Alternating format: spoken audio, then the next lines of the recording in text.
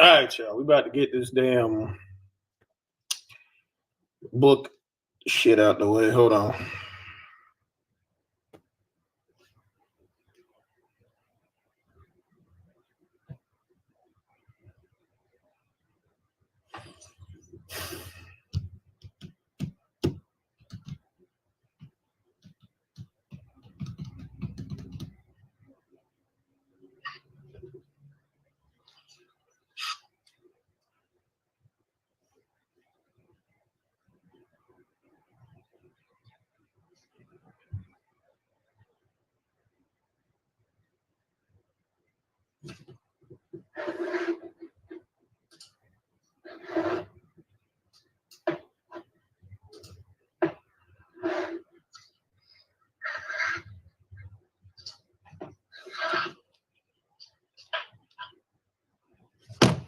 Okay. Give me a second, y'all. Okay.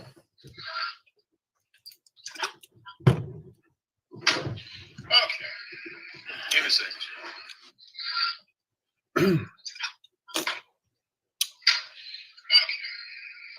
All right. Most of y'all probably have figured out this bitch then went and re-uploaded that fucking ass pamphlet that she calls a book. So thanks for helping me. I told you I ain't with this tech shit. But anyway, the bitch said she went and revised the book, rewrote it, whatever the fuck you want to call it. But I'm pretty sure it's the same bullshit that the last book had with all her grammatical errors. So I left my comment up on Amazon, and apparently the bitch did not like that shit because she gave me a piece of her little ass mind on her God Queef drama channel over there. So whatever, bitch. If you ain't pressed, why the fuck even comment? Nene, the table is behind me. What are you talking about? That's my rehearsal. This is my rehearsal space.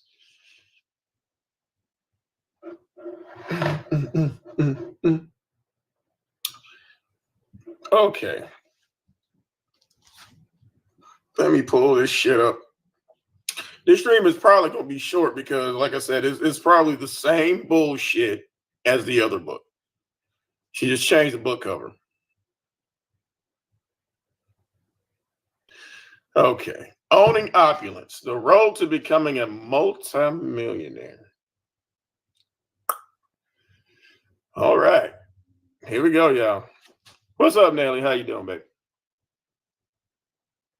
Table of contents and bullshit. Dedicated to Rain Man. I ask God for you. My soul thanks you for choosing me to be your mother. Forgive your father. You need to forgive his mother. I see your worth. Never forget that a loving family is the most valuable thing you will ever have. We are your will. Same bullshit as before. This is the exact same shit. What the fuck did you change? Daddy gonna lock and mess up your money. It's the same bullshit. Okay, I'm trying to see what this bitch the grammatical errors, and bitch, the word is grammatical, not grammatical. Okay, that's all right. Okay, chapter 1: dating online can mess up your money. I died on the 24th of March, 2020. You mean you faked your death on you? Same shit. Even though plenty of people love me, if you ask anyone who Soncerae Monique was, I ain't shit, bitch. When she was alive, you will get so many different answers. See, this one run-on sentence right here explains exactly why this bitch faked her own death, because you wanted attention and you didn't get it. God. Some of them you won't like. Some of them make you not like me, even if this is the first time you heard I was someone. No, Nene, this is when she supposedly killed herself or whatever. But this sentence right here proves why she faked her death to try to get attention.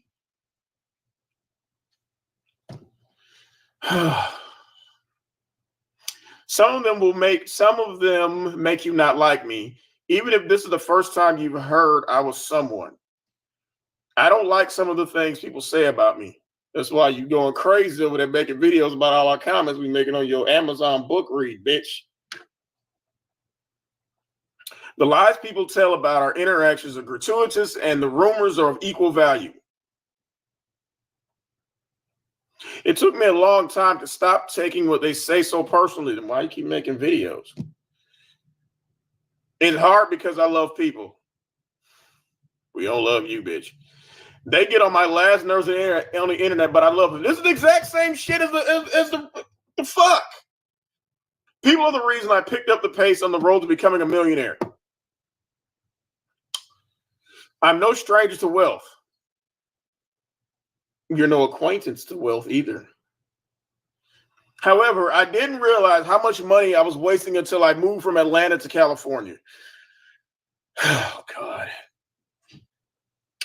Let's not forget to mention that I was also homeless. However, before I begin spilling the deets about how I went from homeless to wealthy,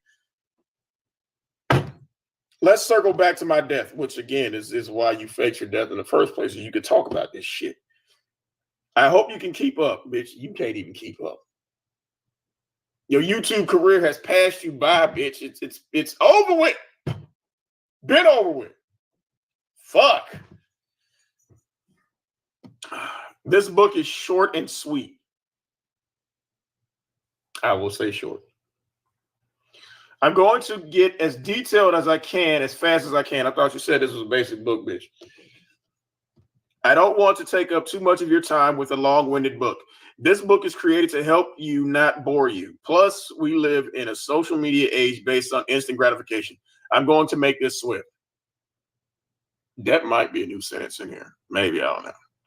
My funeral was years ago.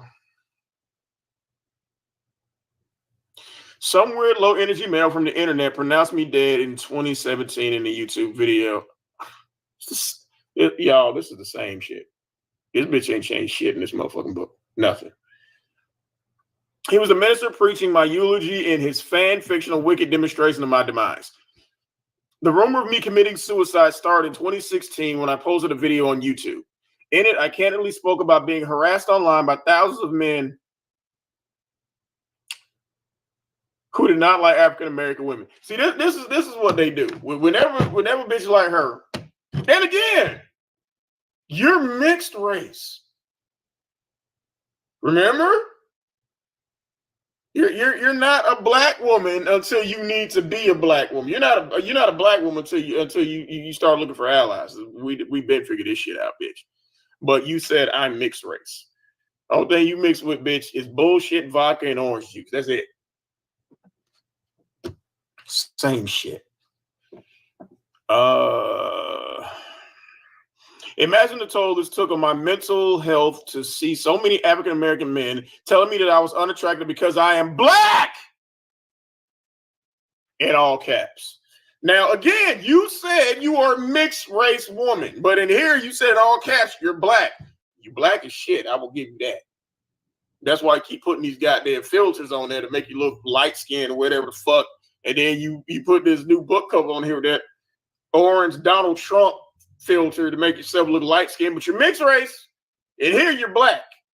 Whenever somebody's saying some shit you don't like, you call them gay. Like, well, what the fuck you said? Oh, because I'm reading you the business. I'm gay.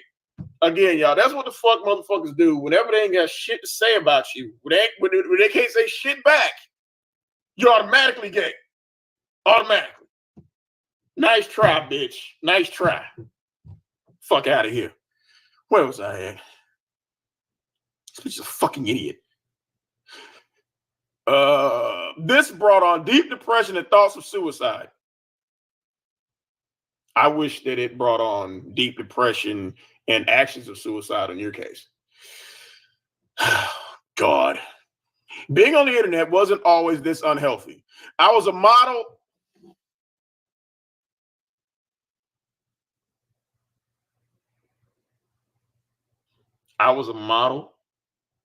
You took some pictures, bitch. You wasn't no fucking model. Fuck you mean? God. Okay. I was a model, social media influencer. Who the fuck you influence?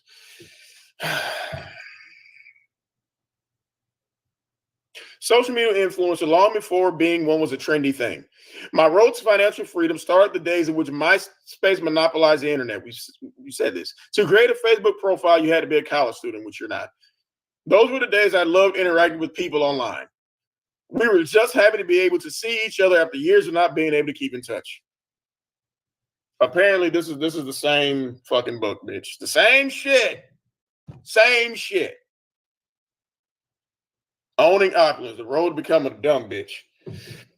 The world woke up to the power of the internet during the pandemic. Being locked in our homes, you weren't locked in a home, bitch. You were locked in a hotel. Being locked in our homes with no way to communicate outside of our smartphones, and the internet introduced us to a brand new world of stay-at-home jobs and online businesses. Okay. As well as multiple sources of income that I was aware of long before Instagram had an option for you to open a store, long before Facebook had a marketplace, and you didn't make money then. These are the new gateways to financial freedom. To some, online business is easy. Meanwhile, others struggle to get consumers to purchase any item in their store under $5. Same fuck shit. What is hurting most people is marketing and branding. They're misunderstanding the importance of quality products, customer service, and the purpose behind whatever they are selling that has a, oh yeah, y'all, the bitch said I know how to read in her last video too. How am I doing? They're misunderstanding the importance of quality products, customer service, and the purpose behind whatever they're selling that has the potential to draw in the masses. Okay. Before I get too deep into the importance of marketing and branding, let me reassure you that I am going to keep this book of knowledge very basic, like you basic bitch, you. When you're ready for more information, I'll take you to the next level. For now, we're going to go over how I ended up homeless, then dead, then wealthy.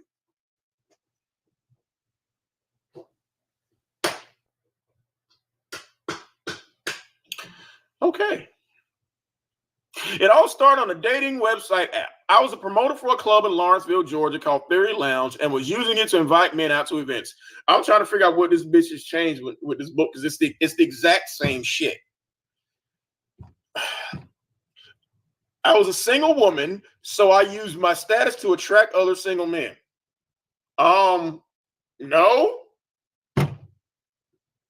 Theory Lounge was a new high-end lounge. However, it was difficult to get people to come out to this venue for two reasons. One, because you said you worked there, and you said you worked there. That'll keep any motherfucker away. Oh, God. For one, there was a bar across the street called Barnacles. Barnacles was packed almost every day with people who love sports. It was a fairly affordable establishment. Theory Lounge was a little more upscale and attracted a much more uppity crowd. This bitch always trying to make herself out to be somebody. Bitch, what you mean is you were a lot lizard for both those establishments. We know that too. God. Lastly, the location of the bar was far from the places people would usually frequent, 30 miles away in Atlanta. Working at the lounge was one source of income out of the several I had. And none of them, you didn't get no car, you didn't get no house from none of that shit, bitch. Really? So it seems to me that you found several ways to lose. I have a degree in business marketing. Where is it at?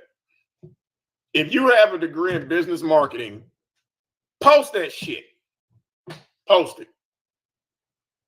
Post your degree in business marketing.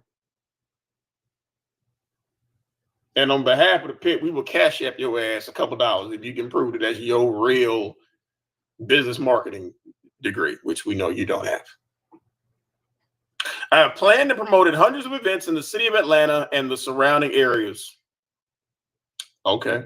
And none of them have ever heard of you.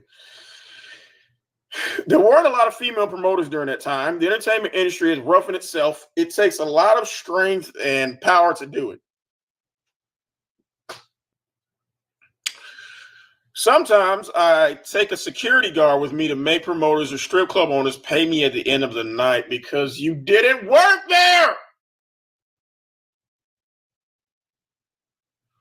Ah, yes, Aries. This is the Viper Pit Book Club. Yes. Unfortunately, most of us over here in the pit, we're not that educated or sophisticated, so we have to limit the books in our book club to simple shit on the level of Dr. Seuss, which is why we're reading your book, bitch. Because remember, we're low energy and we're stupid. And you're right, because this is on our level right here of fuck shit. God. At Theory and most events in Atlanta, we were having a difficult time pulling men. Yeah, because you kept telling them you worked there. Difficulty pulling men in on certain days of the week. Any day that ended in Y, you had difficulty getting niggas to come in there if they knew you was going to be there, bitch. So I'd log on to dating websites and encourage men to come out to events. And this is the book, y'all. This bitch can't even give away for free.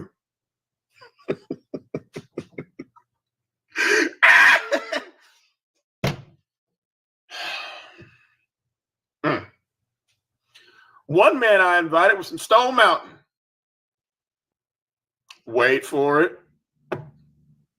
Which was about 20 miles away from the lounge. He insisted that the distance to the lounge was too far for his liking. Despite him declining the offer to come out to the lounge, he and I continued to talk. Because that's why you was on Plenty of Fish in the first place, bitch. Random talks turned into a friendship that led us to date and travel out of town. Eventually, we ended up in a committed relationship. Anytime your relationship with a married person is not committed. Separated or not, the nigga was still married. So you were not in a committed relationship because the nigga was still with his wife. I don't usually post men I date on social media profile. You don't. Then how do we know who a certain popular Atlanta guy is here? How do we know that if you didn't bring him to the internet? And you and your daughter sat there in that chair in that hotel room and was swapping dick stories about all the niggas you had. How do your daughter know all these niggas' names, but you don't bring niggas on here and post shit? You don't do that. Fuck no.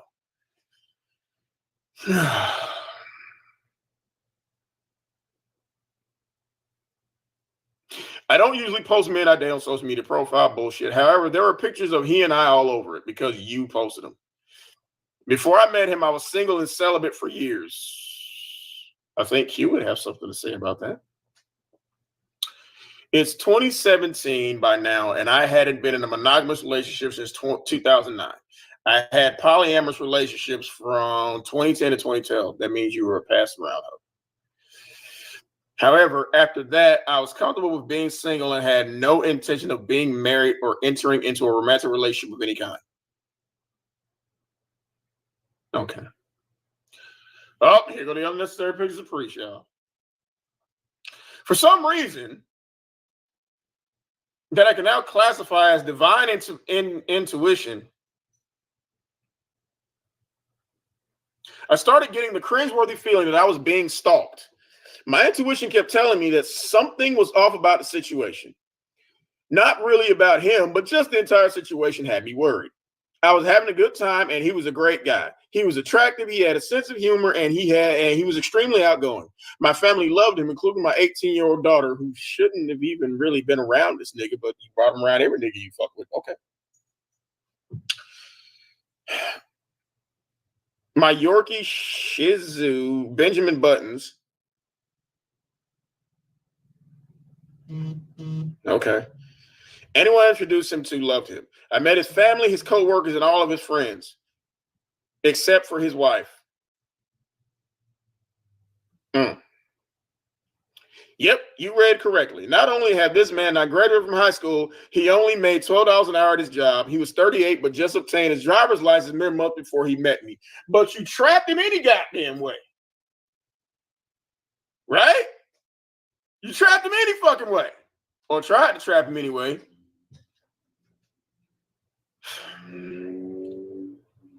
He was driving his cousin's car, yet had an apartment. And you got your car repoed. So what the fuck they got to do with any goddamn thing, bitch? This man was so far behind in life that it concerned me. But you use a pregnancy app to get pregnant by him. You spent the last 5 years talking about this nigga.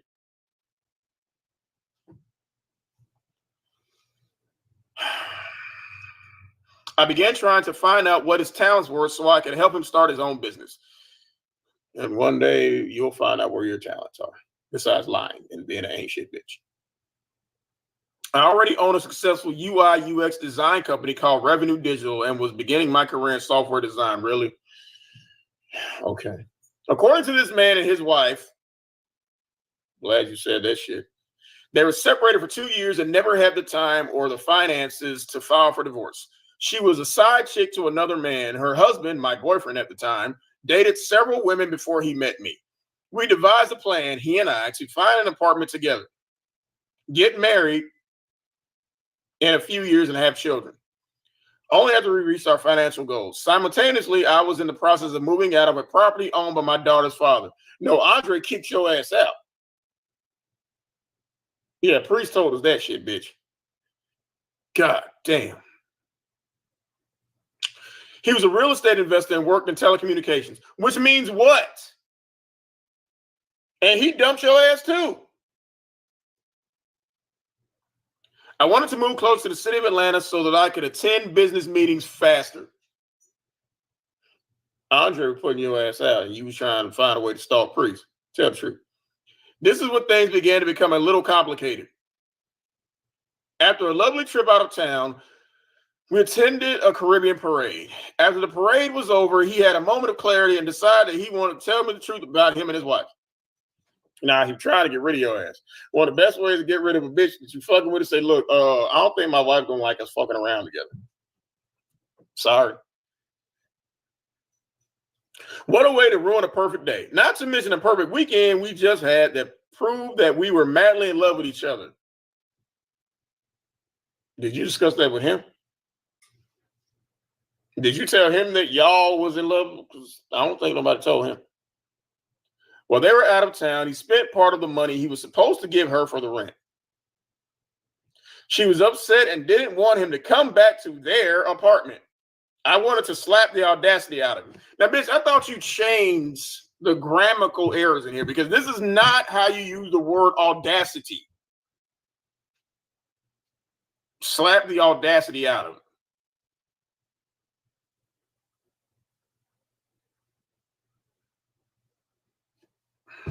Okay. Why was I just now finding out that they lived together? He told you he was married on the first date, bitch. Fuck you mean?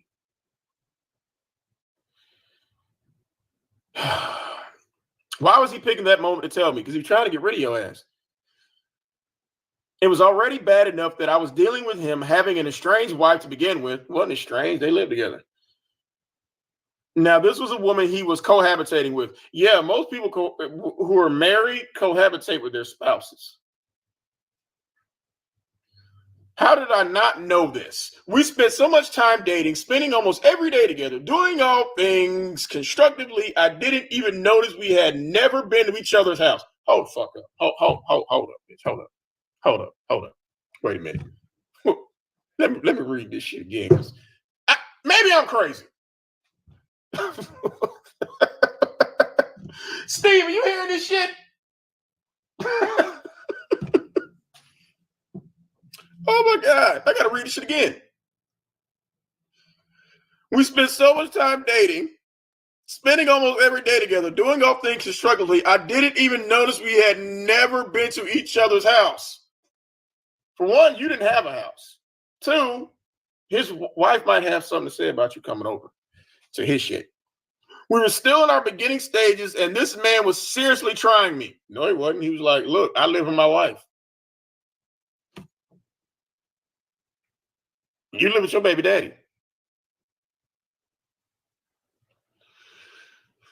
Right, Nelly. How you not notice where a motherfucker live at? If you date the motherfucker and you ain't met none of his people and you have not been to his house, you are not his girlfriend. How are you not a side chick? That's typical side chick treatment. If any side chicks are listening to this shit, how many side chicks have been to their man's house? But you wasn't a side chick, right? You wasn't no mistress. You wasn't none of that shit. But you, hold on.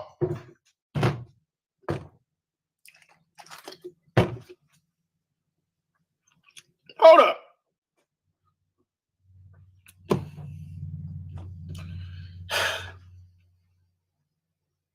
You have never been to your married boyfriend's house. No. Don't. Whoa. Steve, can you believe this shit, Steve? Look at the look on his face. You see this shit? Come on, Steve. Go play. How in the fuck are you surprised that you have not been to your married boyfriend's house? But you're not a side chick, right? Oh, okay. Okay. Our trip out of town was the first time we were in an intimate environment. Yeah, because y'all had a bed. It was the first time we had sex because you couldn't do it at his house and you didn't have a house. It took everything in me not to break his neck right there in the playground he made me pull over and take us to so he can reveal his secrets. How is it secret for a married man to tell you, oh yeah, I live with my wife? Like all the other married niggas do. Oh my God. This is the same book, but bitch, same book, same laughs. But I didn't catch this the last time. It took everything me baby read that shit. I sat there on the swings and said nothing. He was crying. That nigga was crying because he thought he was finally free from your ass. Like, yeah, bitch, I forgot to tell you, I'm married, I live with my wife. That's why you ain't never been in my house. And you didn't go nowhere. That's why he was crying, because you was still there. Fuck.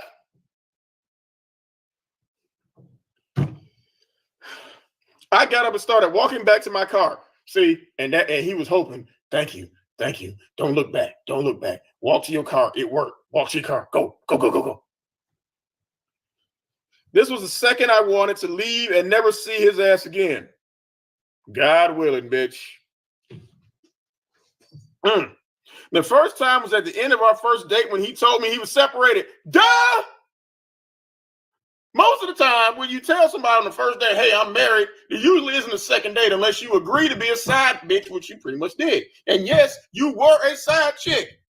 If you date a nigga who's married and you've never been to his house, you are a side chick.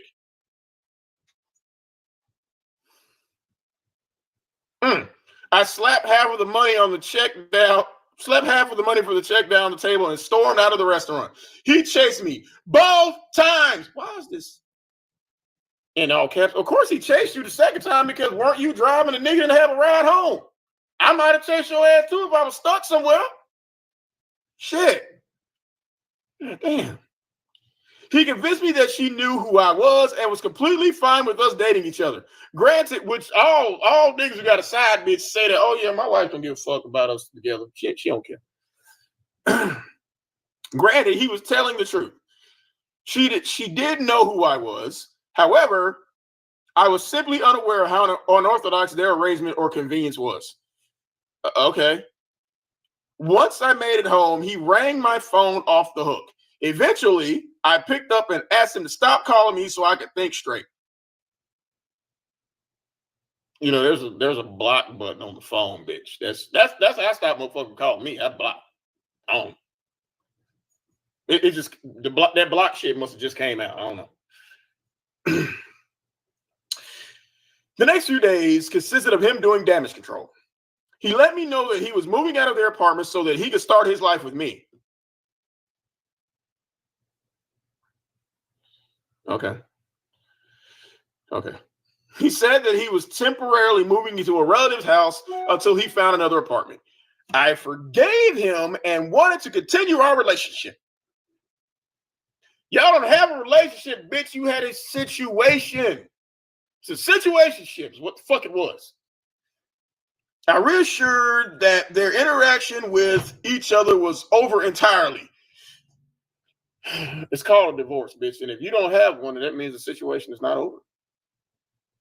The only reason why they'd see each other again was in their act of filing for a divorce. Now, keep in mind, I didn't ask him to divorce her. I was ready to leave and be done altogether. I didn't like the situation at all. It was a terrible way to start a relationship. Yeah, usually, if anytime you start a relationship with someone who's already married, it's pretty bad.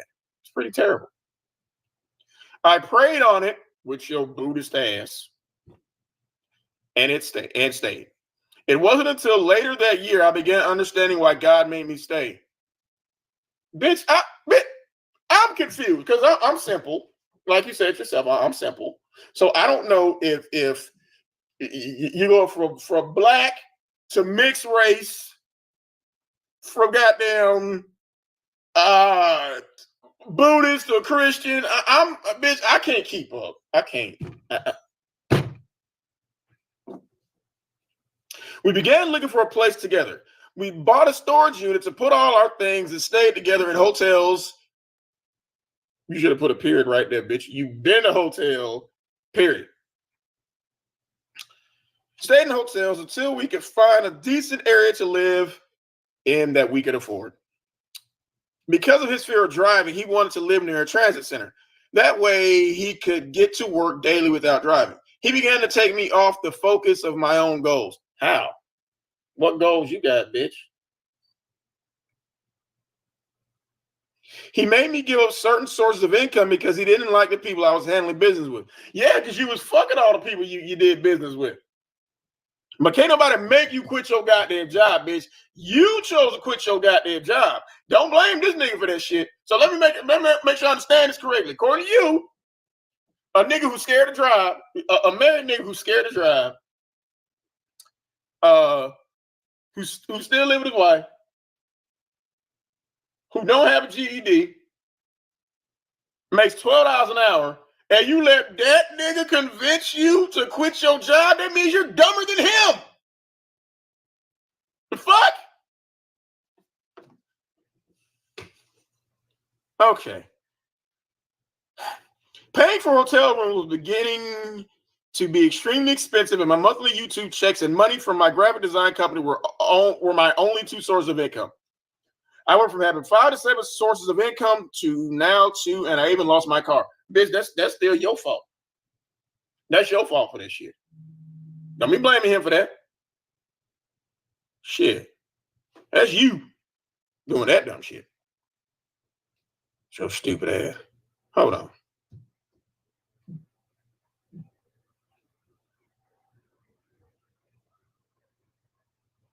Who the fuck blocked Warren? Warren ain't blocking my shit. I didn't block. I didn't block. Warren is a mod anyway, so he shouldn't have been blocked. But let me get back to this bullshit ass pamphlet.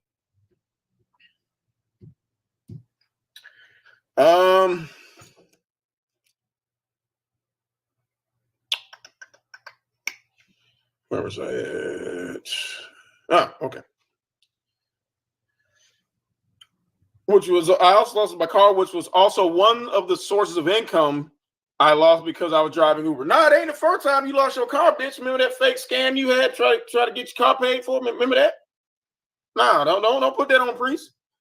I began changing my life from being a single woman to now a married one.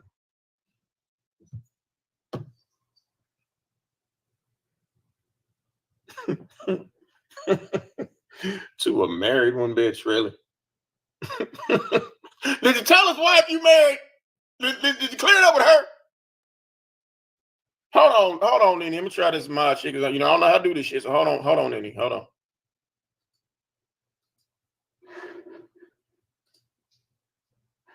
Participants.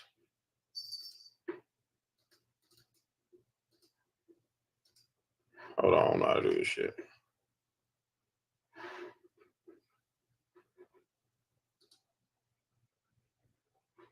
Add moderator. Okay. All right, Nene. You should be modded up now. So I didn't. But I didn't block Warren. I don't know who the fuck did, but it wasn't me.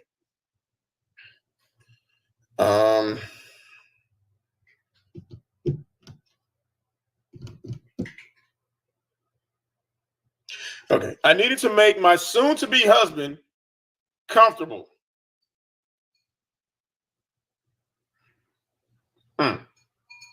I prayed a lot over our relationship, and the answer that I always received from the universe was for me to stay.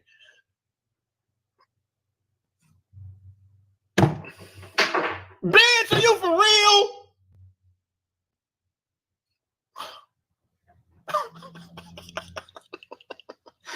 Tension was rising between the two of us slowly. Yeah, bitch, because you should have kept washing your ass because you already know. Because you said it in your little review. I forget who did the book reviews about you saying your own pussy stank. You said that, that wasn't me, bitch. You said in a 30-minute video, how about your pussy stank? You also said in your own words and your own voice, bitch, and everybody here done heard it, how when men were trying to break up with you, when nothing else worked,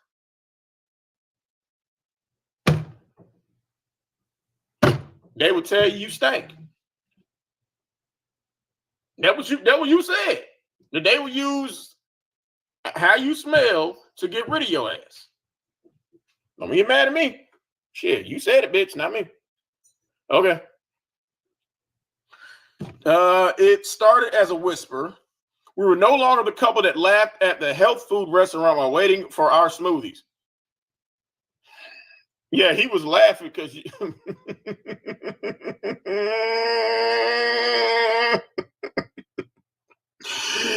bitch, that nigga was laughing all right, going, oh, this bitch think I'm for real. We weren't hiking Stone Mountain anymore. We weren't going out to eat or going to parties.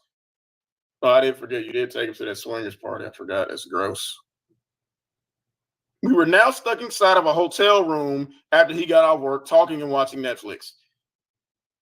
Well, talking and watching Netflix is kind of what married people do, but minus the hotel shit.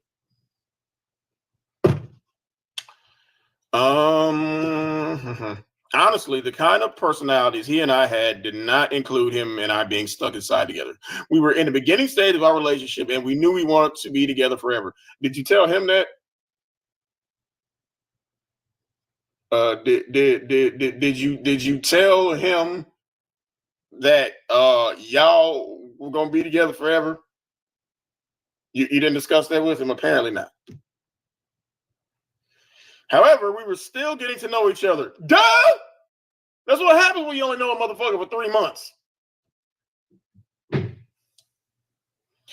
Even couples who've known each other for years still have date nights and are learning new things about one another. We weren't going out as much because we didn't have the money to. That nigga bought a lemon.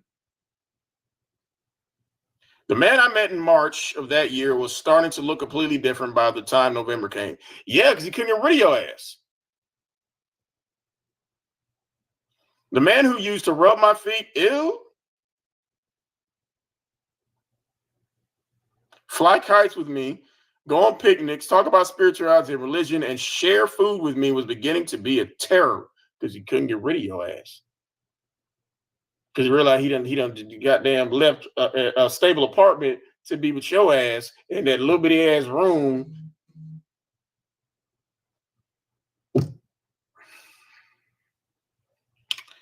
What changed this charming, loving, kind, funny man was the same thing that changes every man. You. It's kind of ironic. Every guy gets what you end up beating your ass. Now look, bitch. Let me explain something. If anytime you in a relationship with a slew of niggas, which you were, and they keep beating your ass and treating you like shit, bitch, it's you. Here go this unnecessary picture with this nigga again. I honestly believe that he missed being able to have sex with other women. Yeah, because they pussy didn't stink. Sex with him was always terrible with me. He had premature ejaculation and erectile dysfunction.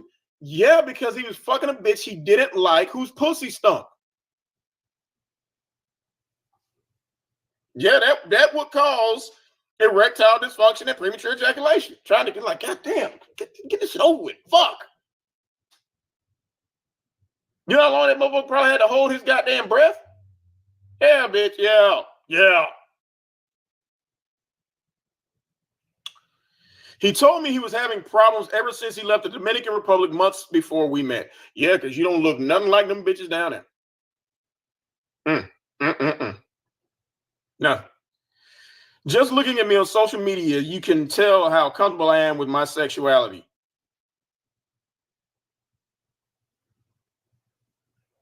That's what you call it. I have an OnlyFans account that nobody's over there at. And you're the only motherfucker over there at your OnlyFans account.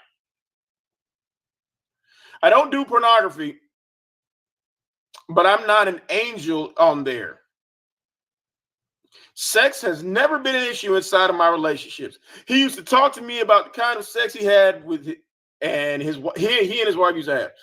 She used to pretend she was a prostitute and they'd have sex with each other in the closet. That's their business. You pretending you was married having sex with a nigga in a hotel. What's the difference? Also, he had a fetish for midgets. You are 5'0", so yeah, everything seems pretty normal to me. Listen, I don't know. Do not try to make me explain that any better. I just can't. As I hold back laughter, I want to remind you that this is not my business or yours. And why are you mentioning it if it's not nobody's business, bitch? Let's just say that level of kink isn't my love language. Bitch, I'm still looking for you to put something different in this pamphlet. It's the same bullshit. He was beginning to miss access to his wife sexually. Yeah, because she wasn't you. He began to compare us to each other. Let's see, baby, her pussy don't stink and yours does. That's all the comparison you need right there. You went to a swinger party and got fucked by a gang of niggas. Sedona, you didn't. Yeah, that's a good comparison right there. Sometimes he'd even beg me to allow him to have both of us simultaneously. I know that's a goddamn lie. Cause he ain't gonna do that to Sedona. He ain't gonna do that to her. Oh no, if it was, it wouldn't be you, bitch. No, it wouldn't be you.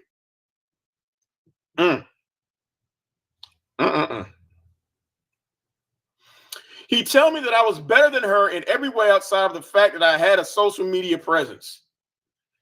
Yeah, okay. Okay. My social media presence was a disadvantage to him. Yeah, because you put all that unnecessary business up there, and it's 5 years later, you still talking about this nigga. Even though he loved the fact that, I'm gonna read this just how this bitch wrote this shit. But y'all, this is the revised book with all the grammatical errors, right? I'm gonna read this shit, and it's just as fucked up as last time, because I remember this shit stopped me the last time. My social media presence was a disadvantage to him. Even though he loved the fact that was, you mean that I was? You revised the book, but you forgot to put an I in here, bitch. Even though he loved the fact that was a social media personality initially, now he believed it was a problem. Like, I am mixed race person. I am mixed race person. I was social media personality. So I am mixed race person. I was social media personality. Cause we slow over here, bitch. Right? Ah, fuck. Some of the things this man would say had me convinced that he was retarded.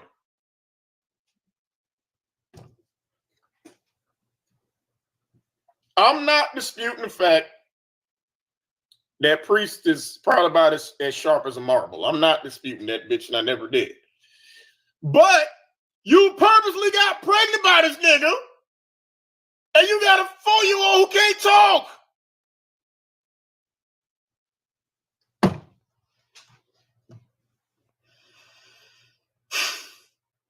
I'm not being facetious. He behaves as if he had a mental disability. Again, you'll get no argument from me on that. None. Yeah, Screen, she said retarded. While she got a whole 5-year-old, 4-year-old who that nigga still can't talk.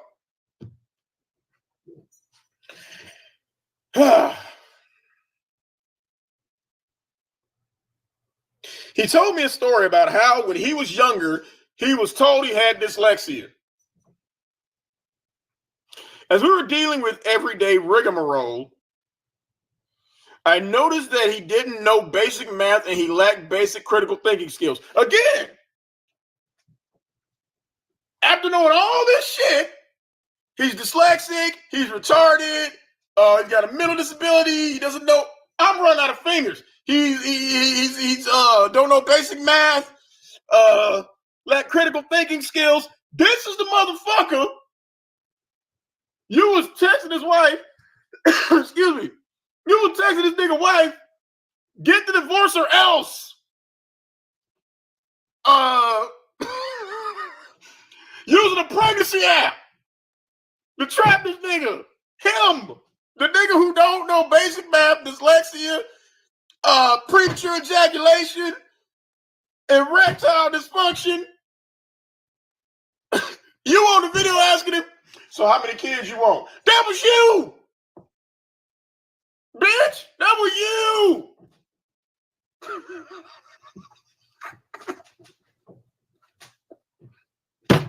That was you doing that. Get the divorce or else. So you can teach this nigga some basic math and reading and goddamn whatever the fuck wrong with this nigga. You was ready to kill that bitch over this nigga. I bet you were feeling smart as shit in that goddamn relationship, bitch. I bet you would. Goddamn.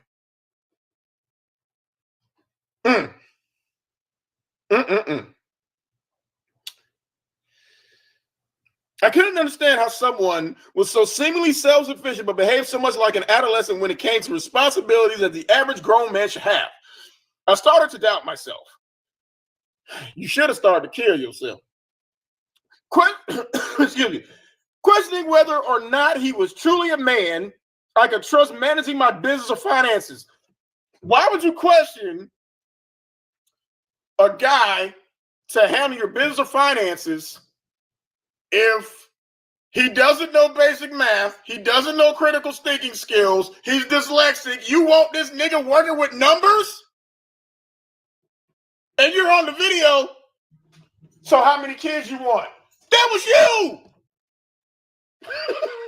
Bitch, are you for real? Oh my God. Y'all, this book wasn't this fun the first time around. It wasn't. Oh my God. Bitch, this bitch is incredible. Goddamn. I wasn't even planning on reading this shit this long, y'all, but goddamn. I see some shit that I missed from last goddamn time. Question whether or not he was truly okay. We read that. He cared more about having sex with women at his job than about us building a stable home. Yeah, because them bitches wasn't you. Our relationship shifted drastically. He began coming back to our hotel room, talking to me about the other women from his job and how successful they were because they pussy didn't smell like garbage. And on his way to work, he didn't have to call the bitches at the job like, hey, y'all, I'm on my way to work. Make sure y'all wash y'all ass because y'all already know. Bet you that shit didn't happen, bitch. He talked about how much better than me they were. Yeah, because they wasn't you. He swore that he was speaking to a nurse he worked with and how she gave him her opinion about our sex life and my vagina. Well, because she's a medical professional, she knows a little bit about health. And because she has a pussy, she knows a little bit about a clean pussy, which you did not have. So, of course, let's see. I'm with this bitch that got stank pussy. I got a bitch over here who probably wants to fuck me. She's a nurse and she's got a pussy too. Let me see what the fuck she thinks. Yeah. He ain't that dumb. How did this man feel comfortable talking to one of his coworkers about my vagina? Probably because she asked him why was he still itching.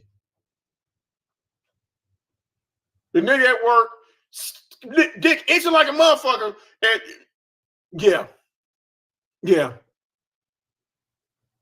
Oh my God. And you're right, Scrank. Any minute now, bitch, you're gonna spill the secrets on how to be a millionaire. Because I gave this shit my 11-year-old, and she came back and was like, Daddy, I thought I was gonna be rich by reading this book. I said, baby, I don't know. I don't know what to tell you, baby. I don't know. Oh my God. Bitch, you're incredible. Oh God.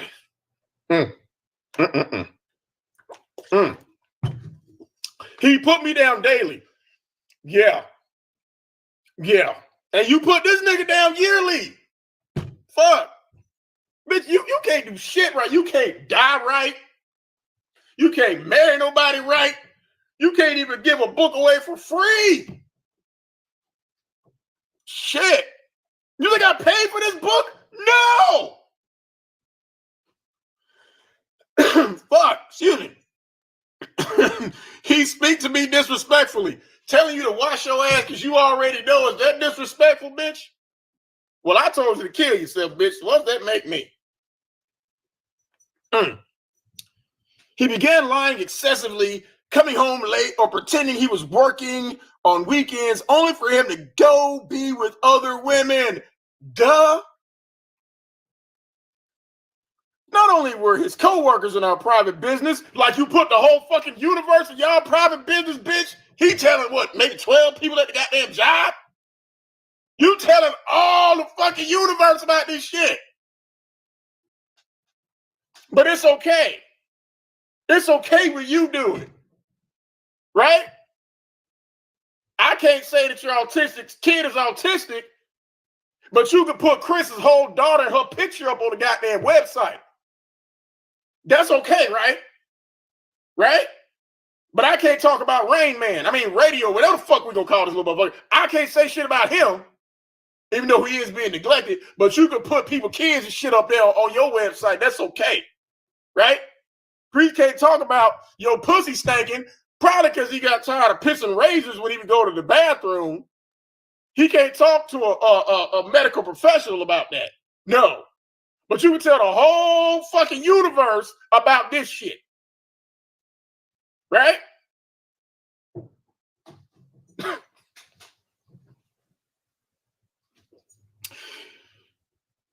He began lying excessively, coming home late, or pretending he was working on weekends only for him to go be with other women. Yeah! Because a couple of them bitches probably took a bath. At least one of them, mate.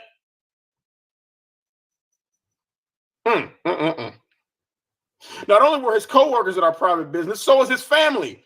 Girls he cheated with, and half of my YouTube audience that he had somehow started interacting with. Nah, bitch, you told everybody about this shit. That nigga was just taking up for himself. You brought this shit out. You bitch, you.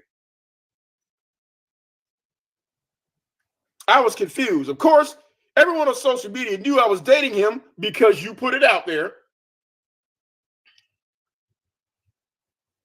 But some of these people were now coming to me telling me things about our relationship that only he knew because you told everything else, bitch. He started talking to men inside of the anti-women groups like Red Pill, Incel, and MGTOW. Men going their own way. No, bitch, they're not anti-women groups. They're anti-you groups. He started behaving like a complete asshole. Not only had he started interacting with those people, but he also began building friendship with my ex-casual sex buddies. Who? I could not understand. Basically, what you try to say is this is the equivalent. Y'all ever have a bitch at the job that everybody done fuck, and then the niggas at the job started, laugh when the bitch walked by. Anytime a new nigga on the job, hey nigga, it's your turn. That's basically what you're saying happened to you.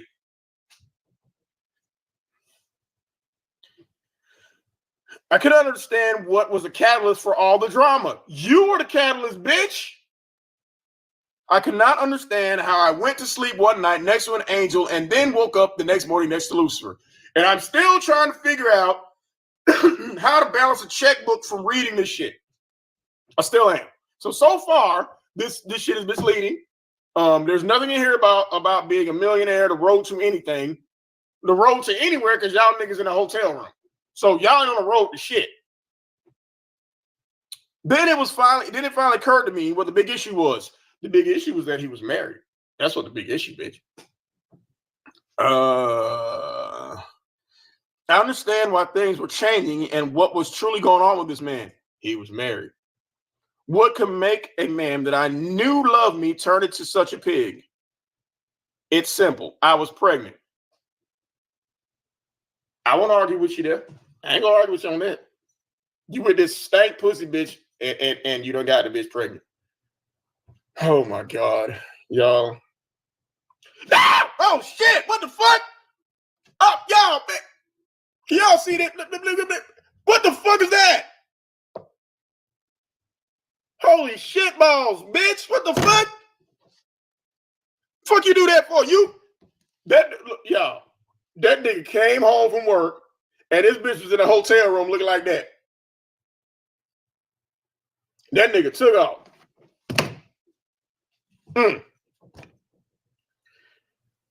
Damn, that was chapter 1, yeah. Chapter 2, social media drama can make you more money. Chapter 1 wasn't that poetic. I know. I'm no Maya Angelou. You're no Dr. Seuss either, bitch. And that nigga can write better books than you. I'll get to the point, Sue. Just roll with me.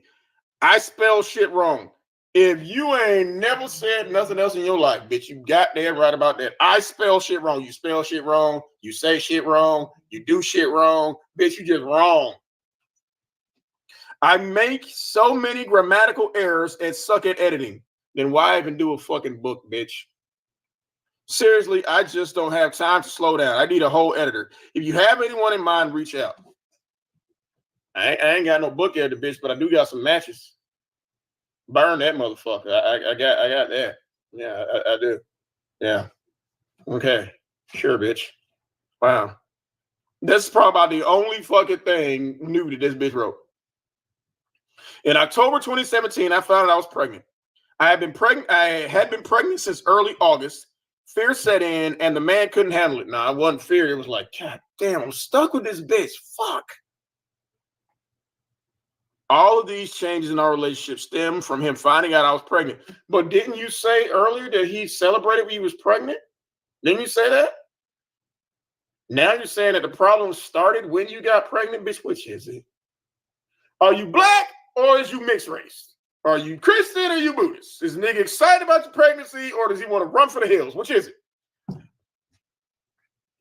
He turned into an entirely different man, all because of my pregnancy. The first few weeks after he found out I was pregnant, he was happy. He was so happy that when you told him you were pregnant, he told you not to tell nobody, right?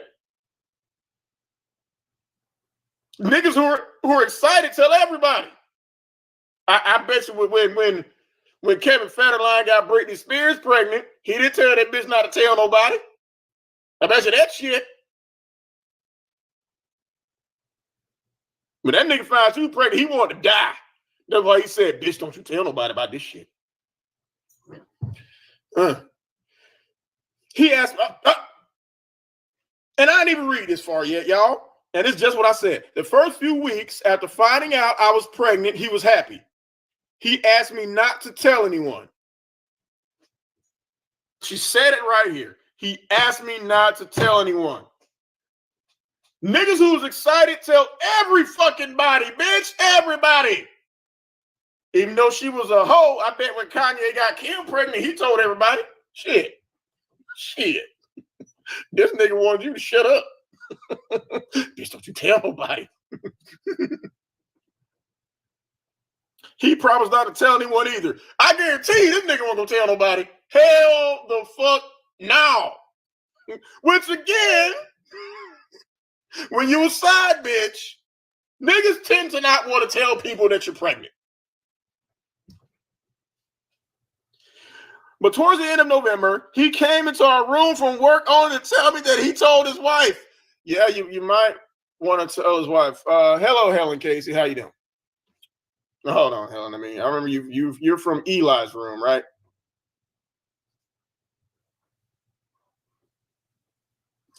There you go, Helen. I got your new outfit. Hold on, Brian. I'm gonna give you an outfit too. Here you go. Okay.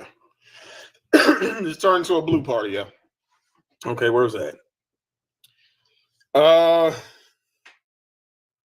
He told me he wasn't talking to her since they signed their divorce papers in June. But apparently he started talking to her the day after I told him I was pregnant. Yeah, that nigga was depressed. Oh, bitch, help me. Oh my God, I got this bitch pregnant with steak pussy.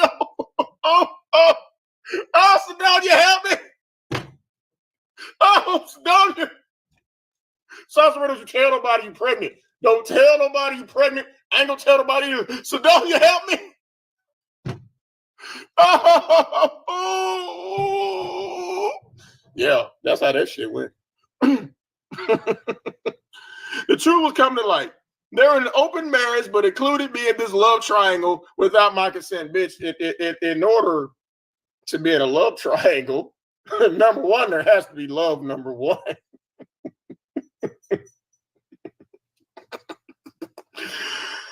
Oh my God. Okay. Hello, Lotus Black. How you doing? I don't know who you are, but okay. You can. Okay, cool. He only pretended to stop talking to her during our relationship, but was talking to her the entire time. Yeah, most guys do communicate with their wives. Apparently, she was using her heart condition once again to draw him in, and it was working. Just like you were drawing, you were using the fact that you were sick and throwing up to try to draw him in. Because remember, after you left his grandmama house because your pussy was stinking, they were talking about you, and you ran out to the car and shit because you didn't want to go back in there because you was embarrassed, and you said in the book that you was, or whatever the fuck you said, that you stayed in the back of the Explorer with him because you was holding your man down. No, bitch, no. He was holding you down. You left his family's house because they were talking about you because your pussy smelled like a bag of farts and you didn't want to be in there. And because he's a dumbass, again, Priest is not going to be on Jeopardy in anytime soon. But because he's a dumbass, he left the house to live with you in the goddamn Explorer, bitch. That nigga gave you a place to fucking stay.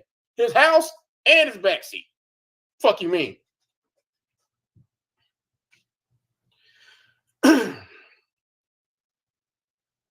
After she found out I was pregnant, she started complaining about her heart. Yeah, that could cause a heart condition when your husband gets this bitch with stank pussy pregnant. That might cause a heart murmur, probably. I mean, you know. This compelled him to start seeing her again behind my back.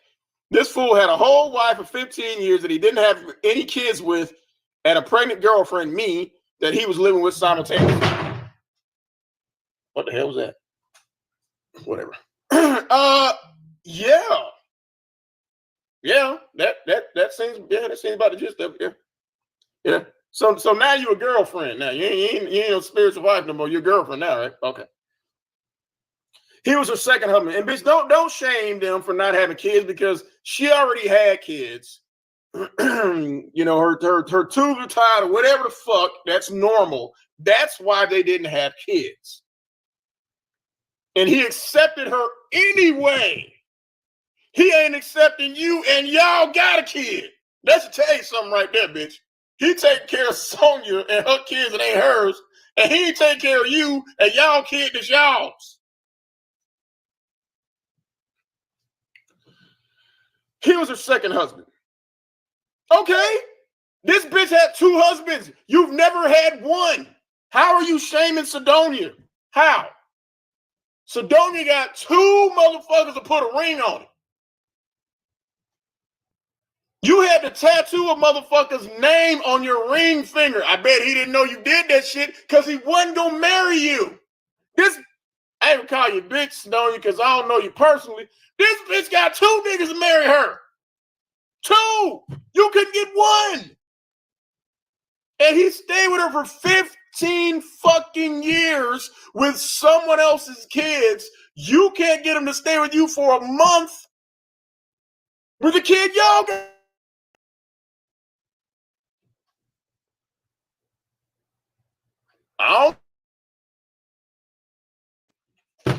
She got her a younger man. Priest was younger than her. She got her younger man to marry her. Second time.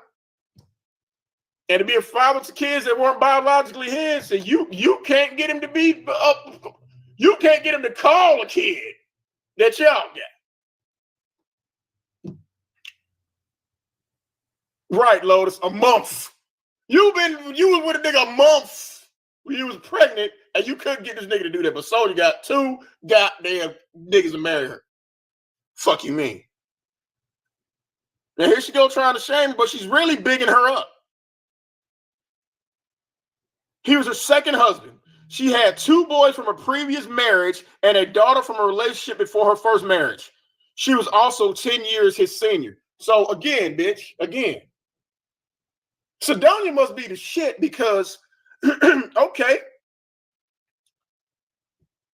he married her for 15 years with 3 kids who weren't his. Y'all got 1 kid and he don't want shit to do with you. And he was 10 years younger than her?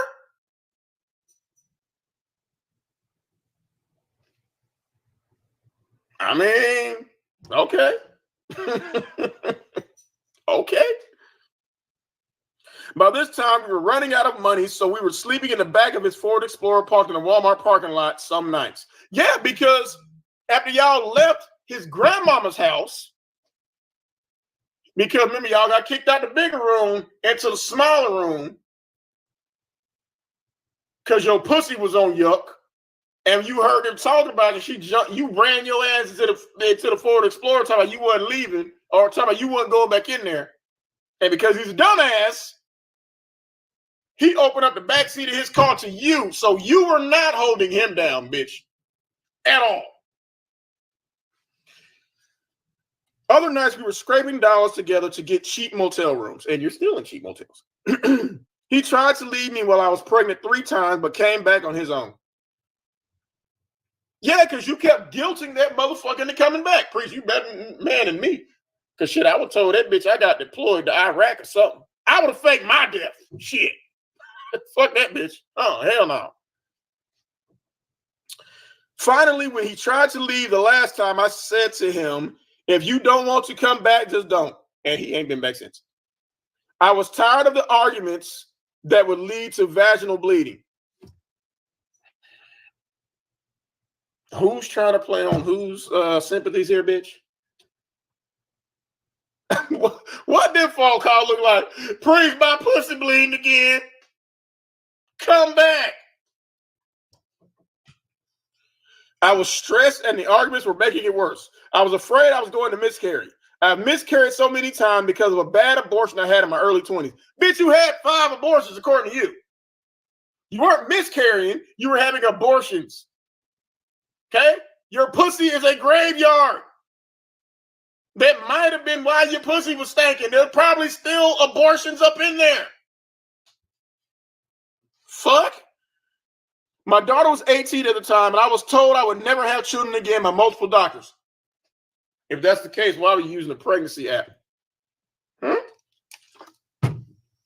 Why are you using a pregnancy app to trap a married, slow nigga who's retarded, who had a mental disability, who was dyslexic, excuse me, who didn't know basic math, who didn't have critical thinking skills, scared to drive, didn't have a GED, was married? I'm out of fingers, y'all. And use a pregnancy app on that nigga. Okay.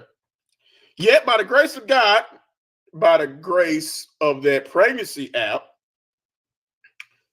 you ended up pregnant. I was stressed, damn near broke, living in the back of a truck, washing up in public restrooms. He did that for you. He had a place to go back to. Now I had to let the public know that the couple that they were seeing on my YouTube channel was breaking up, and it was all some weird facade he was putting on. It was terrible. I was humiliated. You should be humiliated, bitch. Really, you should be. You're right, Nova. This bitch don't ever go to the doctors or the gynecologist. No, she didn't go to the doctor because they would fix whatever was wrong with her. And she couldn't hold that over his head anymore. Please, my pussy bleeding, come back. The doctors would take care of that. She would be able to use that to bring him back in. I finally announced my pregnancy on social media. Bitch, you damn near announced it the day it happened. Everyone was excited for me. No, he wasn't. With the exception of the thousands of men who wished they had a chance with me. The thousands of men who wish they had a chance with you was mad that you were pregnant by a slow, retarded, non-math knowing, non-critical skills having, married, dyslexic nigga. Okay. Okay.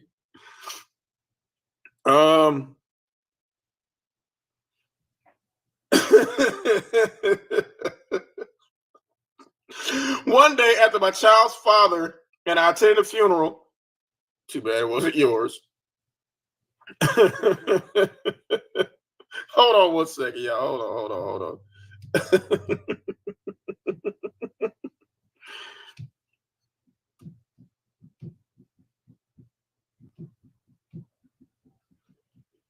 This bitch is incredible, y'all.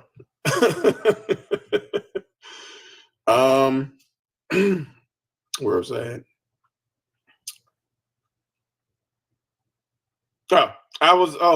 One day after my child's father and I attended a funeral, I was directing traffic in front of Atlanta's Capitol because his truck broke down in the middle of the street.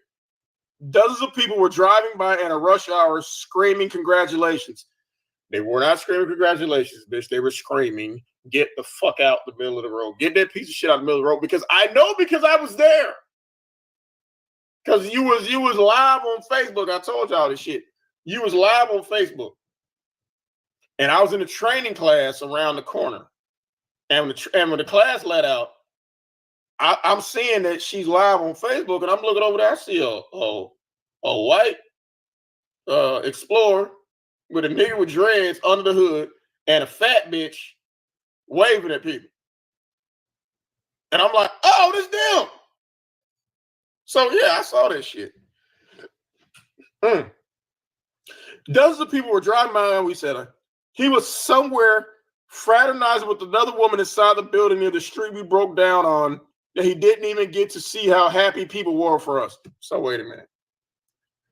You mean to tell me that after his truck broke down in the middle of downtown Atlanta, people were driving by clapping, and he was in there talking to some bitch, please get me away from this bitch. Please get me away from this bitch. Please get me away from this bitch. So Priest, guess what? Everybody's happy for us and they're clapping. Well, how come none of them motherfuckers got out and pushed that piece of shit out in the middle of the road since they were so happy for y'all? Fuck out of here.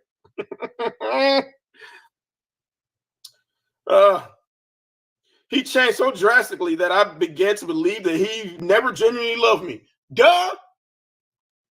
He tried to leave 3 times and it seemed as if he was out the door again. I began taking over instead of her. Huh? I began taking over. You mean began, bitch? But this is the revised book, right? Okay. I began taking over instead of relying on him to lead our relationship. All of the femininity I used to pour into the relationship began turning masculine. I refused to sleep in the back of the Ford Explorer for another night. You didn't have to. He was doing that for your stupid ass.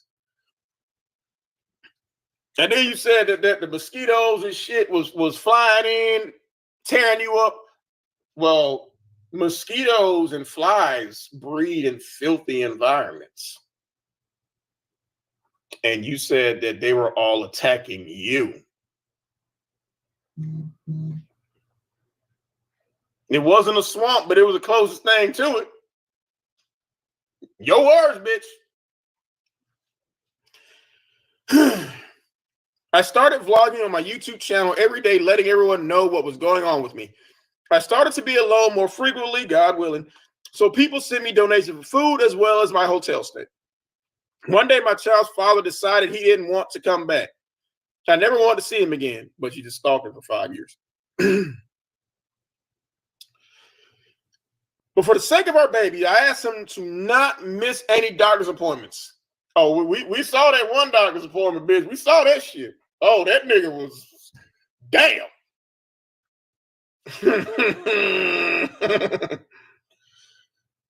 Once I went to the emergency room and called him to come to meet me there, and he didn't show. No, because you were there. I stopped having faith in him after that. I already knew that I was going to be a single mother regardless of whether I planned to be or whether I wanted to be. Well, you went to the emergency room thinking that it was going to get him to come up there and that shit didn't work. Oh, well. For the first time ever, I started to rely on my mother. She was residing in California at the time and abruptly moved there 3 years ago to get away from you, prior to being a nanny to 2 children that belonged to my older cousin. My cousin was going through a divorce. She took over watching his children because his mother was going through chemotherapy. My mother and I were never really close. Yeah, because you're you. She always had, again, this is the same shit as the last book. Same shit. Jealousy or sister because she wasn't you.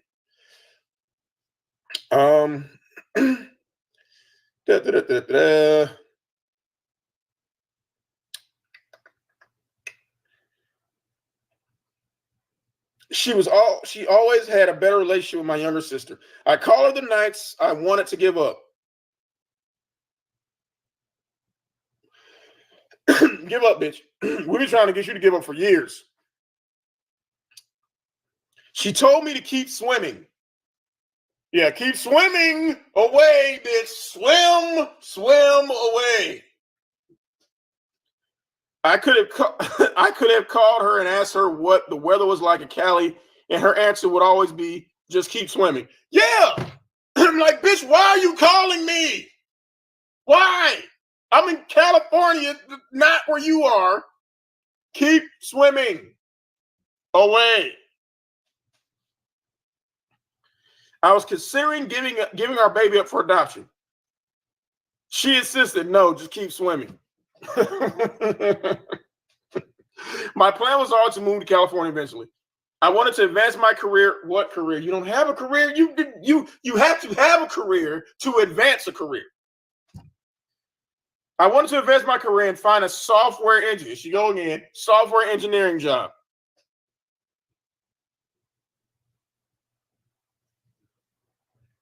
Plus the B means herpes. What the fuck? Who the hell is this?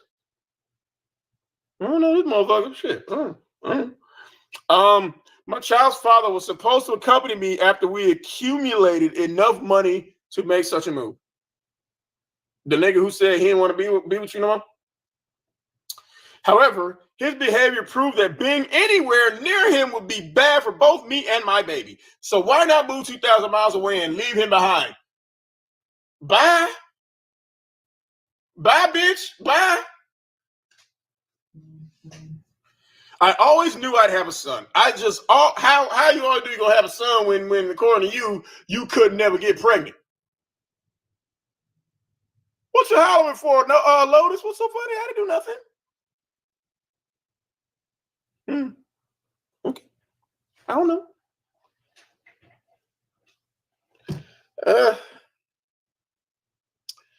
I just always felt masculine energy flowing through my body. Ew. That's nuts from all them niggas you was fucking at the goddamn swingers party, bitch. That was the masculine energy flowing through your body. When them niggas at the swinger party were pounding your ass, that's all that masculine energy going through your stank ass body. Shit. My mind wasn't on the average thing a pregnant woman usually has on her mind. That is very true, and I'm gonna read this again. My mind wasn't on the average thing a pregnant woman usually has on her mind. Meaning, I might want to get married before I get pregnant. That wasn't on your mind. I might want to, be in a relationship, solid or have a solid place to stay.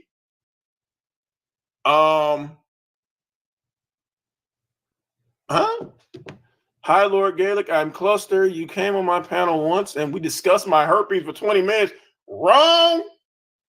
I was a bit drunk on whiskey at the time, though. I don't know whoever the fuck this Cluster B means herpes is, but you might want to straighten this shit up because we clown over here. So, whatever. Yeah, her mind was not on what a regular pregnant woman's mind would be on. I wasn't planning a gender reveal or a baby shower because nobody would go to that shit. We saw your baby shower. It was just you and Big Kathy. That's it. That's it, bitch. That's it. I was trying to figure out how I was going to get to California from Georgia. Keep swimming. My daughter's father was very helpful. Yeah, to get you the fuck away from him. He'd come by my hotel room and bring me food. Yeah, bring you food so you would stay the fuck over there.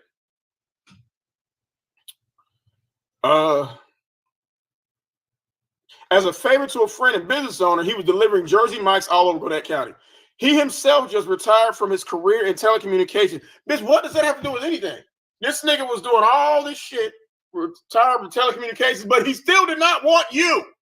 Okay? Saying what he did for a living does not make you look good. This nigga was doing the telecommunications, whatever the fuck, bringing you food to stay over there. Idiot.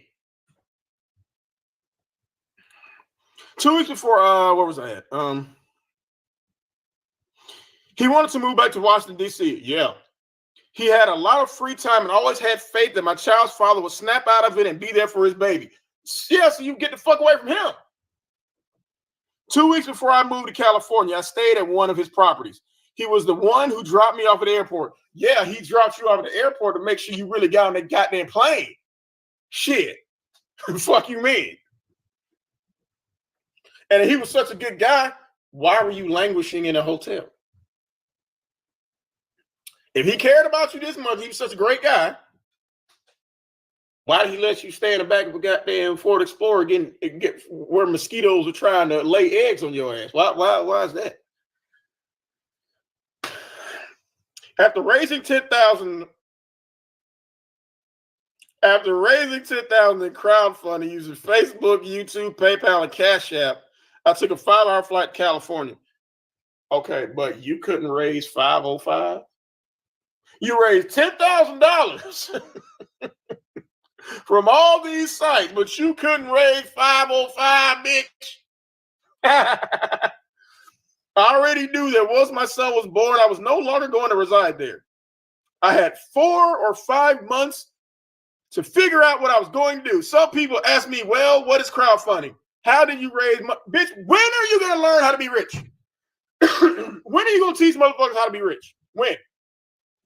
I just want to know, when does a millionaire shit come in?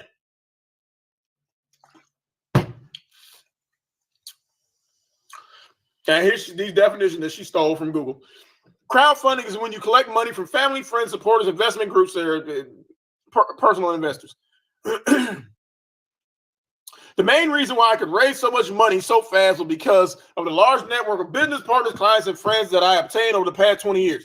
Again, if you could do this, why the fuck couldn't you get 505? I need $505 right the fuck now, and I don't have it. But you got $10,000, bitch. Where was your investors for 20 years when you was in that car losing your goddamn mind, bitch? And then, here's the crowd. Didn't just send me money, but they also sent items for my son. My virtual baby shower brought an additional $5,000 clothing, diet, whatever. Building a network is essential to raising. What the fuck does this have to do with any goddamn thing? Building a network is essential to raise any kind of capital. It was my insurance policy of friends from high school, college. Again, if you had crowdfunding, the crowd, and building a network, why the fuck couldn't you raise 505? Why couldn't you get a battery for that Toyota? If you had all this shit going on, bitch, you couldn't even get a $70 battery. You couldn't even get 505.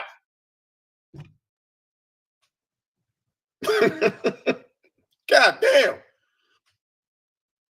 And more bullshit. Again, people, this is the exact same bullshit as before. I also established my own networking group using Facebook that couldn't get you a $70 battery. There are a lot of apps and websites you can use to create a networking group or a virtual event. LinkedIn, you mean when you scam people, LinkedIn, Meetup, copy and paste shit.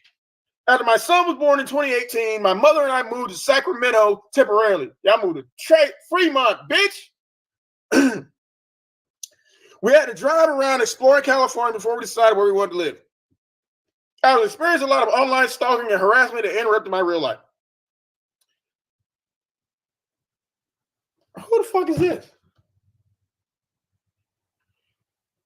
Cluster B means herpes. I have a question, Lord Gaelic. I have about 7 kids now. How can I go about finding a decent man with these ankle-biting kids running around intruding on my private life?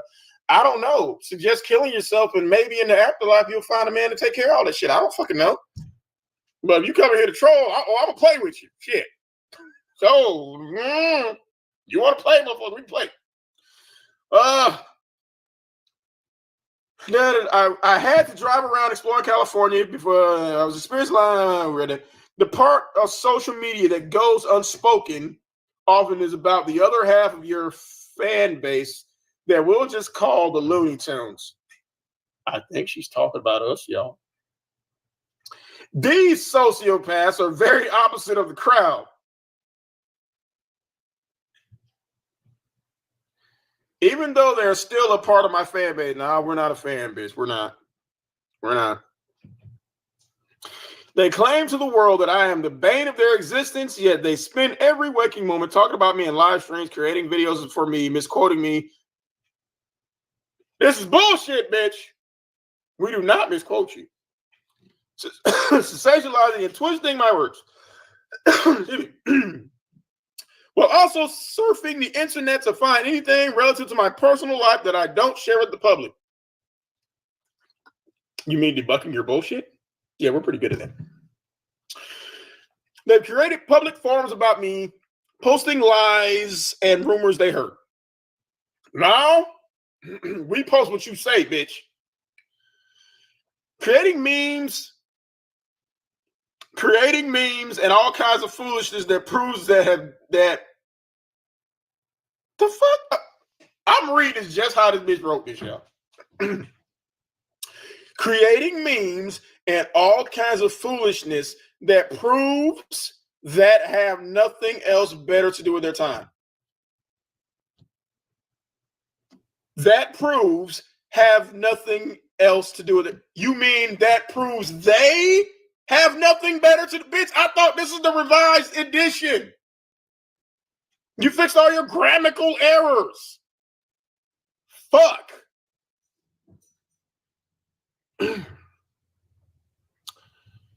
Just weird stuff that the honest average person on the internet doesn't have time for. Some have even tried to blackmail me, attempting to extort me. Extort what? Bitch, you ain't got shit. Even reaching out to my family and friends, as well as my coworkers and business partners. You got to have a job to have coworkers, bitch. Who are you talking about?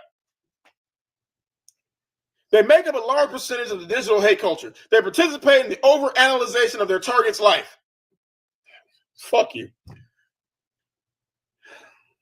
The proliferation of hateful and extreme speech reached an all-time high by the time my son was born. I experienced it from the second I created an account on YouTube in 2008. Of course, I had typical interactions on Facebook, Twitter, and Instagram, but YouTube was a catalyst for a lot of the turmoil I experienced over a decade. Their main focus was my race and gender, but you're mixed race. So what are you talking about? Which race is it? Bitch, you're mixed race. So I don't know which one you're talking about. Then later it became my sexuality and economic status as well as my grooming practices and vernacular. Well, sexuality, we don't care about economic status. You pretend you're wealthy when we know you broke as a joke. Grooming practices, that wig looks like Ukraine looks right now. It's fucking bombed and depleted. And your vernacular, I don't know where you coming up with these goddamn words, bitch, but I done point out all kinds of shit that you supposedly fixed. They began sending me emails and text messages telling me to kill myself more frequently. Bitch, and you did it? It started getting overwhelming in 2012, but since my pregnancy, the hate mail got worse. In 2016, while I was still in Georgia, they sent CPS to my house to take my oldest child. First of all, that wasn't your house. That was Andre's house. Wasn't your house. And you weren't raising Damo. Andre was. He was just letting you stay there. And you did put a gun to your head, bitch. For attention. They told the police I was suicidal, and because you had a gun to your head, or you showed a gun, or whatever the fuck. And I was posting videos of myself with a gun. You did. Once I moved to Cali, they repeatedly called the police station closest to my cousin's house, asking them to do a welfare check. Damn. They tell the police that I was going to kill my son's father and that I was suicidal. They also began calling any other relatives that they could find, leaving psychotic voicemails, also sending police to their house looking for me. They have followed me around the grocery store, took pictures of my house, tried to interview anyone they thought I knew. Took pictures of what? That was not your house. What are you talking about?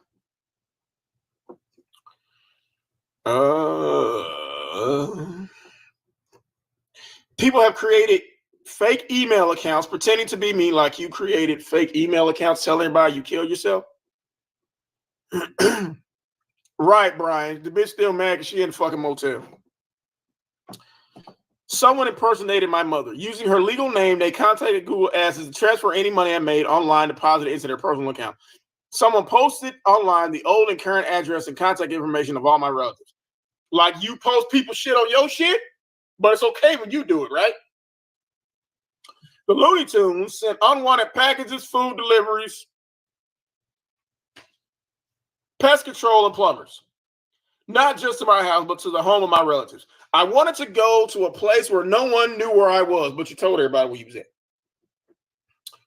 They look at the background of my videos and find distinctive landmarks or objects that could possibly give them clues about my personal life.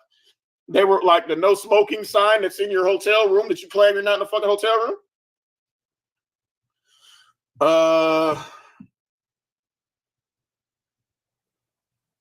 They were finding out my own personal information from me.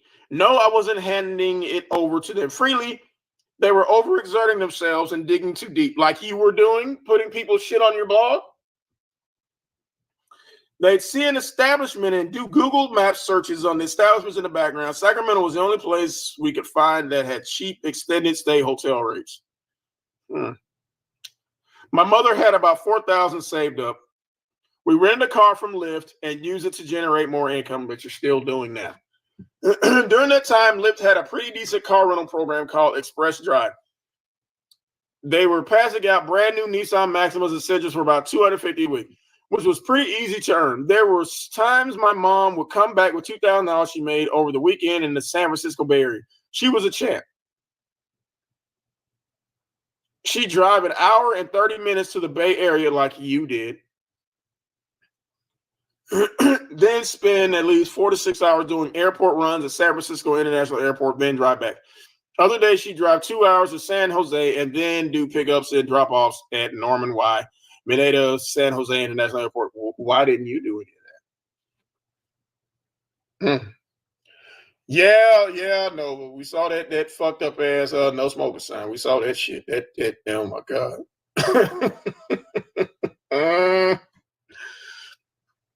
I've never seen my mother kick into gear like that. She spent most of my life ignoring me. Yeah, because you're you. I would ignore your ass fucking too, bitch. Goddamn. Like you said, when you ran away and nobody looked for you.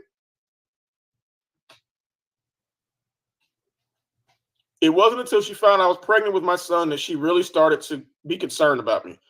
Yeah, you use him as a prop to get your mother's attention too. My deep depression started when I was 5 months pregnant. I was terrified of being a single mom. Yeah, because Andre raised Damo. This is your first time being a teen mom.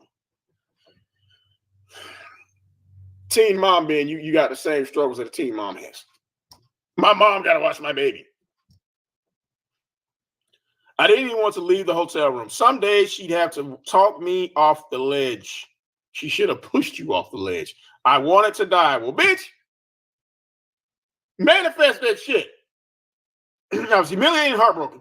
I couldn't believe a man actually left me to die in a hotel room, severely ill during a high-risk pregnancy. How do you know it was high risk if you didn't go to the doctor? Who put you on bed rest, bitch, if you didn't go to the doctor? So you a doctor too, bitch? You already claim now that you're a nurse practitioner.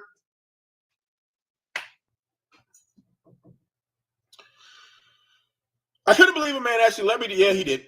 Here I was, 38 years old, trying to be down for the man I love, only to be left behind so he could have sex with other women. No, that nigga said, fuck this shit. No, He openly admitted that that's what he desired doing, having sex with everybody else besides you.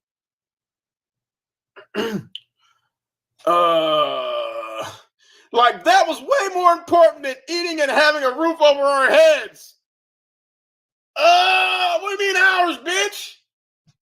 Is that you really in here, bitch? My son speaks just fine. He does in fact talk. Well, cam up and put his ass up there. Put his ass up there. I posted a video of my 3-year-old doing a whole dissertation. Put him up there and have him say cat in a hat. Shit.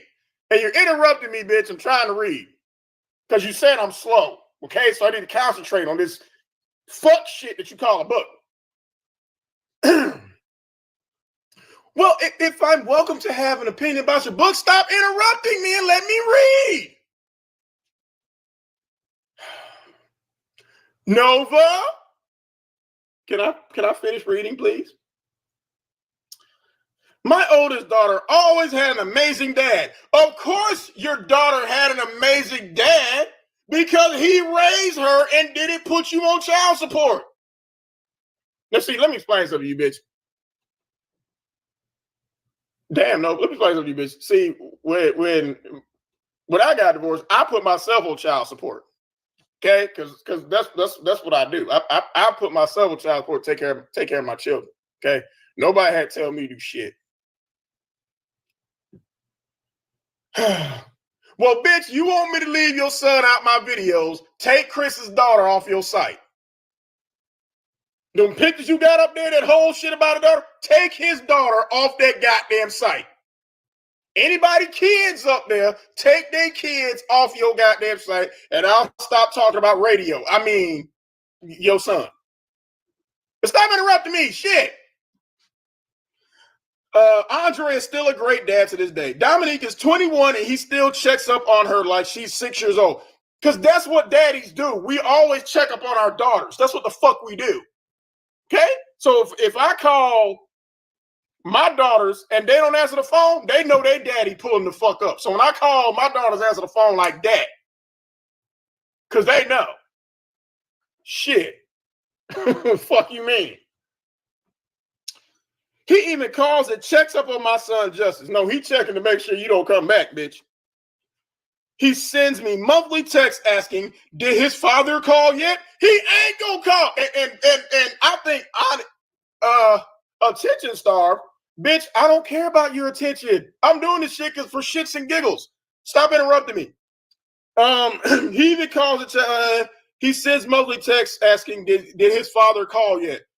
And really, and I'm being nice to you, Soncerae, he's asking if his father called yet, and he's really laughing when he's doing it. Like, did his daddy call yet? That's why he's doing that. So that's a little form of assholery on Andre's part. That's some free advice. Then put your son in daycare if you can afford it, and they're gonna know that he's delayed. We're trying to help the little motherfucker. But again, take Chris's daughter and everybody else's kids off your blog site, and I'll stop talking about it. He is so sure Priest will wake up, come to his senses, and actually want to be a father. No, he won't.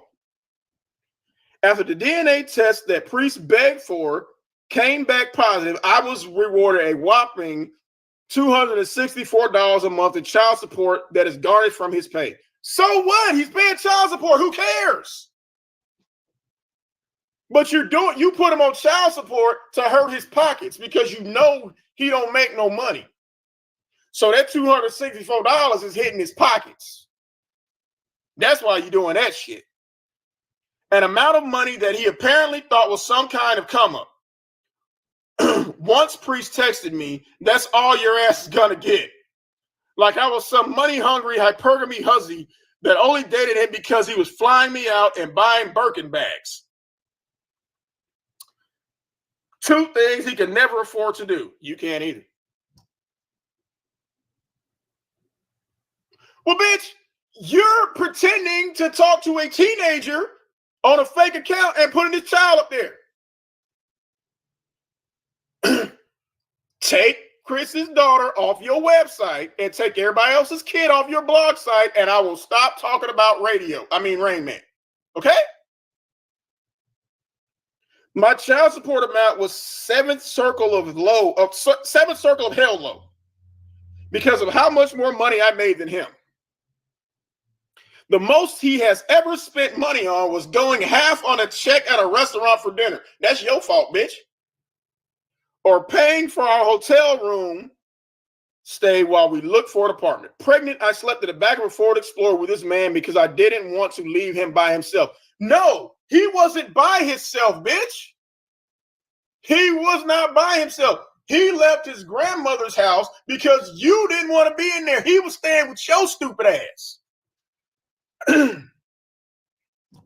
Y'all say bye to Soncerae and thank her for stopping by, because bitch, we don't block you over here. I thought Justice speaks Korean, Mandarin, Spanish, Vulcan. Have that motherfucker say a sentence in Japanese and I will stop.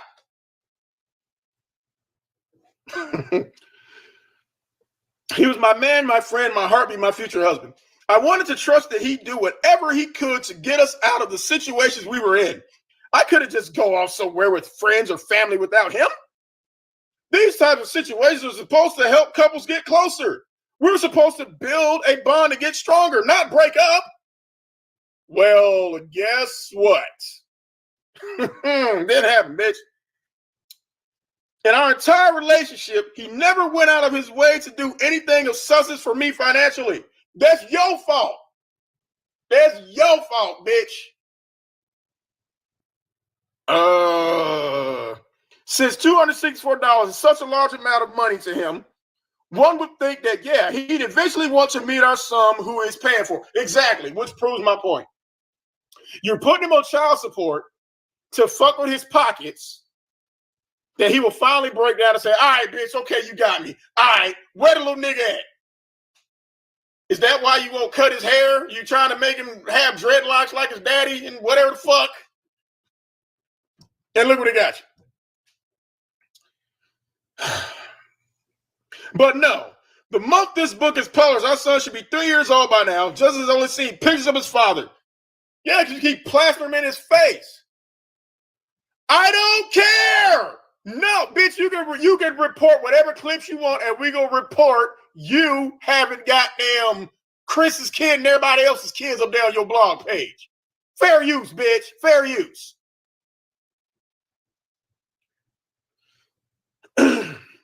His father sent me $25 via PayPal once. Filing for child support was a struggle. I wouldn't know about that because I put myself on child support because I don't know. I begged him to not make me do it. That seemed more like a threat since he didn't want to be with you. You put him on child support. See, and this thing that people don't, why the fuck do people use child support to make up for failed relationships as opposed to actually taking care? Why? Why is that? People use bitter baby mamas like you, use child support to spite the man who don't want them. Again, I don't know. I've been said priest ain't shit. You ain't shit either, bitch. No, again, no, Soncerae, take Chris's daughter off your blog, and I will stop posting about the little motherfucker. But again, you ain't shit, and neither is priest. Again, I can call my kids right now, and they will pick up the phone. Because that's what daddies do, but you don't know nothing about that. I don't know nothing about nobody hounding me and trying to get me to take care of a child. I don't know nothing about that. I don't. Because you see this right here. What's this little picture? You see that shit right there, bitch? You see that? That's me and my girls at the daddy-daughter dance that you don't know nothing about. Because you fucked up so bad that nigga don't want nothing to do with you. Anyway, let me finish reading this shit. I had no intention of doing it, but once the money started running out and hotel stays started getting expensive, I had to snap out of my postpartum depression and get to work. My mom was so resilient. And again, you putting your mama out there to work. What kind of shit is that, bitch? You so sorry you putting your mother out there to work. Why, instead of handling you want everybody else to pick up the slack for you, bitch? I don't know nothing about that. And I've said it months after the fact when, again, fucked up your mama got cancer, bitch, it is. Because my mother lost her battle with cancer. I wasn't out here posting this shit. I wasn't out here trying to do GoFundMes to take care of that. Why? Because I'm a grown-ass man, bitch. I handle my shit. I paid for my mother's expenses out of pocket, bitch, while taking care of 2 kids. I didn't ask nobody for shit. I took $30,000 out of my own goddamn money and took care of that shit. I ain't had to do no GoFundMe at all. So I don't know what the fuck you talking about, bitch. I don't know nothing about that because I handle my own shit. I'm a grown ass man. As you can see behind me, I'm not a jewelry guy. I don't floss a lot of shit. But this is about $30,000, $40,000 worth of guitars and basses right here that I bought with my own goddamn money, bitch. So I don't know about no driving Uber. I don't know about no begging for 505. I don't know about scamming motherfuckers. I handle my own shit, bitch. You don't know nothing about that. Let me continue. And there's somebody in the room, and I'm not gonna tell who know I'm telling the truth. They done been to my shit. They done, they know how I roll out. So, bitch, I ain't got to do that. I ain't got to lie. I ain't got to stunt like that. Shit. There's somebody who been in my house before. They be shit. Fuck. Where was I at? I'm letting this bitch throw me off. What the fuck am I doing? She told me to take as much time as I needed to get over my sadness, and that she'd work herself to death if it meant that my son and I were okay. She practically did. She did all the work. She did everything, which again makes you look even worse, bitch. Why is your mother doing all the work for your fuck up? She didn't judge me or call me weak. You are weak. You let your elderly mother pick up the slack for your fuck up. You want to sit on your ass because Andre raised Damo. You sat on your ass for that. You thought Priest was going to take care of your ass. You sat on your ass for that. Then you went to California thinking all the subscribers and crowdfunding was going to take care of your ass for that too. Then you expected your mama to take care of you. Now that she's not able to do that, and it's fucked up that she's in the situation. It really is fucked up, bitch. Because I know exactly what your mama going through. That's fucked up. Now who's going to take care of you? Who's going to take care of you now, bitch? Who? I don't know. I cried so hard every day. I had mood swings and extreme anxiety. I couldn't sleep. My eating habits were ridiculous. I lost 30 pounds during my pregnancy. What? You lost what?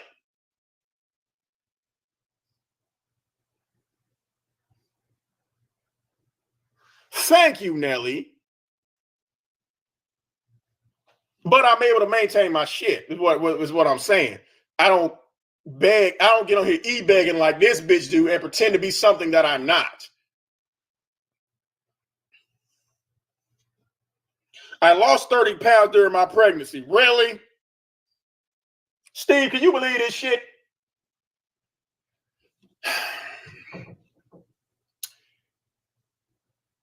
But after I gave birth, I ate comfort food so much I gained 50 pounds and counting.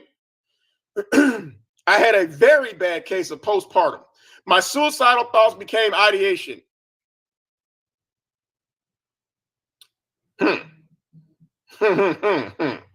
I began trying to figure out how to do it, bitch. It's real easy, okay? It's real easy. Get in your Tesla and drive the fuck off a cliff. That's the easiest way to do it. Easy. And matter of fact, so technically it doesn't have to be suicide if you set the autopilot on the Tesla. So set the autopilot on the Tesla so it's not technically suicide, so you might not go to hell. Pro tip. When I was going through it, I was thinking about giving up my son for adoption. Yeah, of course you wanted to give him up for adoption because shit. The baby was used to trap him away from his wife and it didn't work. So now you're stuck with a baby who you resent. Of course you want to give him up for adoption. God damn. My best friend Marie wanted him and offered to fly here to come and get him. Nah, because she got him, you wouldn't have a way to hold on to Priest. Everyone was begging me not to do that to Justice. I am his mother. The only person who can love him how he needs to be loved is me. I began to start making him my motivation. He should have been your motivation from the jump, you bum bitch. How many mothers say, damn, I need to start making my kids my motivation? They supposed to be your motivation, dumbass. See, this is why I shit on baby mamas and baby daddies like you, bitch. Coming from somebody who is responsible and take care of his children. When I see motherfuckers like you,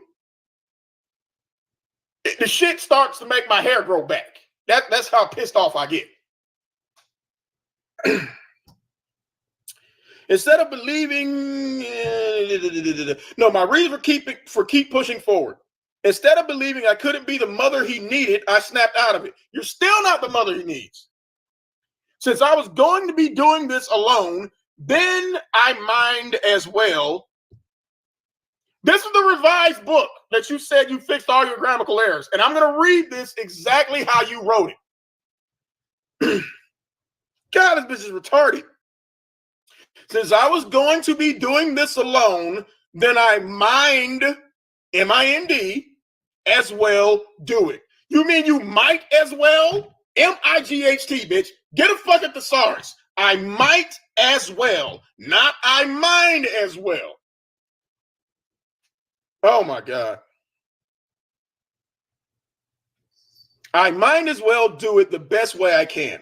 The plans my son's father and I made, you made those plans, bitch. The plans my son's father and I made were now down the drain, but it didn't mean I couldn't still do those things with my son. Y'all.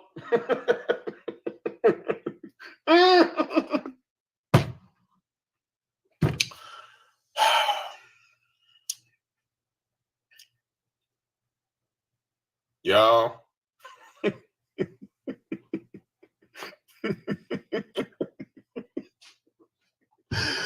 Oh. Bitch, I hope you because I know you're still watching. And thank you for stopping by the way. We all got a pretty nice kick out of that. I hope y'all thank Soncerae for stopping by. Or like Warren say, thank you, Soncerae. But bitch, you should take something from this shit right here. But you should take some criticism from this. You really should. Cause this is terrible. Or what the way Charles Barkley would say it, bitch, this is terrible. This is straight terrible.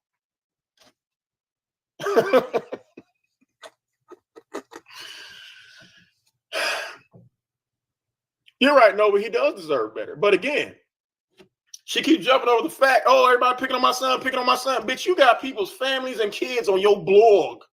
Take them people kids off and we'll stop talking about your son. I think I can speak for the whole pit when I say you take people's kids off your blog, we'll stop making videos about your kid. But you won't do that because you a bum bitch. Okay. Where was I? What government is, and again, bitch, we're still waiting for you to teach us how to be a millionaire. We're still waiting. We're in chapter 3, and we have not learned anything about being a virtual millionaire, a fake millionaire, nothing. We're learning how to run a man back to his wife. That's all we've learned so far. Yeah, I'm gonna read this last chapter and I'm gonna shut this shit down because this is the same book as before. I thank everybody for showing up.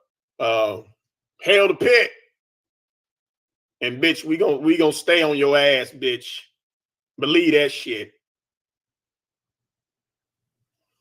This is the same fucking book, same fucking grammatical errors, the same shit. I'll read his last chapter because there's nothing different in this book. Chapter 3, what government assistant taught me about my money? Struggle love is some bullshit. It is. I don't know why women are praised for being loyal to a Dusty, but you used a pregnancy app to get pregnant by a Dusty. So what does that make you? To this day, I can't believe I dated a man who only made $12 hourly. At least he had a steady job.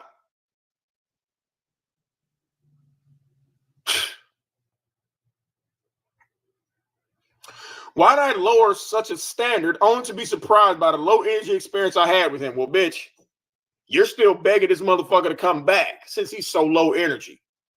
And you see what the fucking result was. I'm a businesswoman with a damn degree. Show your degree. Show that motherfucker. Show your fucking degree, bitch, and I will shut up. Show it. What's your business marketing degree? Show that shit and I will shut the fuck up. Until then, I'm going to keep rolling with bullshit. Yet here I was being a complete dumbass. I will give you that.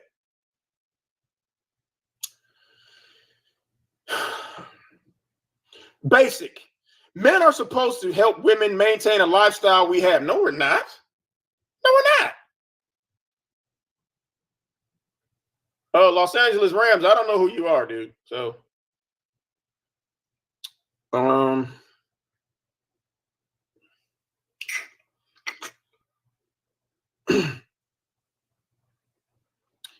men are supposed to help women maintain a lifestyle we have already created for ourselves, not depreciate our value or destroy our reputation of life.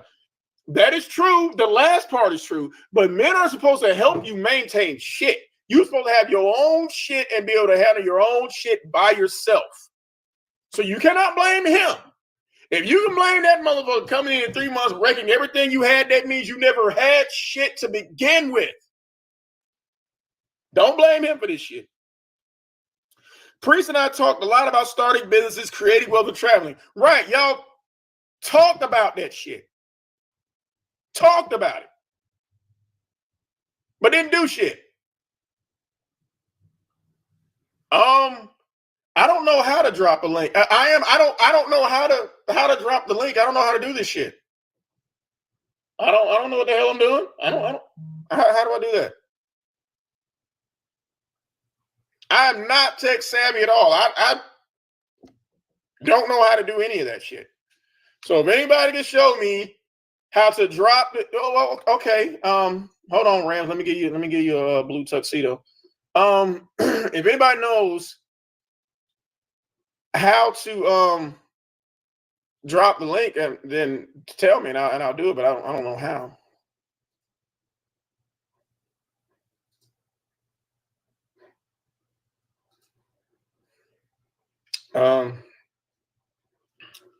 Yeah, I am. I mean, I don't know who I am is, but I mean, if I don't know what I'm using. I'm using what am I using? I don't know.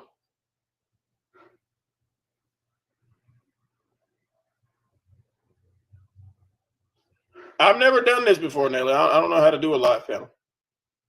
Okay, because I don't know how to do this shit. Well, Nene better hurry up and call because I got to make a Cornish hen in a little bit. Stop laughing at me, Aries. Shit. I told you. Look, I told you my ass is struggle streaming. Shit.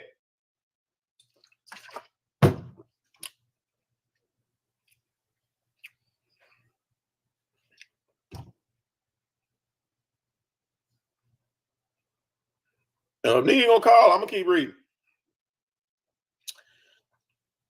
Priest and I talked about starting businesses, creating wealth, and traveling. Right. Y'all niggas was talking about that shit. You aren't doing anything. For him, it was all talk. For you, it's all talk too. However, I was dead serious. Some of us have a purpose in life.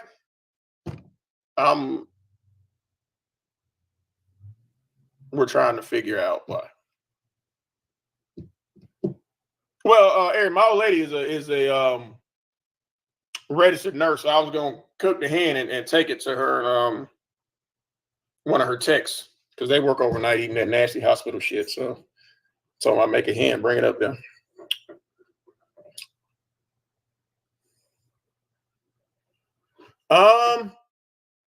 Dashboard.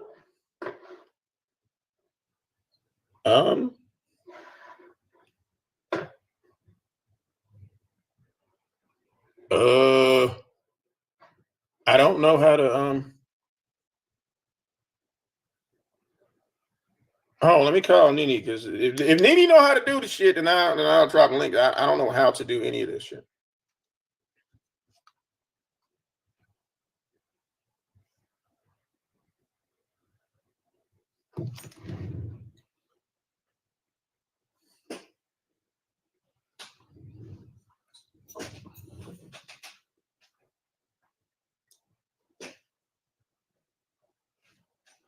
Hold on, let me try to figure this shit out myself.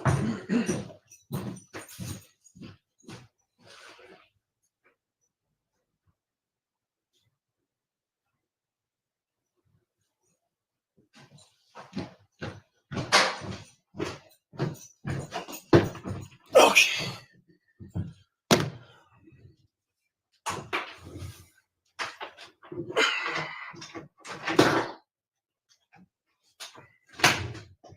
Hold on, y'all. I'm coming. My phone's about dead.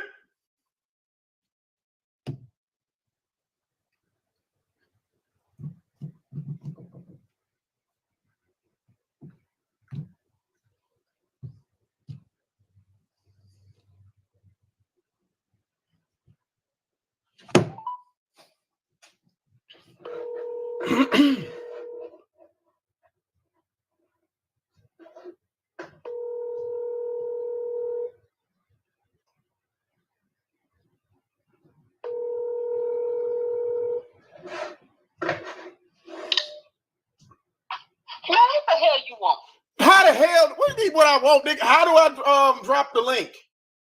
I don't use it. You better learn how to use StreamYard like the rest of us. You act like I be doing this live shit all the time. I should have asked Soncerae when she came by. You sure should have. Soncerae, if you're listening, can you show me how to drop the link, bitch? You're welcome to come up. I don't know if you can do that on there though. I don't think I goddamn know. On the YouTube studio. Why are you using it? You act like I do this shit all the fucking time. Damn. Look, when the last time this bitch released a book? August. That's the last time I went live. Damn, man. Use StreamYard. Well, turn that one off and go use StreamYard. Huh? StreamYard. This is what you use to go live all the time? You say it all the... Nigga, you say it all the time like I go live all the time. I know. Now people know how the hell I talk to you. Why is you playing me on that damn live stream? Because it's live. Hey, y'all. Oh, shit. Hey, y'all, this ain't Nene for real. This is me throwing my voice. This is CGI. This isn't really Nene. Okay? Like they don't know that's me. Goddamn, change your voice, nigga, so they don't know it's you. You're already too goddamn late. Oh. God damn it. Well, Soncerae, come back and show me how to goddamn go drop the link, bitch. Come back. They don't have a link. On YouTube Studio, you have to use other streaming devices and connect it to YouTube. What? Lord. Steve, come here. Maybe Steve know how to go live. Shit, I don't know. Steve! Well, fuck you then. Don't be cussing Steve out. Oh, I know how to get that nigga. Watch it. What are you talking about? Did you just turn the live stream on? No!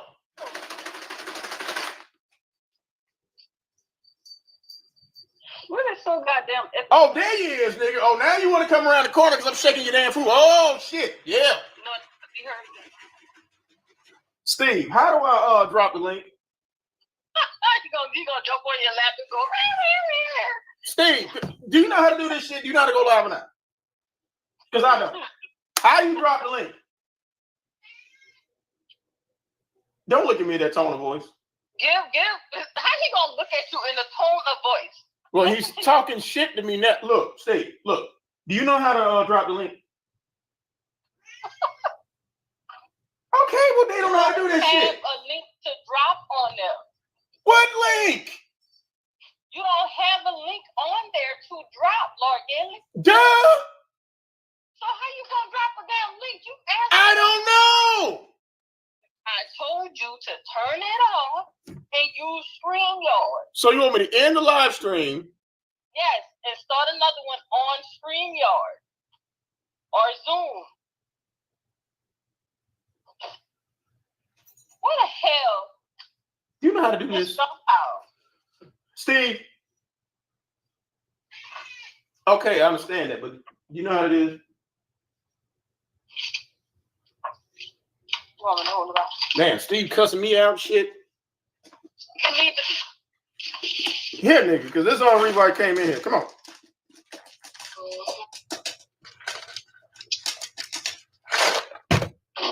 Here, eat that. Crazy. Okay, I don't know what the fuck I'm doing, y'all. So, do StreamYard. Lord Gaelic is bald-headed with a cat named Steve. Red is bald-headed with a cat named Snow. The similarity is crazy. Well, fuck you then, Aries. Shit. Yeah, I'm lost like a motherfucker. I am. I don't know. Soncerae, if you're listening, since you're a techie and you're a computer engineer, come back, Soncerae, and help me drop the link. And you're welcome to come up.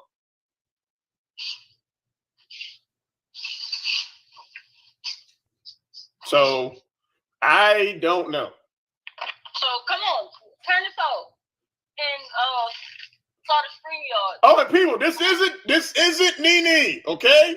It's not really. It's not Nene. So you turn it off. You say, have vision and stay focused. Stop laughing your normal laugh because they gonna know it's you. I don't know how to be no goddamn different. They're gonna have to just live with it. Oh. Too late now. Well, Erin, like I said, she's more than welcome to call in. I just don't know how to do the shit. You ain't got a number to call in either. Oh. And I'm getting a phone call, so bye, y'all. Well, fuck you then, nigga. Shit. Bye, Warren. Bye, y'all. Cause I can't figure this bullshit out. So we gonna end this shit, and we gonna hopefully do it. I don't know. Next time this bitch put out a book, we gonna reread it. But to summarize this shit, this book is the exact same shit as before. I even found some grammatical errors that I missed the last time. So I don't know. Have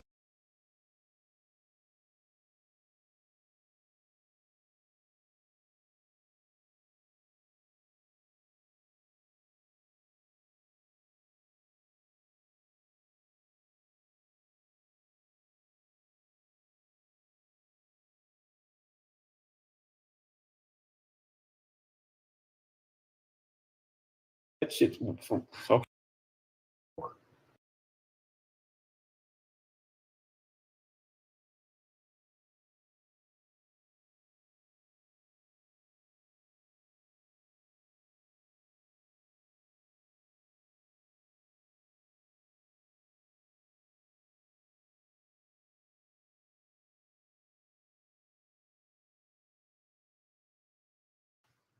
That's a pretty detailed scenario there.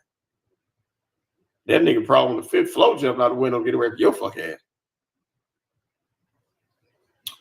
Oh my God. Having a lot of likes, followers, and subscribers doesn't always have the effect of hitting the jackpot. There's a massive amount of cyberbullying, which is not true because all you gotta do is log the fuck off. If somebody's saying something about you don't like, log the fuck off, block them. You ain't even gotta go in there. But you like that shit.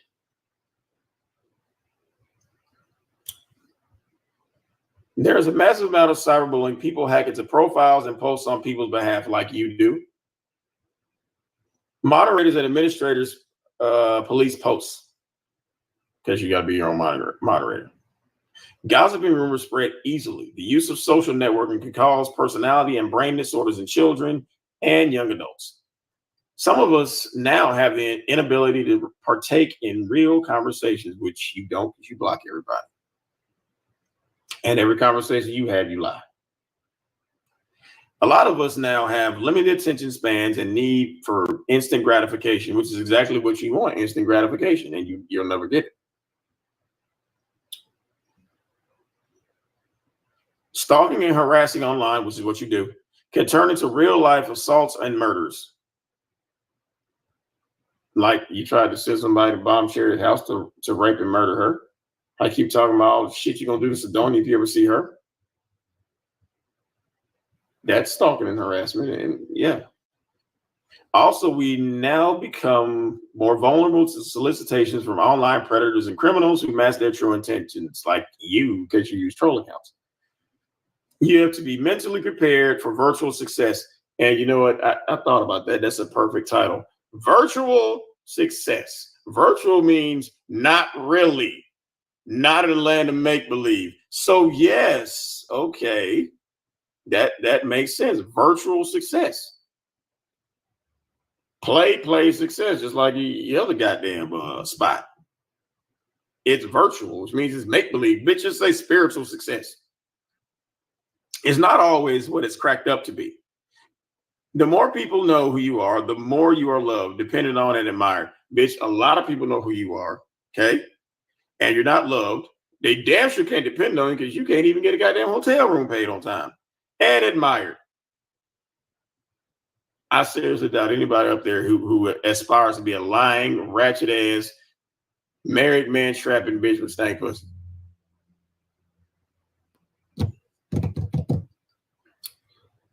Oh my God. However, you will also be attacked, defamed, and misrepresented sometimes. You're never misrepresented because you're doing your own commentary. So you're representing yourself, which is a ratchet ass, dumb ass, stank pussy mayonnaise coming out of that motherfucking bitch. Dang.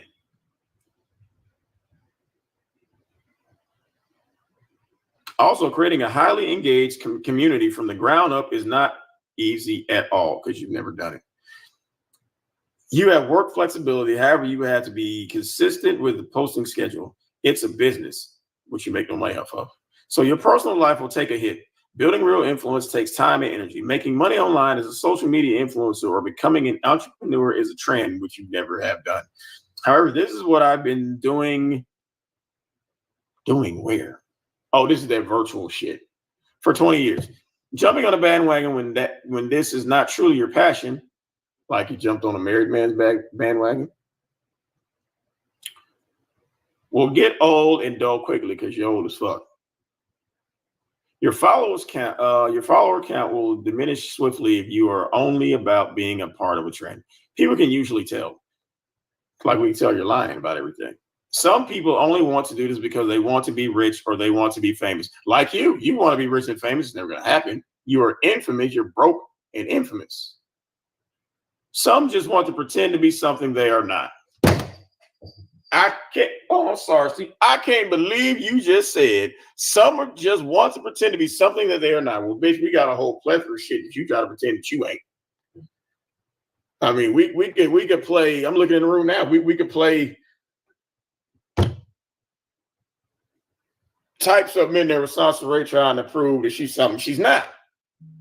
I'll go first.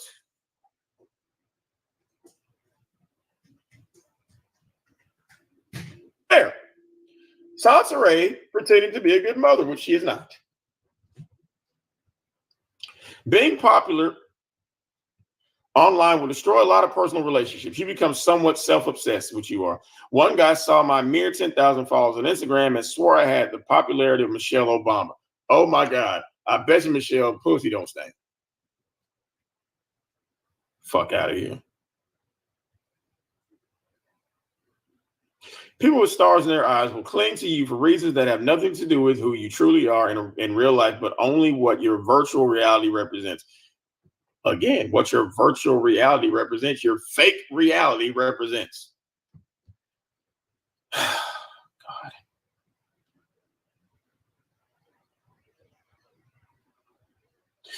The same thing goes on if an online smear campaign takes place. Like you tried unsuccessfully to do a smear campaign on Kevin Samuels, which was all to get his attention. You just wanted him to respond to you, which he ain't gonna do.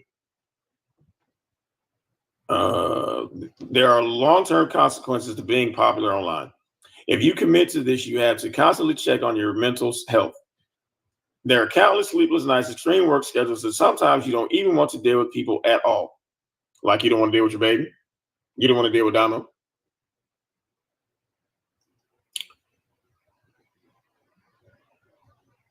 You just want a break from everyone. Yeah, they do, especially you. If you are pretending to be someone you are not, which is what you do, that is also exhausting. That's why you fake your own death, because pretending to be somebody for years, yeah, okay. You can guarantee that people will dig into your past and find out the truth about you like you do to other people, as well as pile made up rumors and fan fiction about you on top. Bitch, you made your own fan fiction. You made that shit up.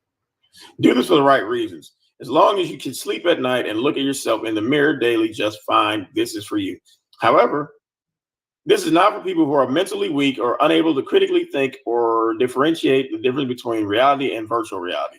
Yes, reality, you're an Uber driver, you're a scammer, first-time single mother at 40 years old. That's the real reality. Virtual reality is people love you, people listen to you, people value your opinion, and you are a little bit of shit.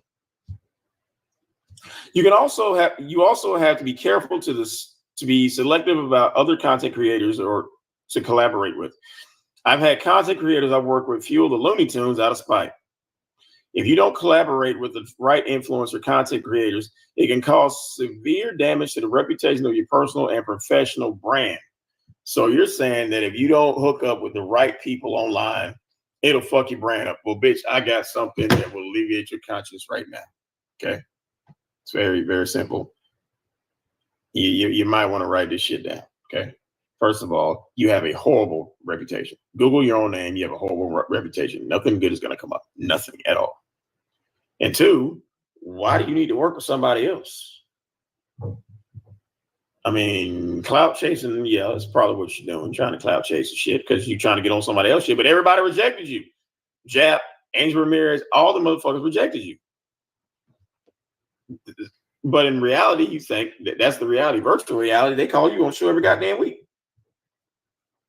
You also have to be careful to be selective about other content creators you collaborate with. I read that. Some people you choose to work with will attempt to destroy it on purpose if you are not careful. You'd be surprised at what fame, popularity, money can do to others, which you have none of that shit. And they kick you off their panels because you're a fucking bad luck charm. There go Big Kathy and Rain Man right there. Chapter 5. Now, folks, we made it all the way to chapter 5, and we still don't know how to be a millionaire yet. And it's only 67 pages, so I'm pretty sure there's going to be a way to teach us how to be a millionaire because, hey, she's on that shit. Chapter 5. Forget what you were taught about money. Most of the stuff you were told about money growing up was awful if you were a Generation X. A lot of people in our generation are broke because of their belief system. You broke because you ain't shit, because you're a fucking idiot, because you have fucking champagne dreams with Kool-Aid realities. No, bitch, you got champagne dreams with sugar water realities. You don't see that shit. The typical Generation Xer has the average debt that mortgages, credit cards, auto loans, student and personal loans of at least $125,000, according to research from the credit reporting agency Experian. You need to research how to get a goddamn job and properly wash your pussy. When I decided to take giving financial advice online seriously, you can give everybody financial advice, but you can't give it to yourself. Okay.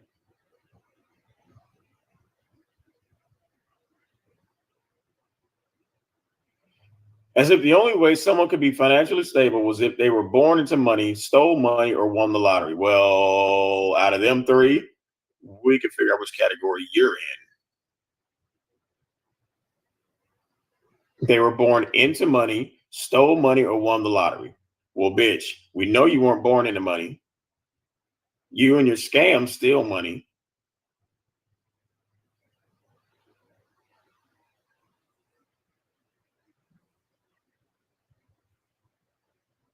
And winning the lottery, that shit's okay. Even I had limited beliefs about credit cards because you can't get one. Simply telling yourself you are not good with money is also what some people use as a safety net. All becoming financially free is being responsible enough to pay attention to what you are doing, which is the complete opposite. Y'all do the exact opposite of all this bullshit you're talking about. Don't fuck with married men or separated men. Like, the fuck? Oh my God, this shit is fucking incredible. Some people believe that they don't make enough money to pay off their debt. Like, consolidation isn't real. Empty your cup. You don't have a cup. Damn. Empty your cup so that financial literacy can pour in. Bitch, your cup has a hole in it. Laziness is also a determining factor as to why a lot of people are not financially free. Like you don't have to suddenly become an entrepreneur or business owner to be a virtual millionaire. I could be a virtual aardvark. They don't make me a fucking aardvark in real life. Stupid. Not everyone has that passion. The passion fuels us the days we are drained. The days I want to be bothered with my social media comment sections, my passion takes over and makes me check them anyway. You can have a regular 9 to 5 and still become financially free enough to quit. Bitch, you can be driving Uber to the matter of fact, the dinosaurs are gonna come back when you get done driving Uber, because that's how long you be driving, motherfucker. Not everyone hates their job or being employed. The key word I use often in this chapter is free. You can be a goddamn millionaire living in bondage. I spoke about this bondage in a previous chapter in relation to fear. Now I'm going to speak about it in relation to loneliness. Investor, author, and motivational speaker Grant Cardone, net worth $2.6 billion, spoke about it in a TikTok clip I saw. He basically said, rich people are lonely. The biggest secret, well, bitch, you're poor and you're lonely. The biggest secret rich people have is, I don't have anybody to travel with, which you don't. It's not that people don't want to hang out with me, bitch. We don't want to hang out with you. It's let's go spend a month in Australia, just popping from place to place. Change our mind. We don't want to be in Australia anymore. Let's go to China for a little while. Don't want to go to China? Let's go to Bali to hang out. Who wants to do that? Everybody, but you can't. No, but you can't. Especially everyone wants to play, but even people who make the money can't go and play. They're slaving. This is why my life I'm sharing with you. How do I get it? How do I keep it? And how do I multiply without me having to trade time or money? None of this shit applies to you. If you don't figure this out, you will be living in fear when you are supposed to be having other expectations. Well, bitch, you ain't figured it out. You're still in the fucking hotel room.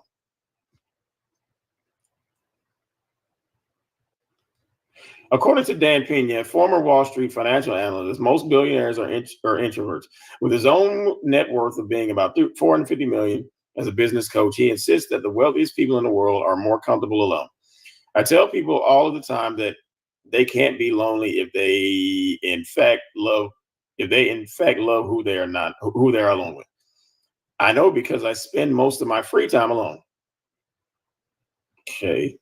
The difference between a poor person and a rich person is, in fact, that they do not want. The difference between a poor person and a rich person is, in fact, what they do not want with their time. And you want nothing with your time. You're a fucking idiot.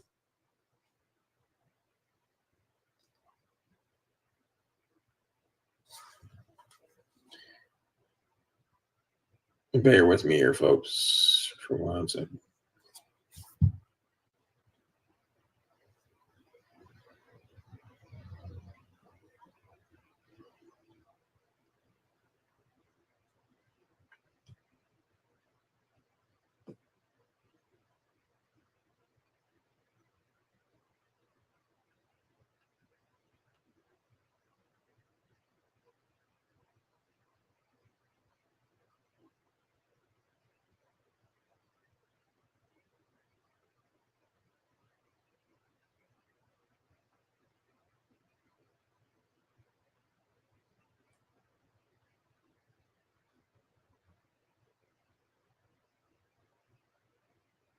Okay. Sorry about that. I get online, be a social media butterfly, tell jokes, show emotion for money, then go right back into my shell and work. I provide a service, if you hope. I don't party. I don't date. All I do is make plans, execute them, so it can make me more money. In the event I do want to step out from underneath my shell, I always plan to do something private and secluded with my kids. Contrary to popular belief, I am a very private person. The fuck? Always have been. I shared a lot of stories with people online as a cautionary tale or just to tell stories for entertainment purposes and lessons because it comes with the territory. I also genuinely want people to improve their lives. You can't even improve yours. So I have to tell them what I've been through. However, that's 20% of what, here you go with that dumb shit again. That's 20% of what I really do with my life. I'm honest, and some people even think I'm overshare, but there is so much more of my life that I do not want to share. Like what hotel room you're in? I've never shared and I never will share. Oh my God, bitch, really? The amazing part about me is my ability to make audiences believe that I tell it all, but you don't. I'm so good at that.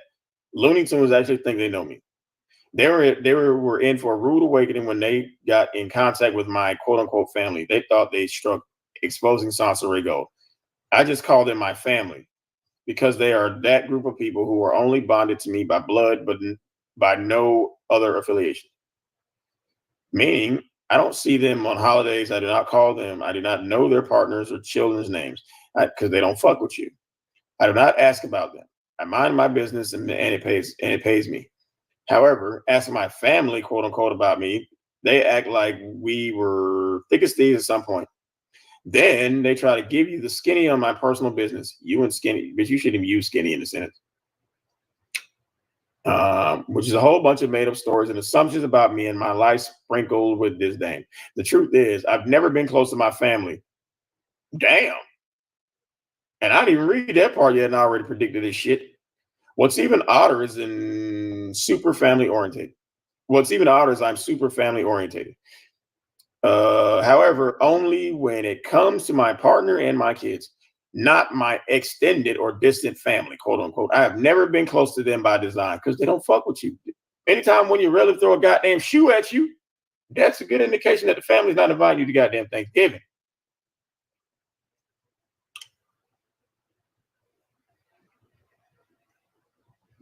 I could never relate to them intellectually or emotionally.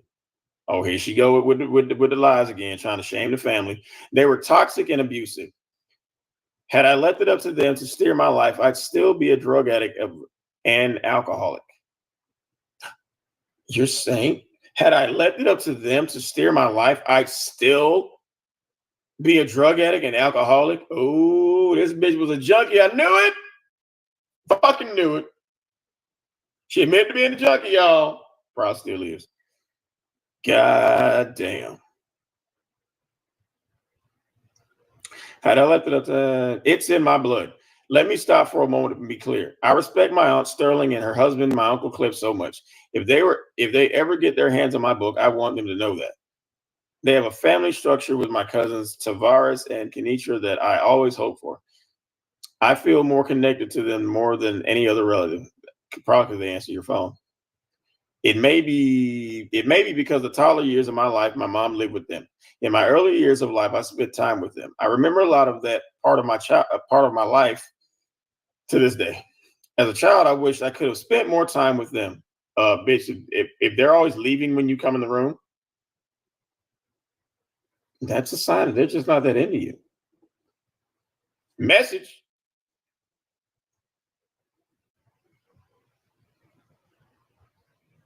But we lived in Maryland and they lived further north. I was delighted every time they came to visit. I've never felt connected to anyone outside of them and my kids.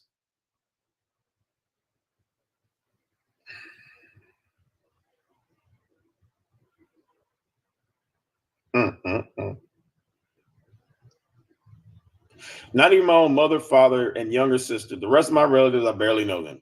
I am very quiet, intelligent, organized, and creative. Bitch, please.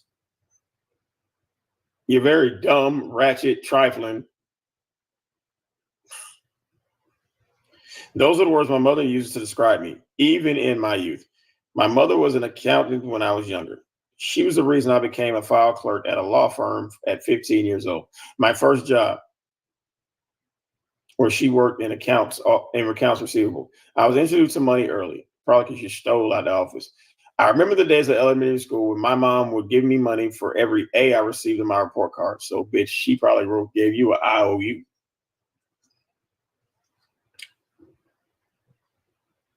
I have at least $200 waiting when I come home from school. The fuck? Who gave you $200, bitch?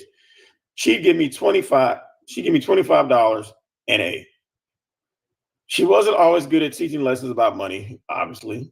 When I was 17, she opened a checking account for me and I started writing back checks. Ooh.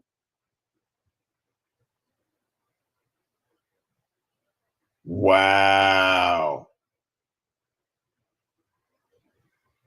I can't believe that shit. Yes, I can. I can absolutely fucking believe that shit.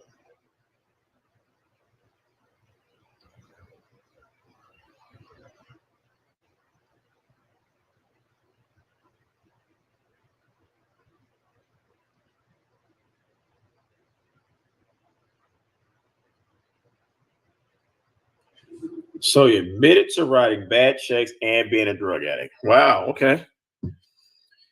I didn't understand how a bank account worked at all. It wasn't until I was much older that I learned about APR rates and money market accounts. Financial freedom was short-lived. We went from a financially free 3-bedroom, 3-story townhouse in Oxon Hill, Maryland, to living in a 2-bedroom high-rise with 3 other people in Marlow Heights, Maryland. This is when life got much harder for me than before. Yes, it eliminated the issues I was having with my stepfather. However, their breakup put us in poverty. Like mother, like daughter, prompting my mother to adopt poor financial habits just to get by. To this day, she calls it the rob Peter to pay Paul.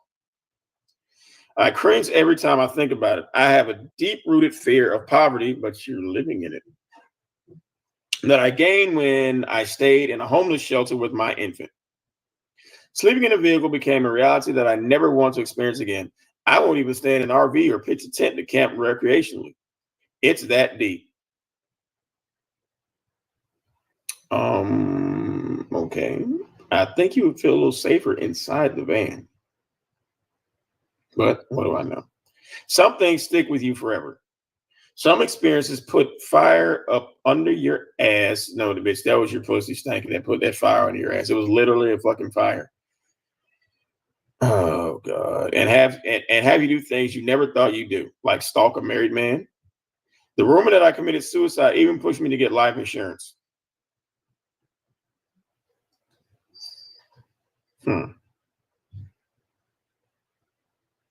Who knew that I'd actually be humble enough to drive a transit bus just to make money to feed my son? It made me look at work differently, to the point where I'd do anything under the sun with the exception of selling my soul.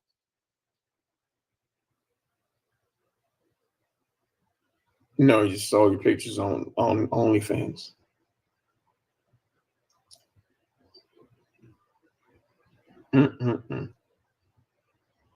Ask Google, it will tell you that being financially free means having enough income to pay one's living expenses for the rest of one's life. In my mind, which is fucked up. Oh, God. In my mind, it is defined as the ability to do what I want with my time and energy without having to worry about money being a hindrance. Luckily for me, money can't be a hindrance because you never had any.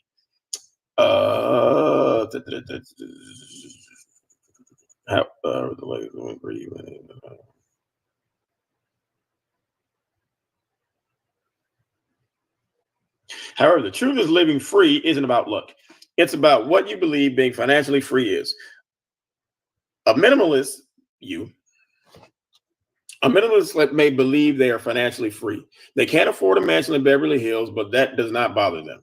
A Beverly Hills mansion is not part of their living expenses, and it's considered excess. There are people who look financially free, however, they live paycheck to paycheck.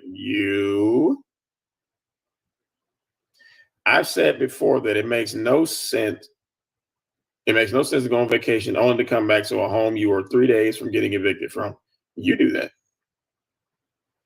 You're taking a vacation, but you didn't pay your rent. Fuck. I've been evicted, My car was repossessed before. Yep. I pawned an expensive keyboard to pay for an abortion trying to escape an abusive boyfriend. Life fucking happens. I'm not being hard on any of you. I'm just saying, don't be frivolous. Luxury this, designer that, stunting, flexing will have you broke in the long run. Like you. Having the red bottoms or sneakers you want, but not being able to put gas in your car to get to work. Does that sound like financial freedom to you? You fucking idiot. In my use, I built a lifestyle brick by brick that created long-term financial freedom. Then how are you getting evicted if you got financial freedom? The first part of my life was about how I'll live freely, and the second part of it, bitch, make it the afterlife. I split life into 6 categories, stages of development. It's similar to what we're taught in human resource management. And I guarantee you she looked at this shit straight from goddamn where the fuck she was at. What's up, Aries? His bitch is a fucking moron. I swear to fucking God, man. This shit up.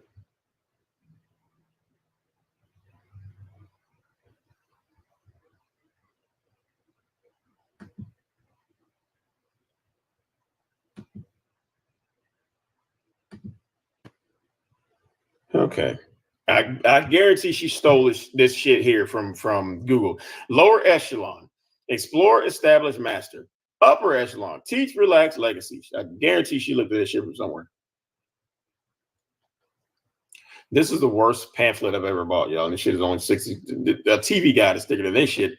In the next few chapters, I'm going to teach you about how I survived the lower echelon and how I created success in the upper echelon of my life. Most people believe that the upper echelon of my life is no longer working or struggling to pay bills. Yep. While I somewhat agree, the truth is you will always work whether you are financially free or not. It's about doing work you enjoy and doing it at your own pace. There will always be a lifestyle you will have to maintain. Some people over 30 tend to relate youth to fun, as if their heyday was when life was at its best. When really everyone's youth is about ignorance being so blissful that you do a list of dumb shit that you don't feel the consequences for until later in life. It wasn't really the best part of your life where you can go to live the finer things in life. It's just that you cared less. You obviously care less. You are or were dumb, bitch. You are, were, and still are dumb. Some young dumb troll called me a boomer the other day online. I was like, dude, how old do you think I fucking am?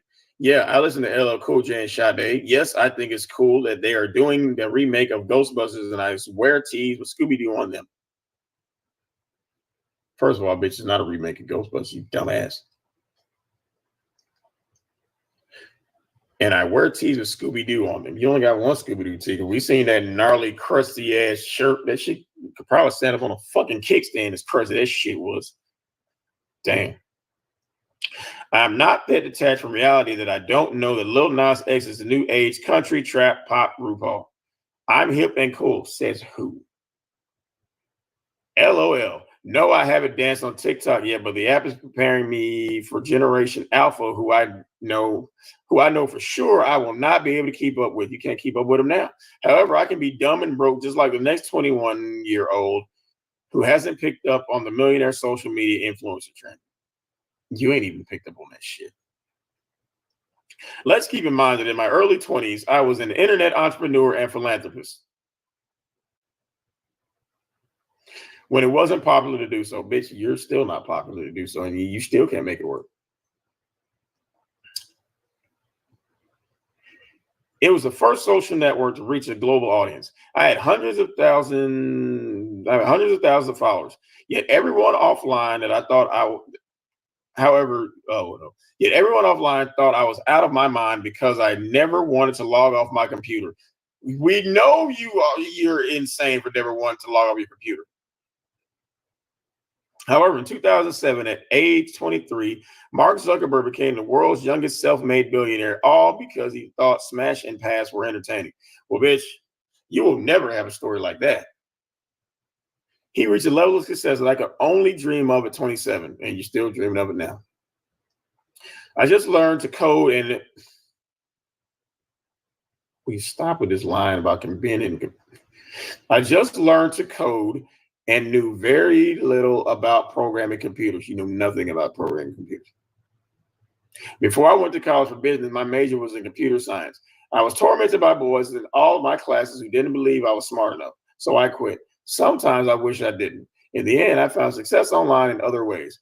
I never fully left the information technology industry because you never worked in it. Stop it. People didn't realize the true power of the internet until the global pandemic in 2020. I was up on game long before then. While people were turning their noses up at me, I was playing chess on Yahoo Messenger with someone who lived in another country, building my UX UI design business under the suggestion of Greensboro, North Carolina promoter who would pay me to do designs for his MySpace pages. However, at 41, the company I built, Revenue Digital, is one of my main resources. You can't make this shit up. She said, y'all, now at 41, the company I built, Revenue Digital. Hold on, guys. Hold on.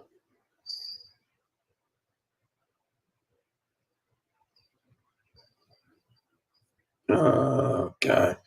Now at 41, the company I built, Revenue Digital, is one of my main sources of income, bringing in $140,000 a year, more than any other business I started. So you're saying that you bring in $140,000 a year, y'all still hotel hopping? You still in here e-begging? Fuck out of here. It's 140,000 monopoly money. Did I intend to build an empire? No.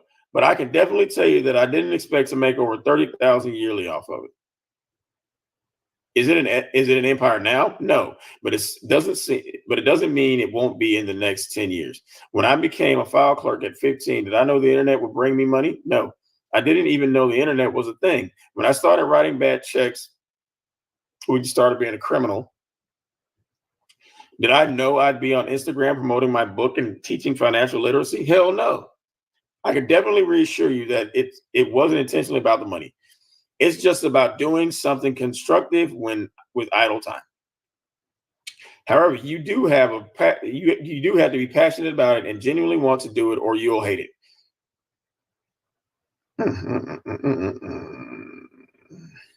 In order to catch my drip check out the stand-in with Drew Barrymore. In order to catch my drip check out, she's an idiot. Is this cute movie about a mega famous actress, which you're trying to be, but you're not, named Candy Black, who does comedy movies? She stumbled upon this career accidentally. Over the years, she develops a drug problem, you said you did, and anger management issues that make her difficult to work with. Like you? You sure this isn't really about you?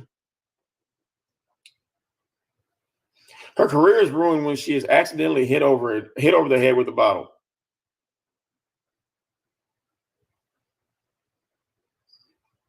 Upset and enraged, she throws and shatters an ashtray, and one of the shards hits a coworker in the eye, causing a major injury. This event is captured on someone's cell phone and leaked to the public.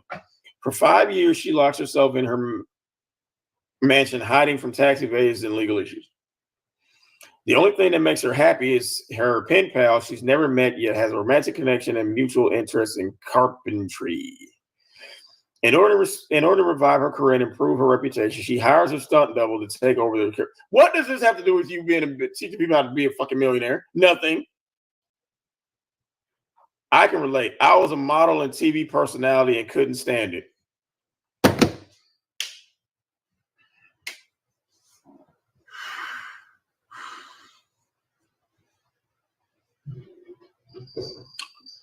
Wow. You were a model and TV personality and couldn't stand it. It was something I accidentally got pushed into. It was not my passion, not even close. And why do you keep talking about it if it's not your passion? The universe is a sense of humor, though. My passion was always business and always will be. However, I learned so much about business and aesthetics that it made me a better designer as well as made me more money. Now, if I want to expand, I can get into marketing, advertising, publishing, public relations, videography, TV, and film. I just recently decided to start doing social media management, which creates other services, products I can sell, all of which stem from my career as an internet entrepreneur, social media influencer, model, and TV personality. Bitch, you just said this shit in the last page. Why do you keep saying I was a model, entrepreneur, social media influencer, and TV personality in your fucking head? Making money online will forever be about keeping up with the evolution and what products and services people want as time goes on. It's constantly a learning experience. It's about making improvements and never becoming complacent. Yes, you could keep your flair, but finding new ways of doing things, marketing and advertising wise, will always be important to a successful business, which you don't have. If no one knows you have a business, we don't want to know you have a business. If no one knows you have a business or you can't improve your brand reputation, then your business will eventually become mediocre and no longer bring you the income you desire. Is this talking about you? Oh my God. Hold on a couple quick seconds. We'll be right back.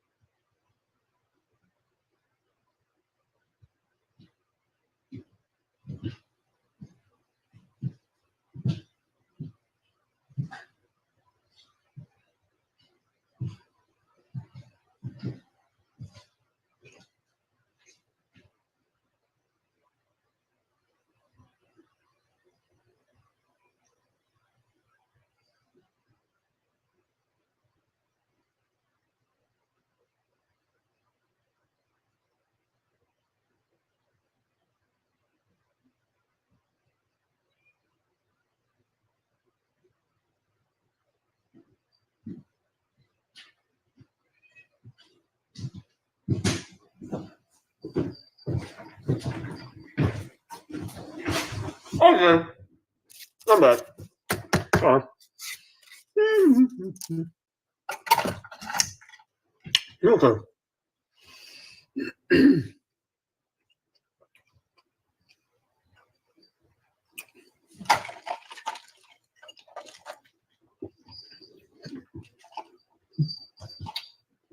Okay.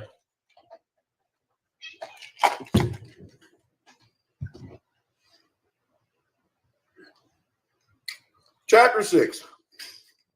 Loving the process of making money.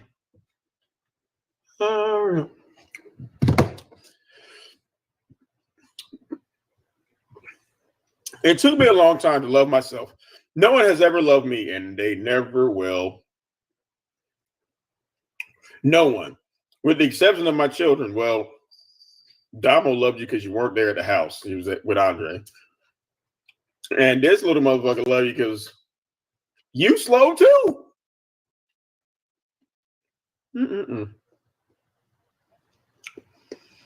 I think men love the idea of being with me, but never truly love me for who I truly am. A piece of shit. My mother calls me a loving person, but she never really loved me either. Because you're you. I'm surprised she recognizes that positive trait in me. She loves my younger sister, which you're mentioning again. This is very interesting. You're envious of your sister. Very interesting. She loves my younger sister. The cash for ass system she created for me has nothing on the love that she and my sister share with each other. The kind of childhood my sister had affected her to this day. She connects with men, friends, and our family well, because she's not you.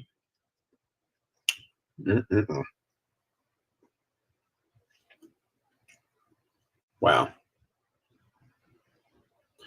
I, on the other hand, have learned to apply logic to interaction before I connect. I am a very quiet person who loves being alone. You love being alone by default because don't nobody want to fuck with you. Dummy. I don't think I was born that way. Yes, you were. I think it's who I've become. I spent most of my childhood alone. I took care of myself a lot because my mother was working. I was left alone at times I shouldn't have been. So now you're trying to throw Big Kathy under the bus. You were left at home at times you shouldn't have been. Okay. Shit, I'll leave your ass too. Shit. I was left alone at times I shouldn't have been. I was also left alone with plenty of people with dubious characters that almost rubbed off on me. Almost. One of them personalities had to be a piece of shit. Had to be. I dressed and did my own hair for school. I cooked my own food for dinner and packed my own lunch. As far back as 4th grade. This alone time is why I become a successful entrepreneur. Successful at being a bullshit artist. The first part of the lower echelon starts at a very young age.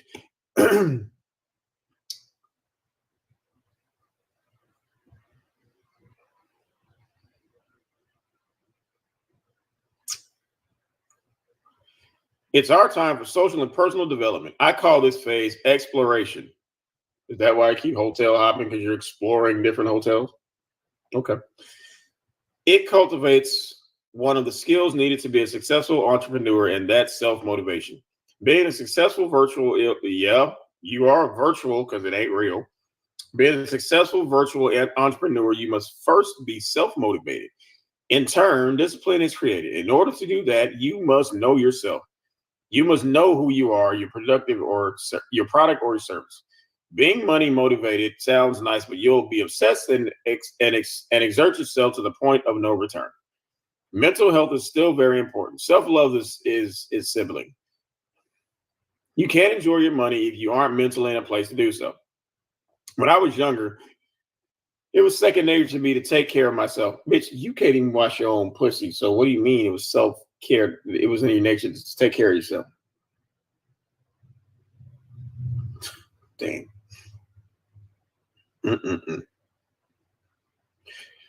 But what this warped into was my inability to quit on myself. All I had was me. So it was up to me to do the basic necessities to survive daily when my mother wasn't around. Sometimes things won't go as planned. What are you doing? What are you going to do when the circumstances are seemingly holding you back? Are you going to take action which aids in the improvement, or are you going to give up on yourself? We've been begging you to give up for years. Your success is the sum of your success is the sum of your executive decisions. You'll need your gut intuition to guide you along the way.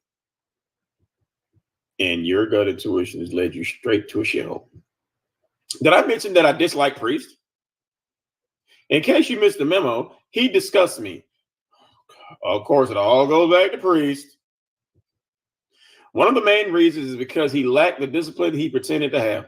I'm a little disappointed in myself for not recognizing that he had issues.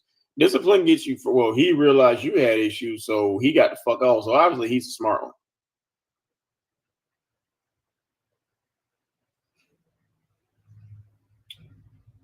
Discipline gets you further than hoping your desires will fall from the sky, which is what you do.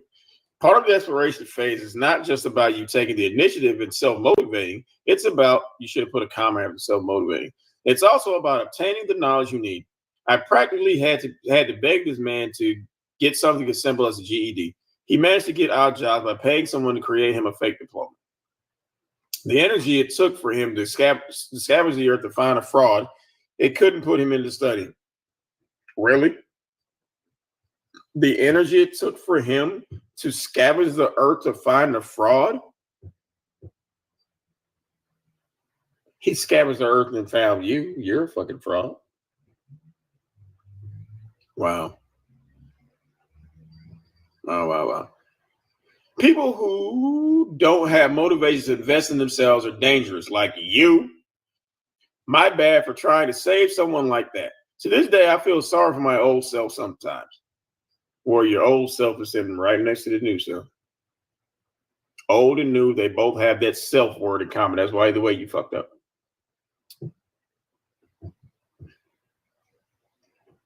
I'm always trying to improve the lives of others, but not knowing when to leave well enough alone. You don't.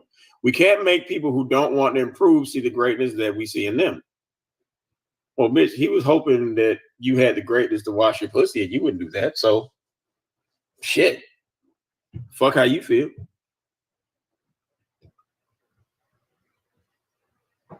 They have to see it in themselves. You have to see your own divinity. You have to learn that your strengths and weaknesses are then proceed to fill in the blanks. Your most valuable tool is your mind. It's an asset. Your mind is still in the shop. You have no choice but to invest in it if you want to grow. Speaking of growth inside of the lower echelon, the next phase of exploration is established. God. Once you've figured out what kind of business you want, bitch, she need paragraphs in here. Who taught her how to write this shit?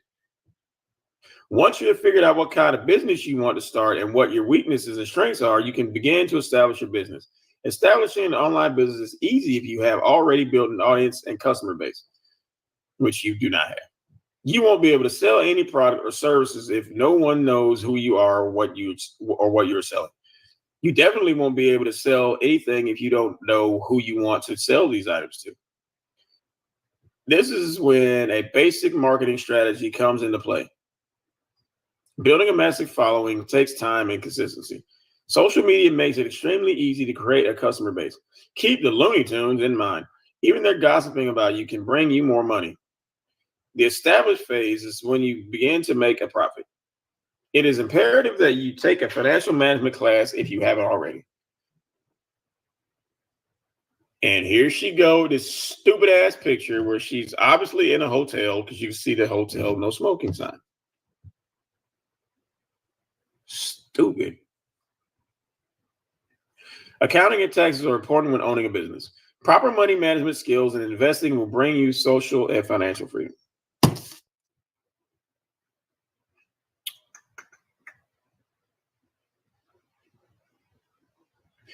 I'm sure you've heard of the "it's who you know" saying. Well, I believe it's truly about who knows you and how you balance business, friendship, and family. Trying to juggle taking care of a three-nager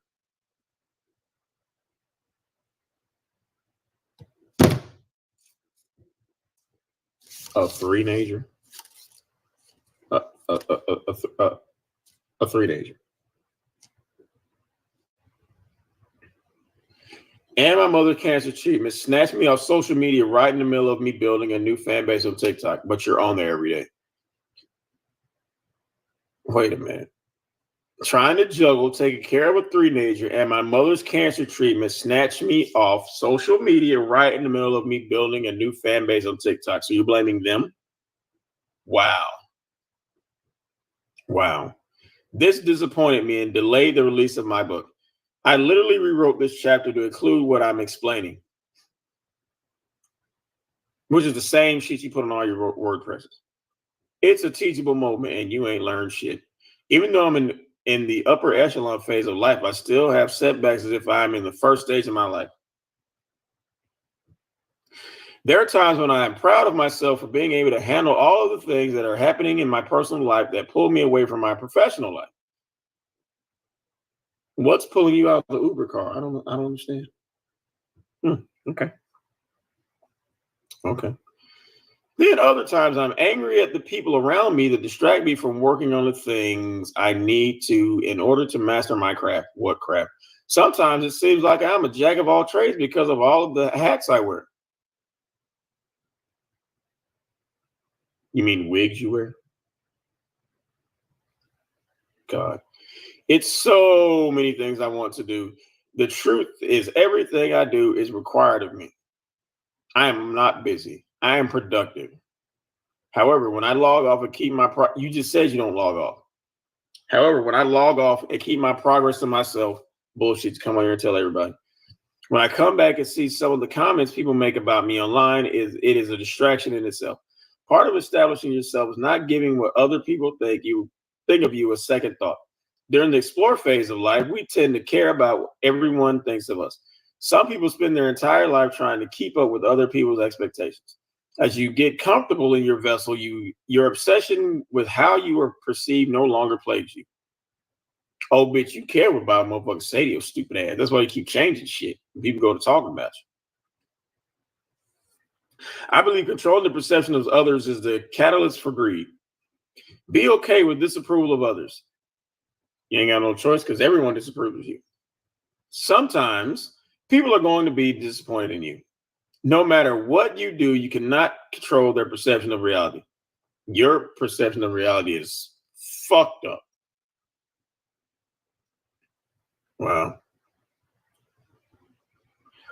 You can evoke positive thoughts. However, keep in mind that some people will choose to dislike you and there is nothing you can do about it. There's nothing you can do about what they do with their time. You celebrate who you are in the moments they want you to. Damn, what's she right? Okay. You celebrate who you are in the moments they want you to quit what you enjoy, yet you keep loving it and being great at it. You're not great at anything. Not even cleaning your goddamn pussy. So what the fuck? Even if you aren't great at it, the question is it what you really want to do with your life? That's a sign you need to kill yourself. The best of us still struggle with balancing our business and family life. Some of us even attempted to include our family only to discover how uninterested they are in what you are doing because it's you who's doing it. Of course, they're going to be uninterested. Don't take it personally. Becoming a virtual entrepreneur means you can create a virtual support system as well. So you got a make-believe support system? Mm-hmm. That's so sweet. You got a virtual family? That's okay. I use the majority of my screen time for professional reasons. Then other times I engage with my virtual family. These people are the opposite of the Looney Tunes. However, the years I've had many names for them. I encourage them to be individuals, so I have avoided naming them. Until recently, I started calling them the echelon. Only because lately my supporters stand in information. You don't stand in shit but failure.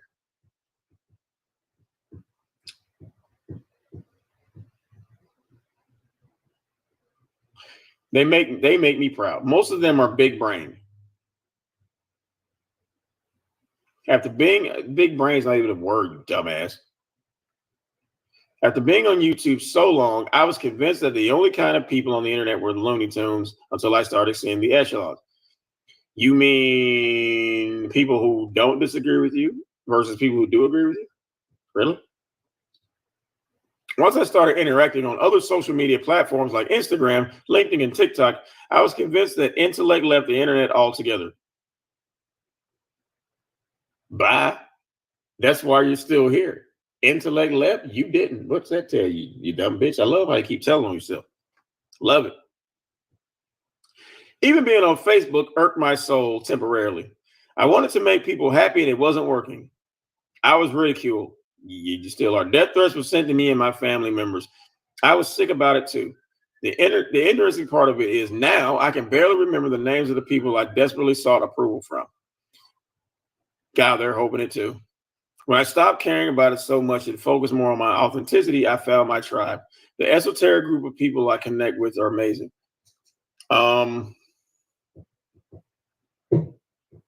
What?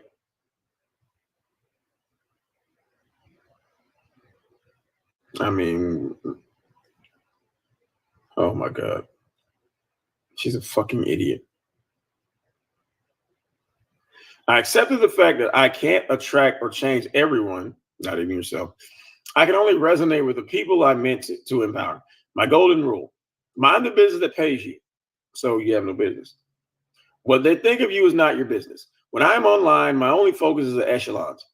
Outside of them, their dreams and goals, nothing else is my business. That includes the rumors people spread about me and the insults people leave in my comment section. I've set a specific time to spend with them, and then I get back to work. The rest of my time is spent with my private social circle offline. Damo, Big Kathy, and that autistic baby. Okay. Okay. Wow. The rest of my life is spent with my private social circle offline. Let me rephrase all of this. Oh God, please don't. I forgot to mention the mentors and role models I have. Even in my transition into master teacher, you mean your transition into janitor, hall monitor? There are people I love seeing online that inspire me to do better. I encourage you to find at least 10 and watch how they do things. For me, it's people like Abraham Hicks, Grant Cardone, Gary Vee, Les Brown, and Devin Franklin, even Jim Carrey. I've heard Terrence Howard gave an amazing speech about Earth.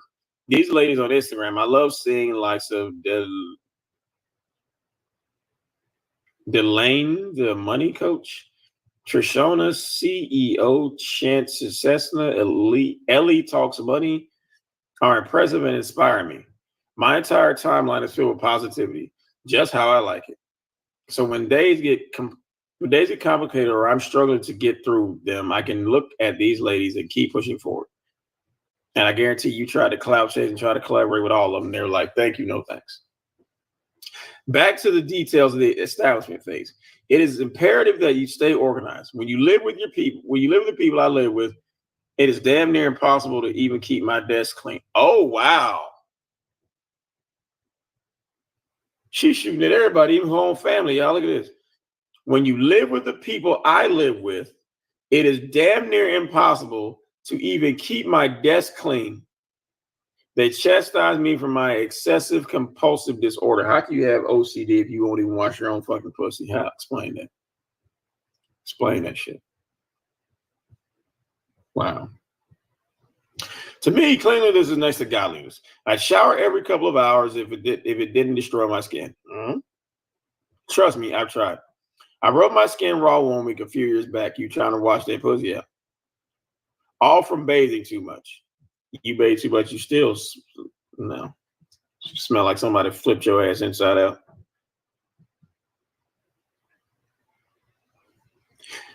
I have so much respect for systems and processes, even when they become inordinate. I've invested in automated systems with ease. Organization gives me more free time to do whatever I want to do. Yes, I work a lot. I mean, you drive a lot. However, not as much as I would if I didn't have a specific way I do things. My family, on the other hand, oh, here she go, keep throwing them under the bus. However, what did she say? Yes, I work a lot. However, not as much as I would if I didn't have a specific way I do things. My family, on the other hand, oh my God, I have never had to scream, did you flush the toilet or did you wash your hands? You can't even wash your own pussy, but you worried about them washing their hands?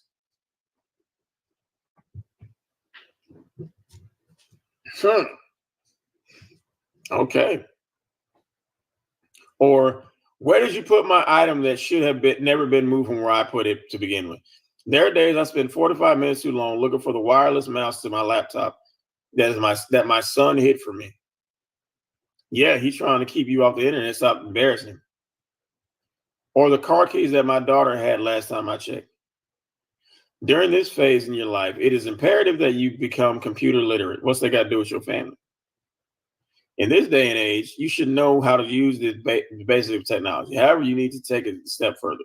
I learned how to code in my early 20s, but you're an Uber driver? In order to design MySpace.com pages, I had to learn the basic HTML codes that change the design of the page. I had to alter them inside of the description box to make the pages stand out. What does this have to do with anything? Chapter 6, we're nowhere near learning how to be a fucking millionaire. Oh my God.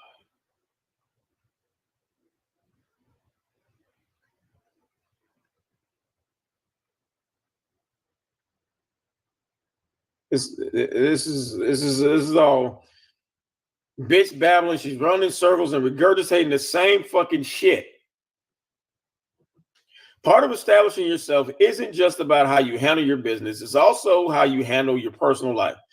To me, the institution of marriage is a business. If it wasn't getting a license to do it, would be unnecessary. It is a business partnership. I suggest you choose your husband or wife wisely. That's why Priest left you. He chose wisely. Don't just choose someone you love. Choose someone you love to talk to and be around, not someone you simply tolerate. Tough times come, and when they do, your person needs to be uplifting you and being supportive. He did uplift you, try to be supportive. He told you to wash your ass because you already know. Too many people have gotten caught up with negative people in turn, making them unable to succeed. Sometimes people you love become a distraction. I know I said that already. Yeah, bitch, you said everything already. I know I said that already, but I just want to make sure to reiterate it. Everything in this bullshit is a fucking reiteration. God damn. Your household needs to be balanced. You mean your hotel room needs to be balanced? The responsibility of handling your business, the finances and taxes associated with it is large. So when it's time to head home, confusion is the last thing you want to crash into. Okay. Speaking of homes, here we go, y'all. Speaking of homes, let's talk about ownership. Home ownership to me is a mind fuck. Before you lose your shit and try to convince me I'm wrong, hear me out because my thing is land, which you don't have. I encourage everyone to buy American soil, where's your soil at? Especially if you are African American. Please do me this solid. People believe they own a home, but in reality, if you are paying a mortgage, you do not own your home. You do not have a deed. Yes, you can build equity. Equity is the difference between what you owe on your mortgage and what your home is currently worth. Your equity will also increase it. Why are you even saying this shit if you don't have a home? Like, clearly she looked at this from Google or wherever. Like, this bitch is a fucking idiot, man.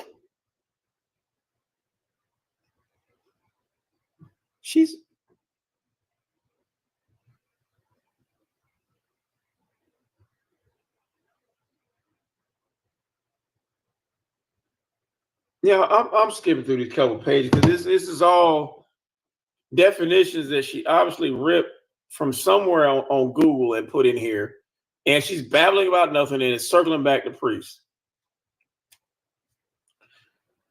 Oh, this is going to prove interesting right here. Chapter 7. Doing something strange for a little change. Here we go, y'all. My mother thought I was a porn star. I was a professional lingerie model for 6 years. You just took pictures and was fucking a photographer.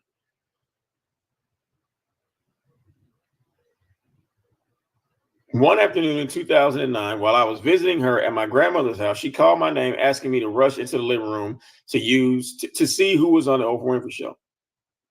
As part of an episode dedicated entirely to women in pornography, Oprah Winfrey sat down with sex industry legend Jenna Jameson for reasons I will never be able to understand. In this awkward interview, the recently retired stay-at-home mom was promoting her book, How to Make Love Like a Porn Star. She also spoke about her boyfriend at the time, Tito Ortiz, and their twin baby boys, Jesse and Journey.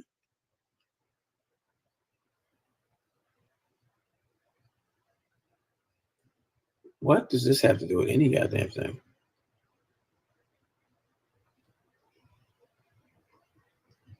Not only was this a terrible person to compare me to, but it was an insult. It proved how much my mother actually knew about me. My entire life, my family has never been very unconcerned about my well-being. They have made typical assumptions about me as the average stranger would. Years prior to this, an anonymous person sent professional image of me in lingerie and implied nudes to my aunt's job. This kind of trolling was happening off the internet to my surprise. Instead of talking to me or my mom about it, my aunt showed the printed out pictures to my grandmother. Like some schoolgirl tattletale, she thought I cared about what my grandmother or any of them thought about me. Yes, you do care because you keep mentioning them.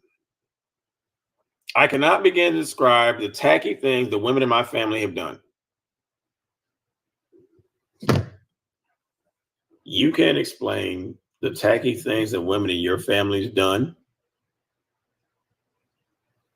You made a post encouraging somebody to go to a woman's house and rape her. You admitted to molesting kids when you was younger. Used a pregnancy to trap a married man. Then you threatened his wife, who he was still married to. Really? So you mean to tell me? Oh, and you pussy stank. So you mean to tell me that the women in your family are much worse than that?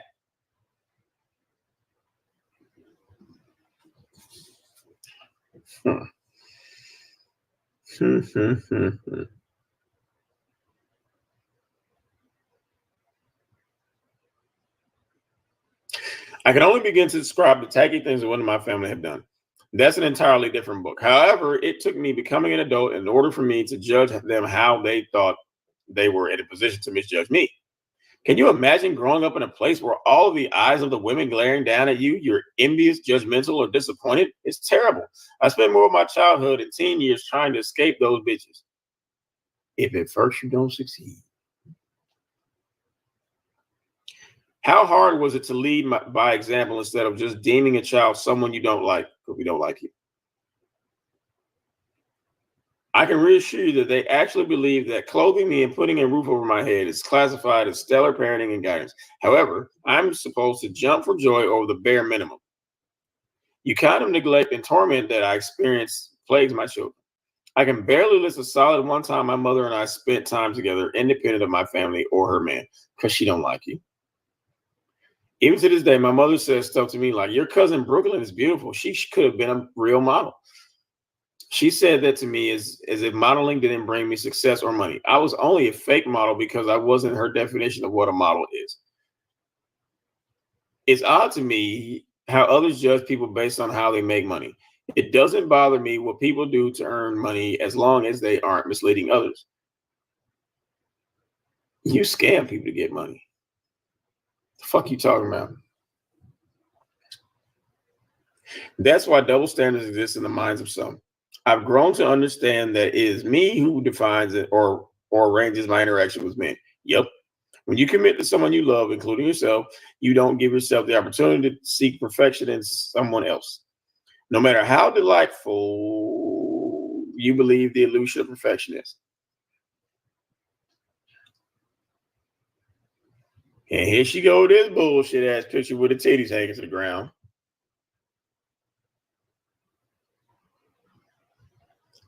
I have never been a porn star, a prostitute, or a stripper. No, because no one would hire you to do any of those things. However, I was a madam at an escort agency, meaning I groomed young women. This is the same bullshit you always talk about.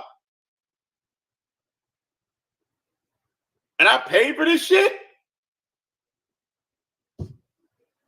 Oh my fucking God. Oh my God. I basically taught them how to be beautiful businesswomen. You're teaching a hooker how to fold her $1 bill straight and not crinkle them up when the guy skeet on her face and throw the crinkled dollar at her. You're teaching her how to roll that dollar flat.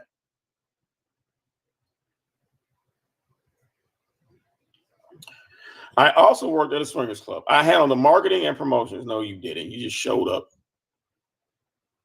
I've also been very honest about my sexuality and experience with the opposite sex. Oh, God, we don't care. Being a part of the sex industry was difficult, mainly because it was male dominated. No, mainly because your pussy stunk. The main pressure and biases I experienced in the IT industry were the same pressure I experienced in the sex industry. It was no different. Men dominate high-paying industries. I've always been a businesswoman, and I've tried to look things logically and intellectually. Bullshit, bitch, because you can do IT from the house. You just ain't got no skills to do it. I could have made way more money had I detached myself from the whims of men altogether. I've met some supportive good men in my life, but for the most part, they're not very supportive of a woman's ambition or accomplishments because you're a fucking idiot. During the master phase in the lower echelon, you start to look back on your life and understand a lot of things that the adolescent in you didn't. When I look back at my modeling career, I think about how much money I didn't make because you wasn't a real model. I look at all the choices I made in romantic partners. I'm like, what the fuck was I thinking choosing someone like that? The biggest issue I had with men is that they didn't want me to be a model.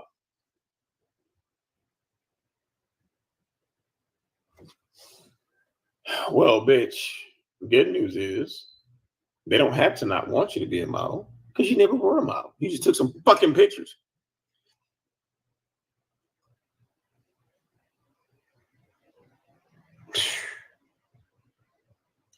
They didn't see the future in my modeling career, but did not supplement the income associated with it. It's one thing to say to a woman, I don't want you to be in the industry you were in, versus a man saying, you don't have to work, I'll provide for you. You'll never hear that. Oh my God. This is fucking hilarious. Some of the men I've dated who are now married are great men and were great men when we dated. However, when I look at the wives they choose, I get why they didn't marry me. The kind of women they wanted definitely weren't as attractive. Are you kidding me? Some of the men I've dated who are now married are great men and were great men when we dated. However, when I look at the wives they choose, I get why they didn't marry me. The kind of women they wanted definitely weren't as attractive. As who? Would you marry you? Bitch. They were not inside of the entertainment industry. They didn't have as much ambition. They didn't have as much ambition, but they got them niggas up to wife them up. You got abandoned with a baby you didn't want by a married nigga. So how are you going to shame them? Ugly or not, they got rings. You didn't. You had to tattoo a nigga's name on your pinky ring because he wasn't ever going to give you one. Message. They also were very comfortable with just living a dull, mediocre life that I was simply not designed for. I'm happy they found each other. Seriously. The kind of man I want, if you're happy, why talk about it? The kind of man I wanted at the time needed to be aiming for the kind of success I was and supportive of me. The problem with that was that the men inside of the entertainment industry had so many options that even if they wanted to commit to me, it would be extremely difficult not to sleep with other women. I can only imagine how difficult it is for a regular working class man to turn down women. Because it's you. But to be affluent and famous, turning down women is a different animal no matter how much of a sexy beast I am.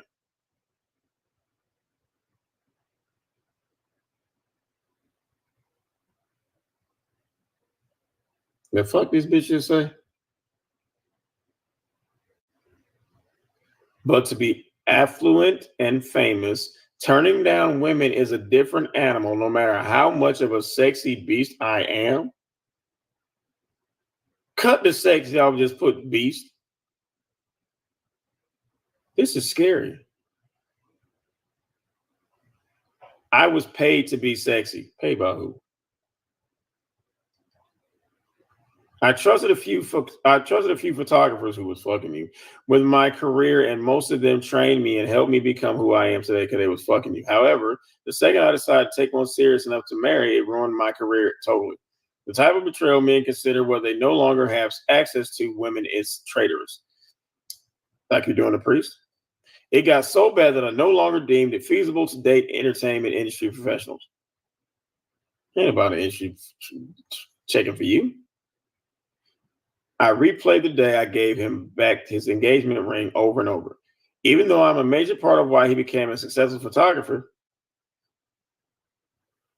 What you do, bringing lunch? To begin with, he never gave me credit for it. Have you ever heard the saying, behind every good black man is a Soncerae?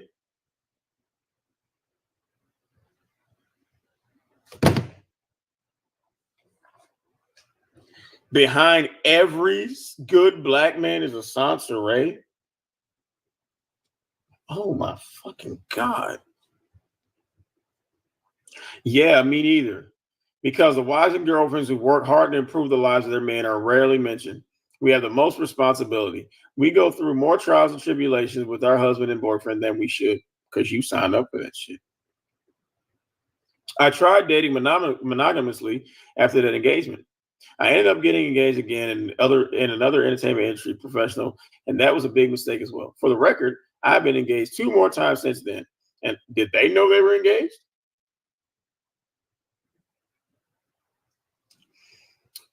Mm-mm-mm. This is when I started dating casually, privately.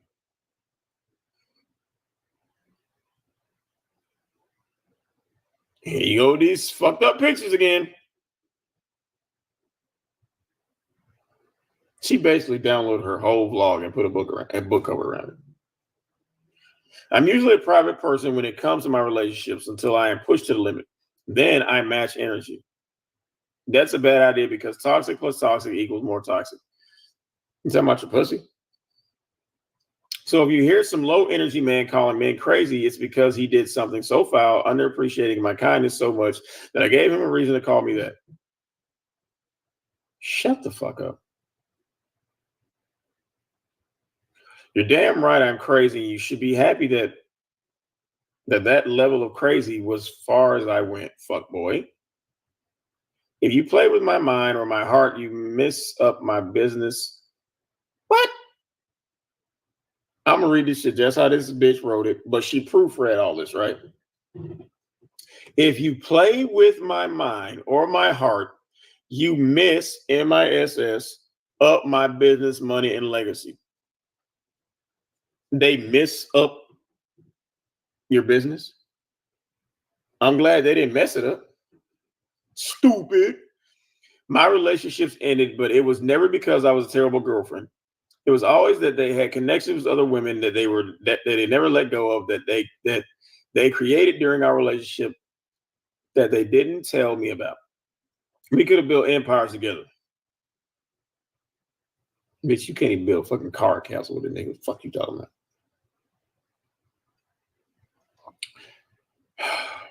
We built empires together, but 60% of the men who tried to date me, whether they were blue collar, white collar, or affluent celebrity, oh my God, none of them appreciate the concept of the power couple. with your clout chasing ass. They wanted me to stop modeling, or they treated me as if me being a lingerie model meant I needed to be treated like a slut because you were a slut. Says the bitch who went to a swingers party and got train ran on.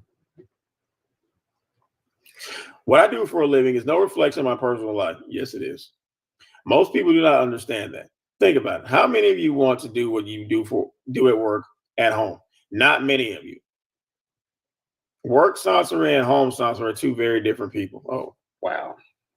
Wow. That's funny about my modeling career. Why are you talking about? You didn't have a fucking career. Oh my God. What's funny about my modeling career is that modeling wasn't even the worst career that men thought I had. I was really disrespected when men found out that I drove Uber. Because everything you said prior to that was a fucking lie. Forget that I made six figures driving Uber 5-6 hours a day. No, you didn't. Just yesterday, I made $150 driving for an hour and a half. On average days, if I drive for about 6 hours, I can make $320 a day. Driving for Uber is easier than modeling. It's just not as glamorous. You aren't going to see someone become a celebrity Uber driver, but you think you are. But in this day and age, you might. But not me. Please. My career in tech, here we go again. My career in tech was harder for me to accept because you didn't have the skills to do it, you stupid bitch. Wow. Surprise, I even knew how to code, or that I worked at tech companies doing data analysts made men feel defeated. Wait a minute, hold the fuck up.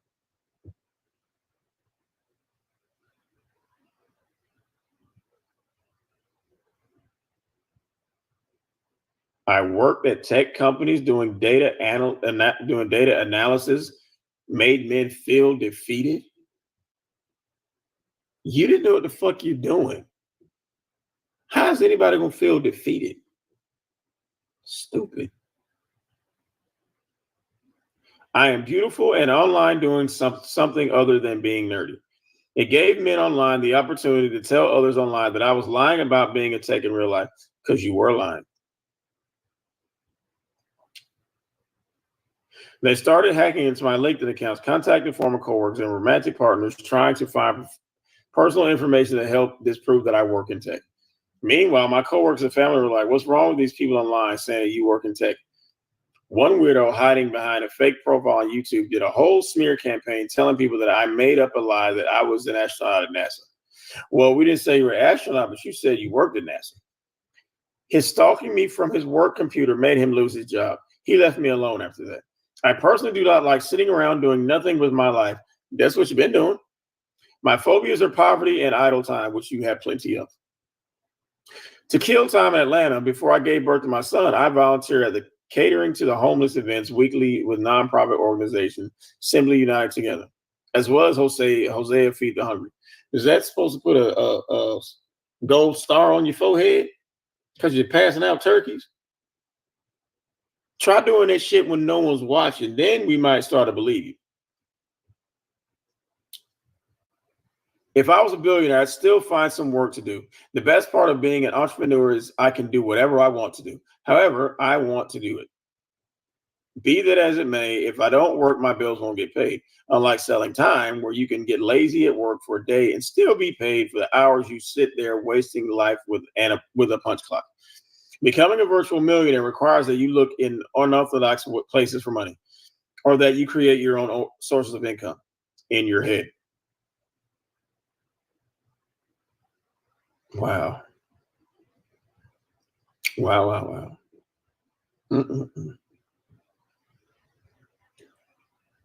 Finding ways to not work for someone else. While doing my tech jobs, I was always under contract and never employed. Even in tech, I still found a way to work for myself. My UI UX design business started from me being a freelance graphic designer and video editor. Doing YouTube videos made me have to learn how to edit videos and do graphics. I started doing YouTube videos after I quit modeling. Shut up. I was no longer interested in modeling and publishing magazines. You never published a fucking magazine. I needed something else to do for money. Some of us let our jobs define us. I can understand why. Because even my success happened because of a chain of events. It was, oh God, here we go. We're going to probably circle back to prison and shit. It was inevitable for me to be in the tech field no matter how I tried to avoid it. Then why are you driving Uber? It was also meant for me to speak and teach. I used to minister.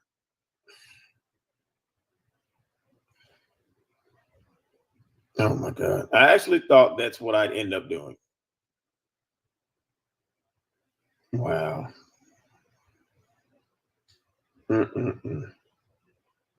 Wow.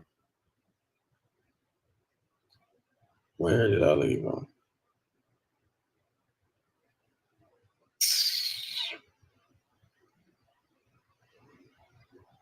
Moving to Atlanta changed that entirely. So that is proof that your surroundings shape who you are. I went from singing, ministering, to rapping, to not doing any of those things and simply becoming a social media personality. Oh my God. Oh my fucking God. I just went through so much to find myself, and the bitch is still missing. I believe that the only way I could have found myself was by going through the things I did. Yeah, you found yourself alone, stranded, and abandoned with a stank pussy in a hotel by yourself. That's where you found yourself.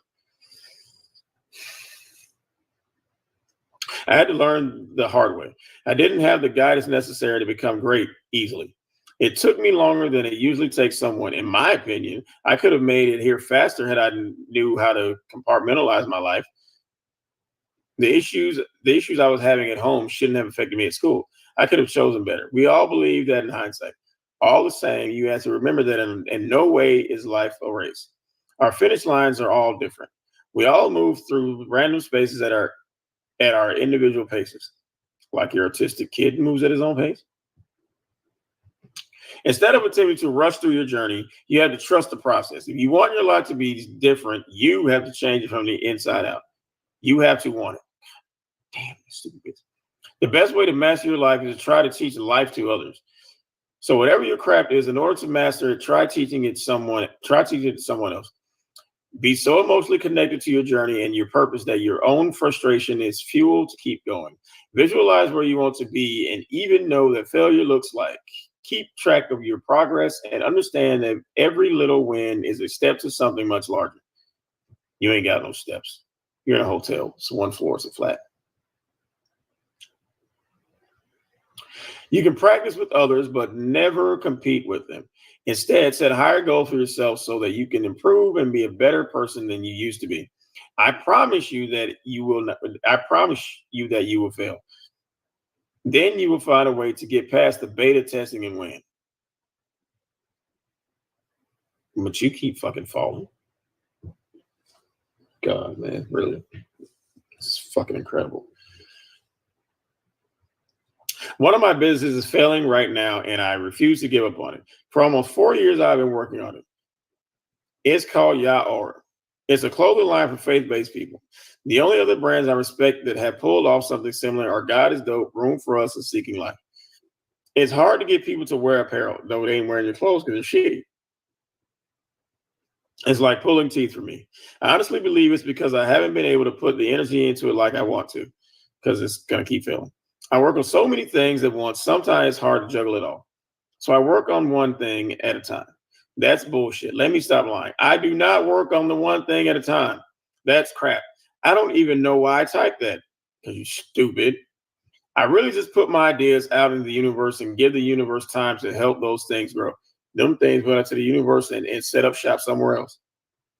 I think about all the people that made such a huge impact on the lives of others after they were gone.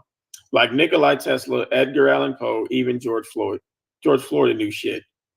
People still talk about Leonardo da Vinci, Bruce Lee, even Cleopatra. I think the world is sleeping on Jim Carrey. We have yet to see his divinity at its full capacity. I just found out about Marie Curie.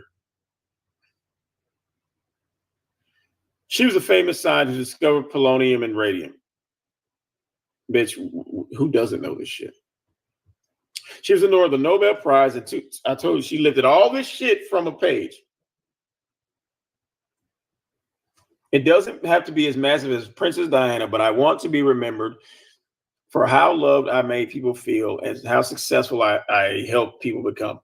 And that's very telling because that's exactly why you faked your death. You wanted to see if people gave a fuck. And nobody did, apparently, because you're a fucking moron. Wow.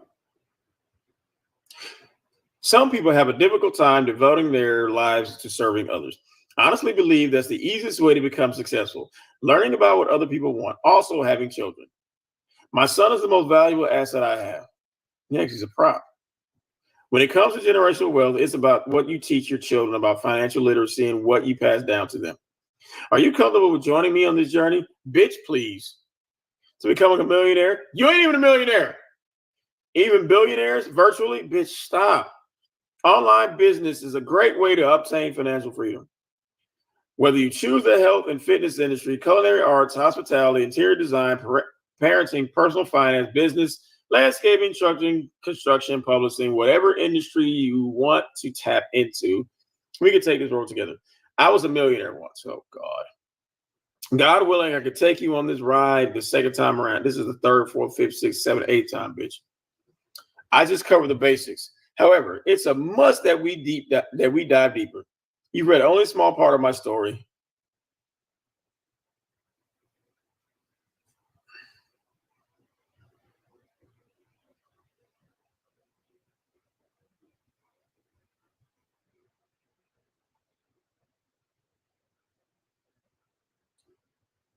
What the hell don't we leave off it?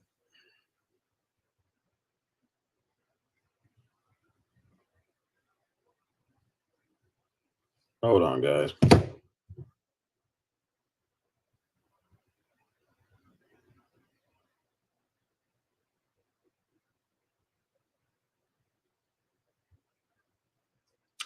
Okay. I've shared how I went from homeless in Atlanta to making six figures in California. Stick around. I share with you how I became a millionaire the first time and how we are going to do this for a second time. This time, it's more about generational wealth, traveling, loving family, and enjoying ourselves. Your next read will include details about the upper echelon. I'll keep you posted. Let's start your journey by simply figuring out how to make six figures. How can you make $300 a day? What do you love? Follow your passion. To figure things out, you have to be honest with yourself. Do you have the discipline necessary to do this? Do you understand what primary steps you need to take to get to the secondary steps you need to take? It's levels to this shit. It doesn't matter where you are in life. What matters is who you choose to help you along this journey, who you call family, and who you consider friends. It doesn't matter who you told you couldn't do it.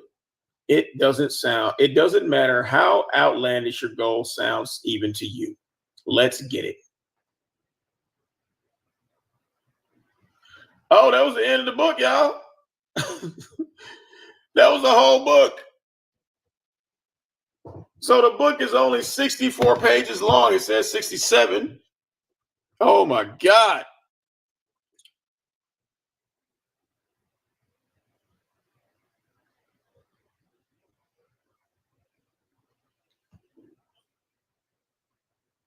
She's an idiot.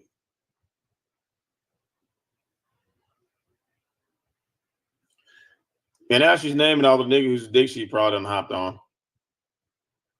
Ray G, you did so much for me when I first moved to California. You were there for me, my mom, and my son when he was a newborn.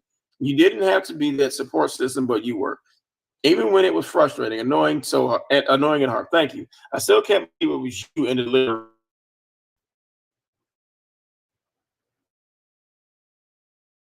Virus F. You'll disagree, but Father Sky brought me to you. I needed a place to regroup, and even though you hate taking in strays, you sucked it up and did it anyway. Thanks, Cuzzo. My Archangel Michael. You were a great godfather to justice. I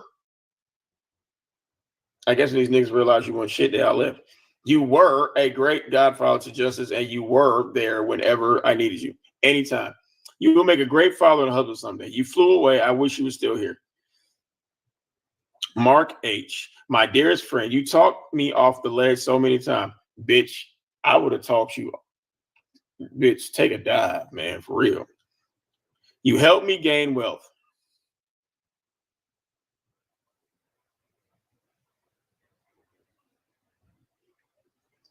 Wow. You helped me get on my feet, and I love you. You helped me get on my feet, and I love you for that forever. You are a great husband and father. Your family is lucky to have you. Interesting. Cam G. You have been my lifeline so many times. No matter how much time goes by, we always. Damn, she's missing all these motherfuckers in past tense. No matter how much time goes by, we always circle back to one another. You are a special friend to me, and thank you so much for looking out for me, my son, and my mother. Harry M., you bailed me out.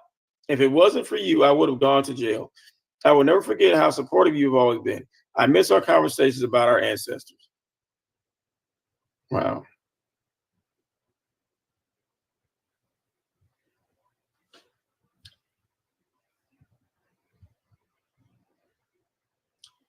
That was the entire fucking book. How the fuck do I get my money back from this shit, y'all? This shit says 67 pages. And to tell you how to be a virtual, all this is a regurgitation of all this shit on the fucking WordPress. So basically, all we did was pay for this fucking picture and cover. That's all we paid for.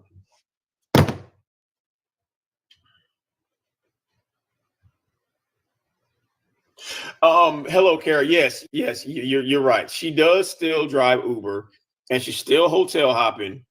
But when does the millionaire life kick in?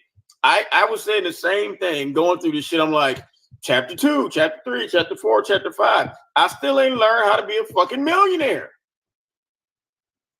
I still haven't learned anything new about Sonian Priest. I haven't learned none of this shit.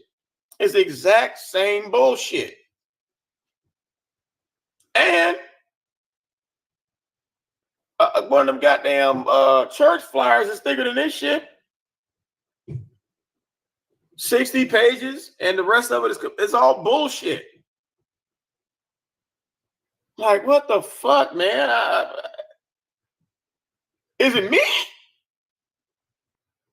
Like, I didn't even want to buy this shit. I said, somebody got to throw themselves on the goddamn sword.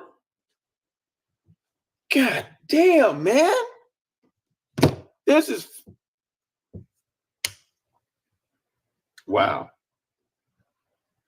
Hey, you know what's really telling about this? Because obviously he's trying to use this shit to communicate with fucking priests.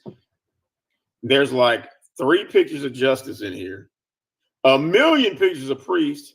None of Damo.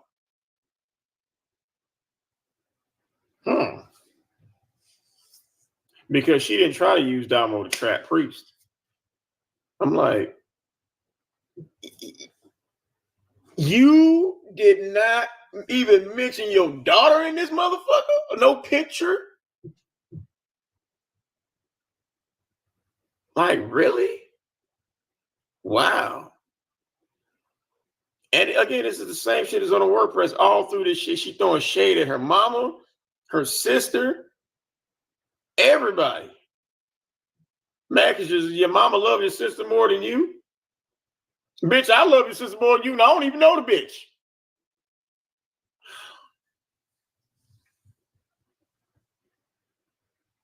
Wow. Oh, my fucking God. Oh, my God. Yes, Kara, I did pay for this bullshit ass book on fucking Kindle. Can somebody please show me how to get my fucking money back? Anybody? Because this shit is, I mean, and then them same raggedy ass pictures she keep posting. And look at this picture right here, y'all. Look at this picture right here. You see that? Doesn't this remind you? You see how her titties is goddamn. She need to throw her titties up in a bun or something, because this I'm like, This bitch literally looks like she got 4 fucking arms with her titties hanging in the front. Like, don't y'all watch like Wild Discovery when y'all see them them African bitches out there in the fucking jungle and shit? They be in that fucking river. They got a fucking hippo right there. They doing their laundry. They got a basket on their head, and they got the little motherfucking baby just floating past. And they got long ass titties just like this, with another baby at the end of the fucking titty. That's what this bitch look like. You long titty having motherfucker. Oh my, wow. This shit is, you can't make this shit up, man. I'm so fucking pissed off. Like, really? I thought it was gonna be some fucking bombshell and how to do that. And let me finna go. You know what? I'm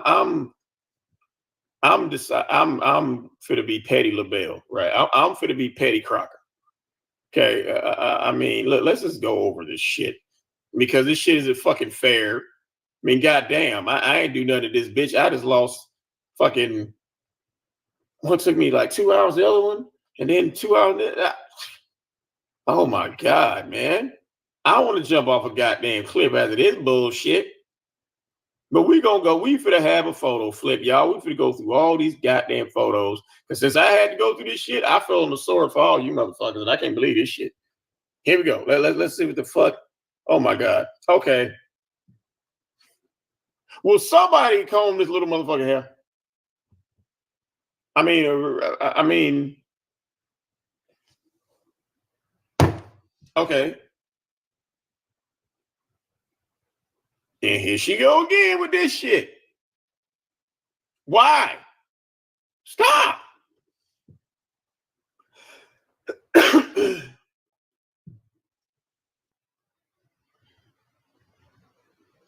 Here, bitch, stop. It don't matter how many pictures you put with this man. This nigga's not coming back. Just stop. Here we go with this shit. I mean, goddamn, this bitch look. Don't you look like a goddamn African booty scratcher in this shit? I mean, what the fuck? What the fuck's all them damn plates and then shit? I mean, this bitch look like she's straight out of goddamn Uganda, some shit like that's this. Oh my god, this shit is fucking torture. Oh my god.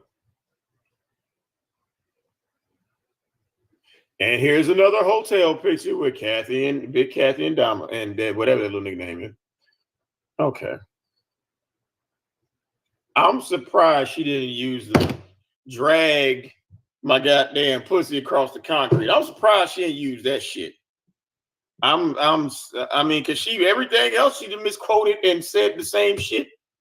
It's like she'll do chapter 1, saying the same shit, then she'll get to chapter 4, which is a redress of chapter 1. How did? Oh my god! This is oh my god! I'm gonna go drink some bleach when I log off of this shit. Cause this shit is oh my god! Oh damn! And look at it with her and Priest with her legs spread open, knowing her pussy stank.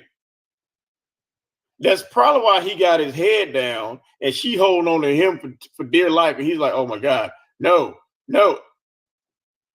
Close your legs, you stank pussy, bitch. Oh my fuck. That's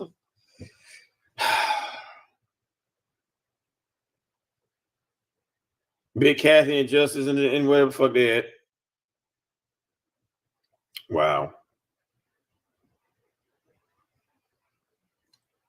And there's Soncerae in the hotel room chair. Notice the no smoking sign right here because you're in a fucking hotel still. God, man.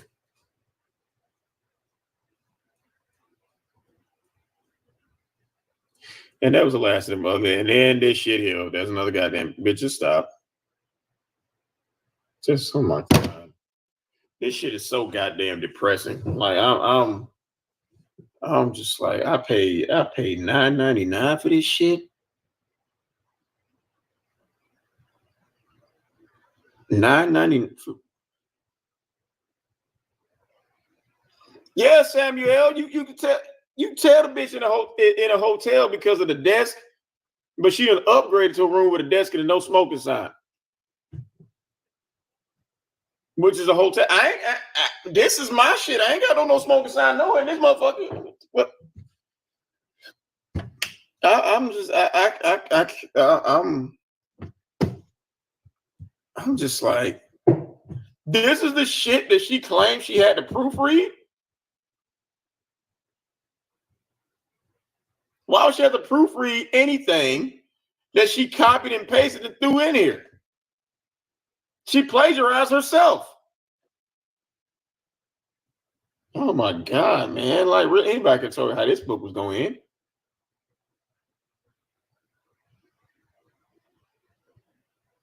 Oh my God, man. This is wow. This I'm just like, I gotta find out how to get my goddamn money back on this shit, because I'm just like, that is so fucking depressing and having to sit through this shit. And I'm glad we sat through this shit together, y'all, because this is some sad, fucked up, repugnant shit. Like I don't.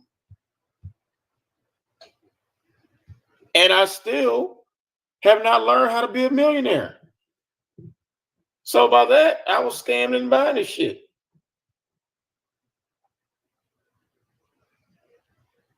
Yeah, Samuel, it was the back of the cereal box was longer than this shit.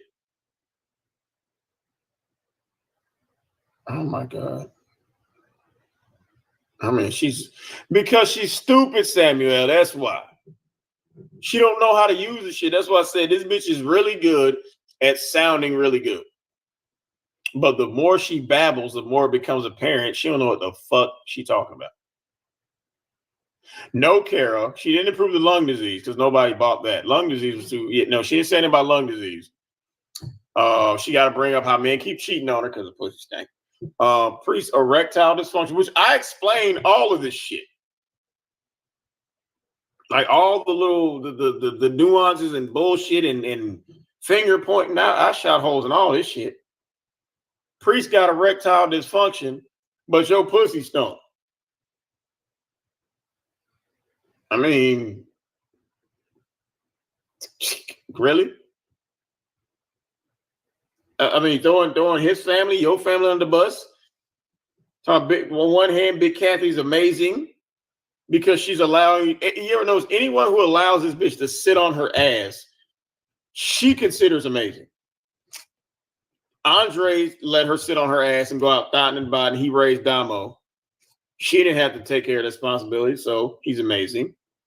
Big Kathy let her sit her fat ass up there in the goddamn motel room, baking the fucking room up and shit while she out there with her disabled arm and diabetes, driving Uber while she sat at home. But her mom's a champ because she ain't have to do shit. Oh my God. I mean, she could have at least squeezed half a picture of Damo in here. Nope, but that lets you know right there. The baby, all them motherfuckers are means to an end for this bitch. The baby was a prop to keep a married man. That didn't work. Now you stuck with a baby you're resenting. But if you give the baby up for adoption, you still holding up hope that one day Priest gonna knock on your door and say, look, my pussy stank too. We should be together. That's what this bitch is hoping is gonna happen. It's not gonna happen. I mean, if she knew that shit would never happen, fuck no, she wouldn't keep that little motherfucker. Hell no, she would have been pawing his ass off somebody. Oh, wow. Damn.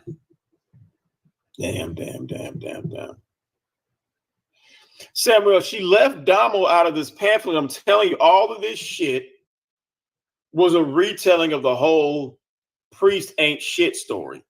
Damo is not a part of that. So why mention her? She's not going to mention Damo. She mentioned the little autistic Rain Man Jr. She listed him because that was leverage and a bargaining chip to get Priest away from his wife, and it didn't work. Now you're stuck with a baby, and you're still holding on to hope that it's going to happen. Plus, she can't get food stamps or assistance if she ain't got no baby. So no, Carol, you got to understand how this bitch thinks. Everyone serves a purpose for her. Everyone is a means to an end. Damo has no relation to this whole situation because Soncerae can't benefit off of that.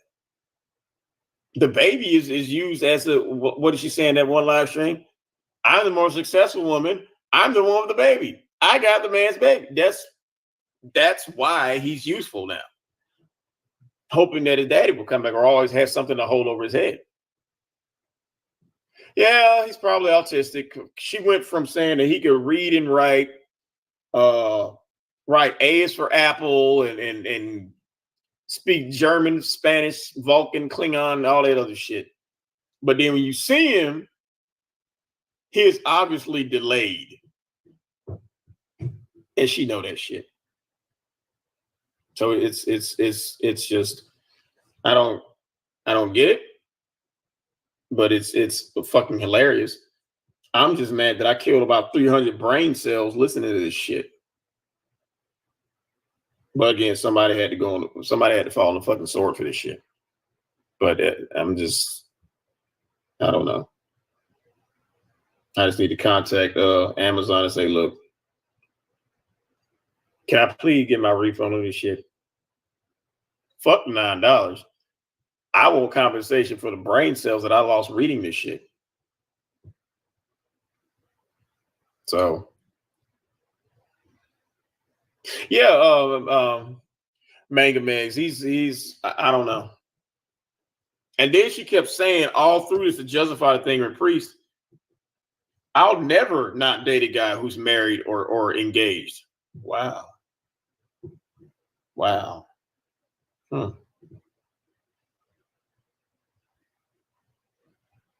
yeah, BZ, but it didn't work. Now she's stuck with a baby that she didn't want. She can't pawn him off to anybody. Because even if she did, again, he's useful to her. If she pawns him off to somebody, then her government assistance will stop. And then she's really gonna have to start driving. So he's not going anywhere. And Big Kathy, she's starting to, now that Kathy can't move as much as she used to, now she's a burden to Soncerae. I mean, I'm just like, no.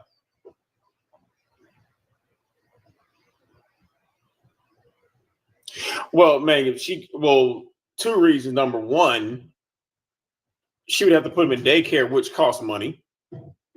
And she ain't got no, yeah, he's a no manga. He's a three-nager and still in diapers. So I'm like, so basically that baby is pissing and shitting like a grown man. She's changing grown man piss of shit. Like really, that's really what she's doing. So, and she can't show him she really can't show him on YouTube anymore, not for an extended period of time, because it's become obvious that little motherfucker is autistic or as she puts it, moves at his own pace. You can't hide this shit. And in fact, that little motherfucker can't talk. Hey. She can't get offline, BZ, because she still has that glimmer of hope that she's going to be a somebody. Even though this bitch has probably the biggest collection of L's on YouTube. Like, no, it's not gonna happen. So I don't. This shit is fucking hilarious, man. But I'm mad that I had to be the one to goddamn do this shit. I'm like, damn, and it was Usually when I read a book or something, I ain't got to stop to comment through the shit. I had to stop because this bitch was full of potholes and speed bumps and shit. It was like every bullshit sentence she said, it was like a deer ran out in front of my fucking car. So I'm just like, God damn, man. Like, I don't know, y'all. I don't know.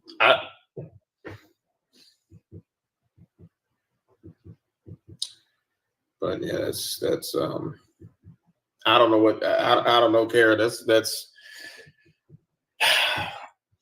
if his ass could speak all them languages, she would be plastering that shit all over YouTube. And we got a couple of instances of him trying to talk. And that shit was like, ooh, hoo, ee, hee, gaga, at 3 years old. That's his vocabulary.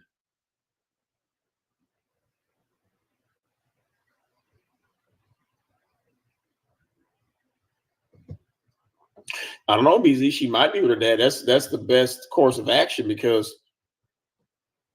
I mean, I'm sure she's tired of asking, do y'all have twin size beds in the next hotel room we get?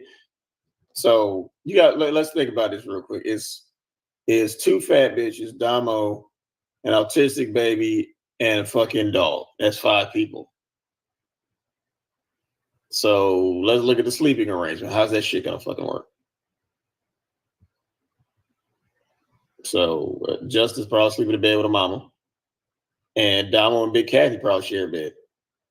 And I bet you, nickels or donuts, one if not all of them bitches is snoring. Kara, she's not going to college. Not out here. She got to drive that Uber car or get dropped off somewhere.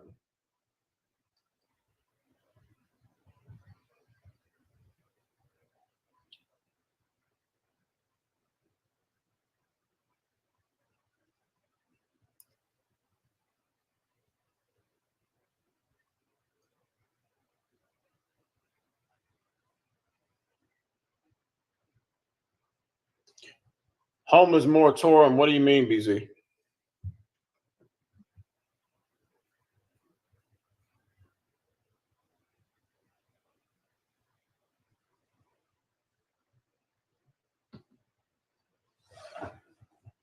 Oh, that's right. Because of the COVID thing, they don't really have to pay rent or any of that shit. That's right. I forgot about that.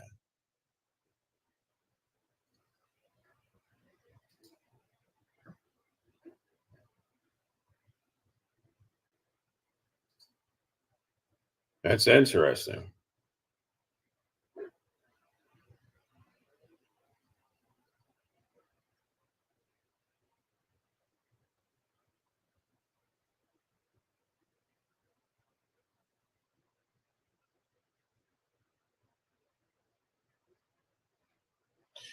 Yeah, you're right, Kara. You're right. I think it's like, what was it, September?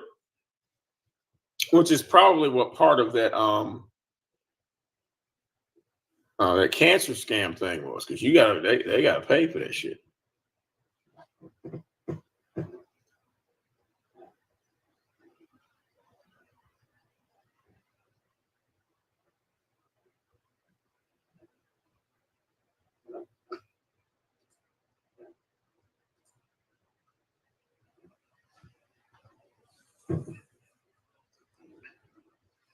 This shit is crazy, yo. But that shit was goddamn funny when she talked about all the motherfuckers got kicked out the hotel the day before Christmas Eve. That goddamn Indian man wasn't playing.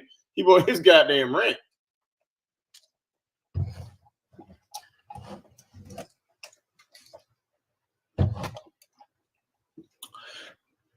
That's definitely true, Samuel. Winter is coming.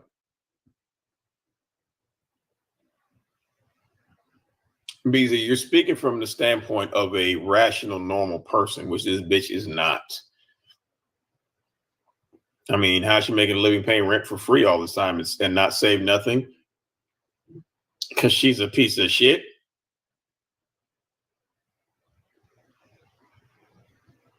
Oh, nah, Kara. Oh, no, don't say that. No. I ain't finna let you do that, baby. No. Oh, it helped.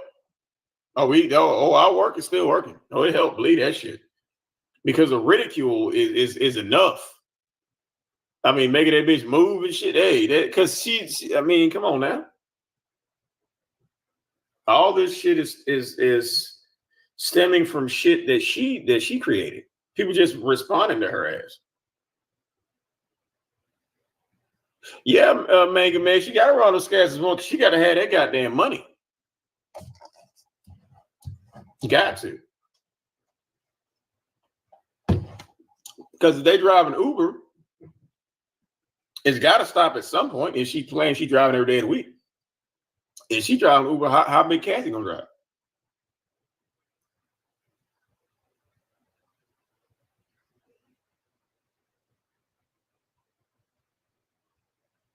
You're right, man. This bitch is. I mean, what else can be said about this shit?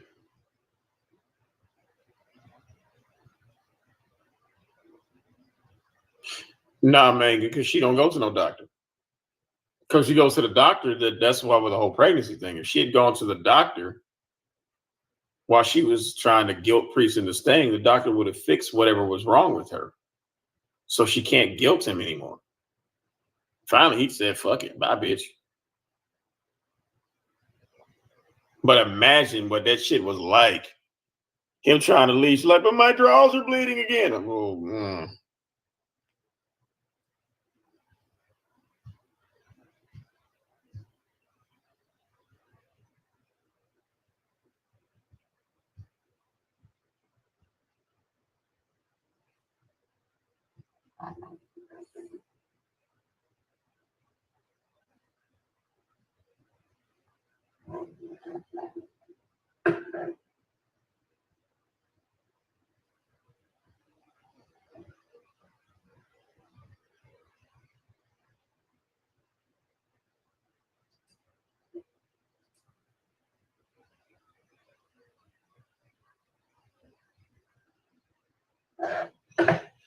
yeah, man, but the shit is working. I mean, think about it. But Carrie, you can't say that our work didn't work because this bitch was running out of shit. She had to goddamn fake kill herself. So obviously the shit we were doing was working. Believe that. Believe that shit. That shit was working. She just mad that it worked. Cause she thought she could fake her own death and motherfucker gonna sit there and feel sorry for her. Like, no. Like, how you write your own obituary? Like, really? Well, I mean, shit.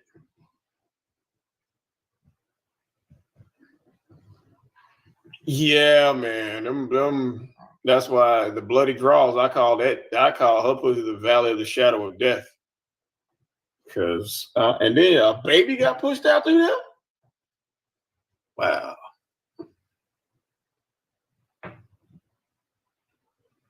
She'll do it. She'll do another scam next year around Justice or her birthday.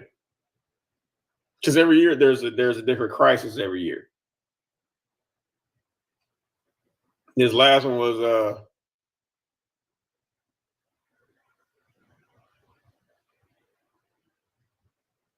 why, Carol, you really thought this bitch died? Even if she did die, which she needs to. That's on her. Can't nobody bully you online and make you kill yourself when there's an off button. There's a block button. She did that to see if people cared. If didn't nobody give a fuck. Nobody cared.